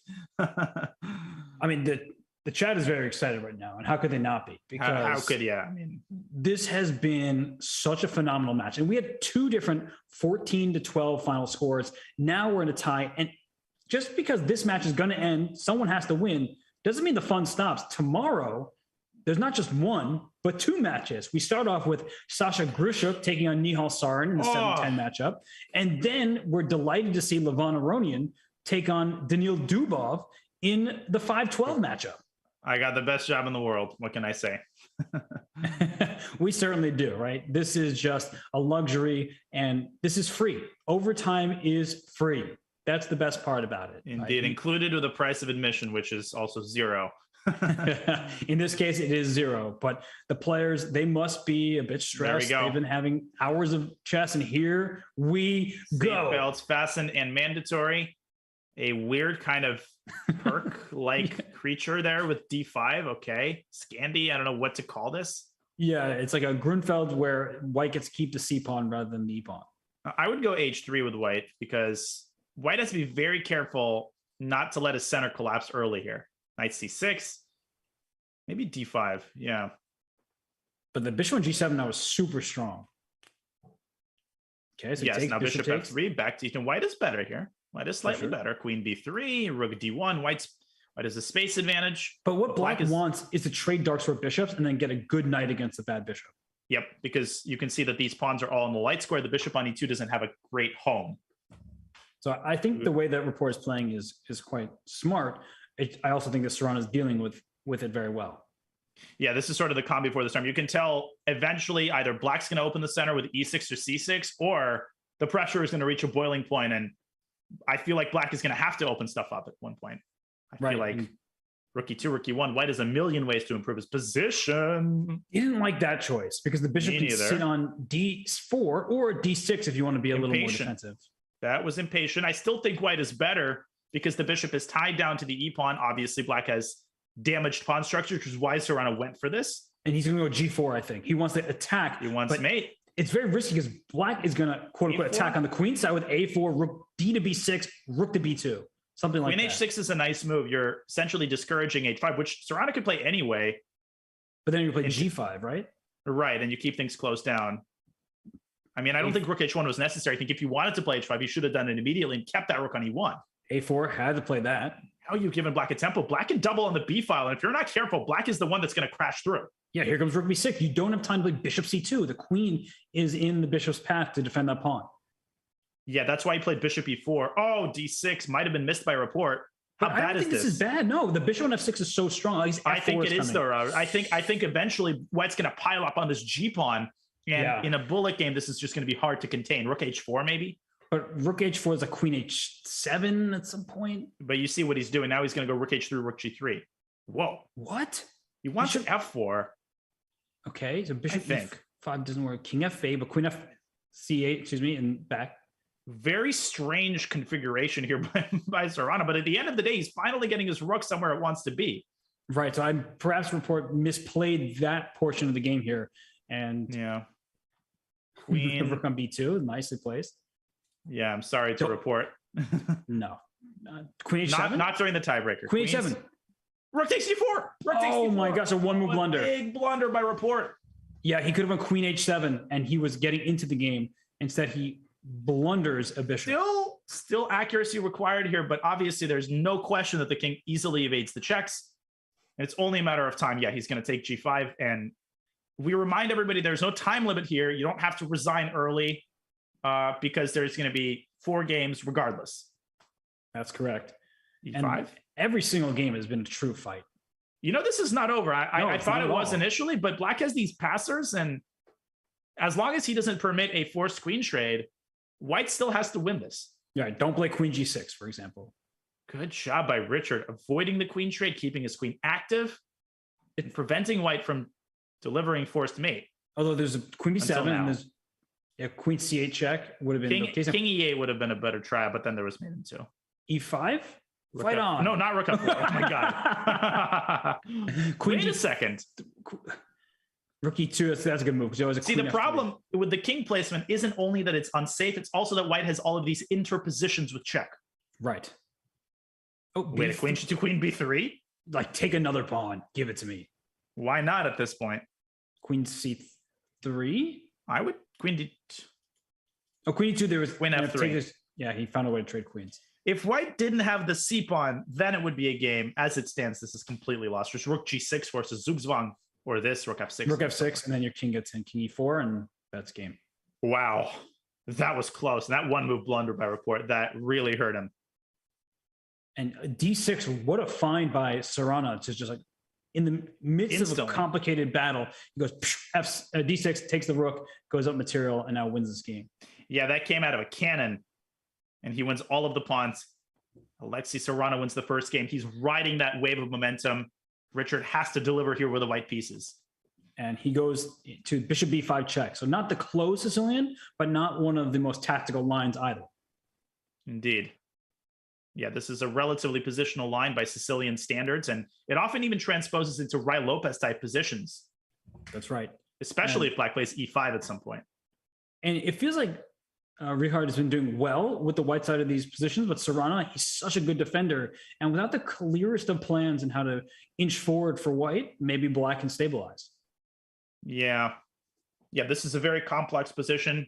Again, things Bishop are going D2? on. Bishop d2, that was a sloppy move by E5? Alexei, and he has to go for an E5? undesirable transformation here. No, you just like lose a 94. pawn. Yeah, you have to do something like that, but you're losing at least one, maybe two. Probably two. Oy. He's got the d5 square. Oh, and you can't, knight g5 doesn't threaten anything because there's a knight on f8. Queen b2. Somehow, this isn't looking that bad for black, especially if he can somehow activate his knight. But look at what Richard is doing. Rook a7. He wants knight g5. Mm-hmm. Really dangerous here for black, which is why he goes rook d7. You can take it by knight to d5? g5, but the knight goes right back to f8. So you're threatening mate for a turn, and then the knight stops it. I mean, so, knight g5, d5 here also looks interesting. In rook b1 is rook c1 check to trade rooks off. This is very, very dangerous here for Alexei, who's going to be a pawn down for no compensation, and white is more active. If you play e takes, you play queen f5. That way you pin the knight and try to go e6 or knight g5, and I think you're crashing through. Great catch. Maybe queen b7. Queen b7. No, but e6, right? e6 takes, queen takes, king h8, knight g5. That has to be winning. Yeah, that's winning. e6. Here it is. Oh, and well, apparently not as clear as I thought it would be. Because after takes, king h8, first of all, queen e8 is not mate. Oh, is it this? Knight g5? ef7 or knight g5? Gosh, how is this not totally winning? Oh my gosh, knight g5, rook e8. What? He takes f7, queen f7. f7. Wait, yeah, and the point is not mate. The point is that black gets a lot of pieces for the queen. Yeah, so he takes first. And now you can't take with the queen because c8 is hanging. And if you go king h8, I don't believe in that. But you have to take on f7, I guess. Oh my gosh, king h8, there's like knight g5, rook e8 check, and just mating on h7. It's completely lost. You have to. Oh, no, I don't like that. No, knight g5. And this is a very, very bad. Whether or not you get mated, you had to take on f7 because this is too easy for white. Okay, where's the mate? Where's the mate? Okay, queen e6, yeah. And knight h7 and queen e8. I'm looking at like knight h7 right away, but then like, wait, calm down, queen e6. And you can't say queen d6, queen e8, knight h7. Everything is winning. It resigns. And what a queen d6 or knight h7. Richard going clinical, tying it. Oh my goodness, 2 decisive games remaining. Oh it's my still gosh. Tied. I'm getting jittery. I'm nervous here. And fourth they go. And we have another French, which has turned out well for Richard as he goes for the Fort Knox variation. Yeah, this line, oftentimes where it's an awkward structure for black because you can't fight for the center with c5, but you are using your pieces to fight for the center. And look at this. Bishop f8. Oh, no way. No. Okay. Yeah, no. He's got to try to get an advantage with white. That would be a crazy decision. And okay, this is like clearly slight advantage for white. White's the one who's going to try to press, but then you overpress because you're trying to find a way through. The pawn structure for black, all these pawns in light squares means that your quote unquote extra bishop, your bishop advantage, that is on facing a brick wall. Yeah, this is a great blitz opening. In a classical game, not as much. Plenty of time to figure out how to improve. In a blitz game, I think you hit the nail on the head. It's so easy to overpress with white. And here we go again. Knight g4 and c5. Black has all these breaks. Oh gosh. And already, I think I would probably take black here. Oh, I would definitely take black because you're going to have a great knight. Actually, this is just horrible for white. So he takes there. I don't know if I would have taken on e3 because at least that gives white knight g4 back. All right. And then bishop h6 at some point was I guess king g2, bishop h6, bishop c1. Ugh. Yeah. B6. What a B6, come solid. Okay. And A4 at some point for black is not out of the question. Yeah, white is hanging by a thread here. I like bishop H6. E5? Is E5 a move? Oh, you wanted to go E5, D5, E4 because the bishop is undefended. That's right. I think he wants to double on the d file and put pressure on the d, which makes sense. Yeah. And now white is down to 30 seconds and no resolution in sight here. And I love rook e7 because it also defends the f7 pawn. You could like move your queen at some point and forget that f7's hanging. So Correct. now it's overprotecting the square. Rook fd1 and then maybe bishop h6. You just have to find the right moment E5. for that move. Also, it still works. E5 is really strong, but rook e2 and now d4. Black is taking the eyes off Yes. that one. Really well done by Rapport there. Beautiful. Oh my gosh. Beautiful. He's up upon opposite colored bishops, which should still give white chances. But when opposite colored bishops are on the board, king safety is really important because one, you can attack the dark squares of black and white can't defend them. This is completely lost. He's got a huge time advantage. Rapport has to convert this one as Alexei searches for something to complicate the game. Queen e4, does he want that? I love the creativity there. Black's king definitely is weak, and queen e4 is a pretty big threat. Yeah, I wanted to play d3 because I was trying Queen to get the B7. bishop, but I don't want to open up the dark square bishop either. If I'm Rapport, I'm trading those queens. I'm not leaving anything up to chance in regards to king safety. Although queen g6, rook g, oh, there's queen takes e6 with check. So he goes queen b7. Yes, white takes and takes g6 and claims that it's still a game. But is it though? I guess it is. Bishop takes h5. D3? Get the bishop around. Bishop c1. Okay, rook. Rook d7. Oh, bishop c1. There's d2. Yeah, he invited the rook back into the game. White has a bit of a blockade, though. The black Rook has to d4. surmount. Yeah, rook d4 and then a4 at some point. Yeah, white is totally tied down. Start pushing the pawns. Maybe last opportunity here. Bishop f3, rook d3. Rook d3, Yeah, exactly. Too Rook many d3. entry points. The fact that there are pawns on both sides of the board is a rookie. Alexei Nice screwed try. at every last chance, but this Yes. is lost. That was a good effort. And he is going to be in a must-win situation with the black pieces. D2, rook E1 e1 is the even. easiest. Just go rook e1, Richard. Oh, those pawns are a little Those bit pawns scary. are still dangerous. H5. Wait a minute. He- Okay, is- rook was he G2, trying to? I that's- thought he was trying to rook e1, king e2. Like, Right. Oh, that too. well, he got so one last game. So One Sarana last needs game. to win. He has to win with black. Oh my Oh goodness! my goodness. This is Oh. crazy. And b6, you can just tell he is not letting Rapport dry up the position at all. No, and I love this position for black. I played all the time in Blitz. Yeah, it's a good bullet opening. And I think Alexei knows what he's doing. They're both playing fast. And if Bishop rook e1, e6, knight c6. It's very hard to show compensation because black's gonna go bishop e6 castle and say, you know what? I'm up a pawn. You show me the comp. But I don't know if you want to mess with Rapport in this line. no, well, in h6, queen h5. Uh-oh. Castles? Just castle?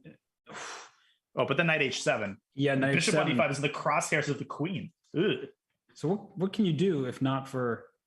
Queen c7, maybe? It's good that Sarana's thinking here. The correct decision, Yes, because this he is needs super, to. super dangerous. Knight d4. So where's the knight going?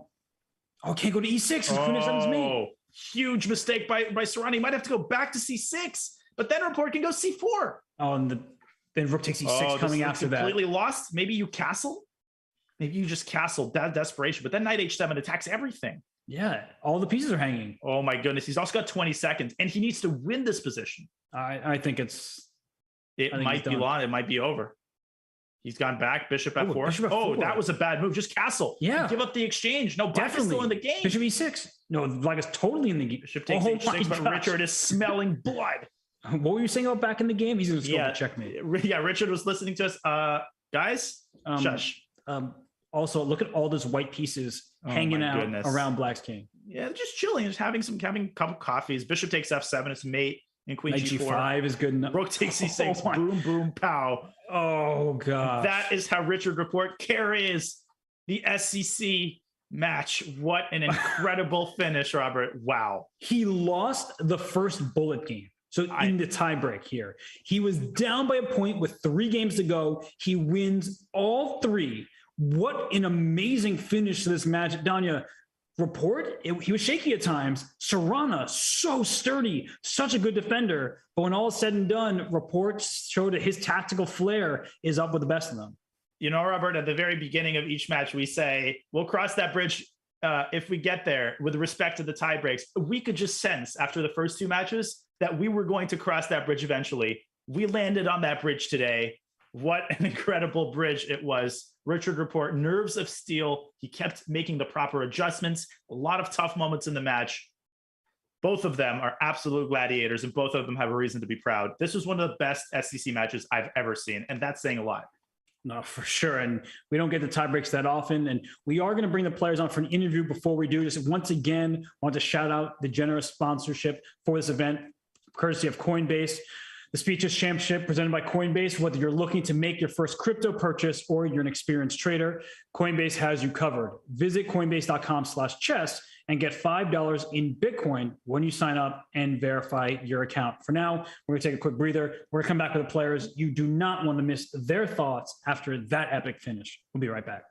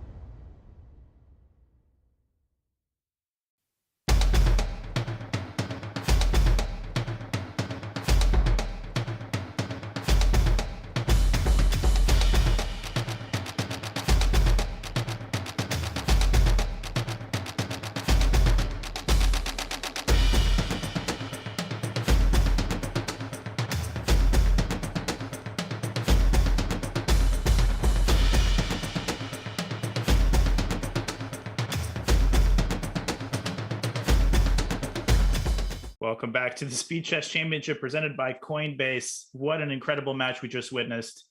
And we have the players here for a quick interview. Grandmaster Richard Rapport, Grandmaster Alexei Sarana.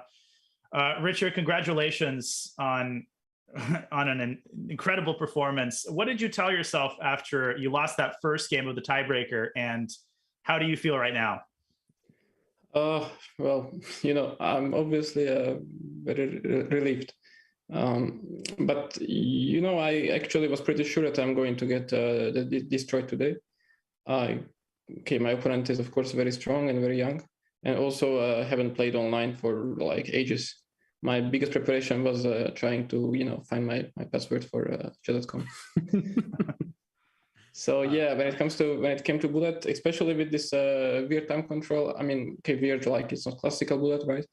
So I think last time I played this was against Sasha Grishchuk, which was the last Speed Chess championship I played, I think 2017. So yeah, I thought things were going to get really bad for me. So I wasn't too surprised when I lost the first game. Actually, I was more surprised when I equalized with White in the second tiebreaker or whatever. Yeah, and Alexei, on your end, of course, apologies that the event didn't finish the way you wanted, but do you think that your play in the FIDE Grand Swiss, which just finished recently, do you think that helped you for this match because you've been playing so many strong players in recent days? I don't know. I was really tired after Grand Swiss, maybe. But today, I think that I played pretty well. Just my opening was just stronger in the end. Before the match, I even didn't expect that I show even close fight. I thought that I will lose with much more points, but I even get to a tiebreak and even have a good chances to win. Well, Richard, you, of course, are known for your very interesting opening choices throughout your chess career. If I may ask, did you do a lot of opening preparation for this match, or did you try to keep a clear head and kind of decide on the spot? Oh, well, I found out about that I'm going to be replacing Alireza I think 2 days ago or something less than 2 days ago, basically. Yeah. So I didn't really prepare. I thought, I haven't played online for a very long time, and I figured why to break this great streak that I had going. So I figured I will just play the first game against him here. And okay, I took a look just generally what to expect in the opening, but my main strategy was just to basically avoid theoretical lines as much as possible and just to play something. Yeah. Yeah, and Alexei, on your end, there were some games where your back was against the wall, but you put up such great defense. And early in the match, you deliver a surprising checkmate that Richard, caught him off guard with that bishop f8. Is that something that you would say you work on? Because when you're in a tough position, it's something that's very hard to find resources. But every game, you were fighting and making it really difficult for him if he had the advantage. Yeah, in the bad position, I played really well, but maybe because I had a bit more time in the bad positions. And as always, it is my strong side to play in bad position. Well, Richard, final question for you. You will be playing the winner of tomorrow's match between Sasha Grishchuk and Nihal Sarin. As you mentioned, you had already faced Grishchuk in a previous SCC. Are you excited for a potential rematch if Sasha wins, and will you be following tomorrow's match? Oh, well, okay, of course. I mean, it's always a pleasure and an honor to play a player of Grishchuk's caliber. Yeah. I mean, so it's just for the experience, I think it's going to be very nice for me to play him, especially when it comes to such a time format. I mean, I really love the way he plays in Blitz. I don't know if I'm going to follow their match, but I'm definitely going to see the highlights eventually. So, yeah. Sure. Well, thank you both for taking part in this interview. It was an amazing match. The fans were really excited. So Richard, we'll see you soon for the next round. And Alexei, we'll definitely see you soon as well, because you compete in so many of these online events, and it's always a pleasure. Thank you, guys. Goodbye. Great games. Yeah. Wow. Oh, man. What a match. I mean, everyone is exhausted. All the fans are just tired, and the players must be. It was so stressful, but it was such a great match. Richard Rapport moves on to face the winner of Grushuk and Nihal Sarin, which we'll see tomorrow. That will be an epic match. How do we even summarize the match that we just saw? That was, I mean, I keep repeating the word epic, but that, there is no word that captures a match like this. And obviously all three of the matches that we have seen so far have taken on those contours, but this really took it to the next level. We had a tiebreaker, we had back and forth, we had so many momentum swings. And that's really what gives the match, I think, its magic. The fact that both players, they seem to be on the cusp of pulling away, but no, the other player finds it in themselves to somehow come back. And we had so many high quality games. And you know what the greatest thing is? Tomorrow morning, we have, insofar as there is a match that could match this one, I think that might be it. We have a double header, and we have in the morning Nihal Sarin against Sasha Grishuk. Obviously, Nihal, one of my favorite players to watch. Actually, both of them are. I have no words. This is just, we're spoiled, like you like to say, but we really are.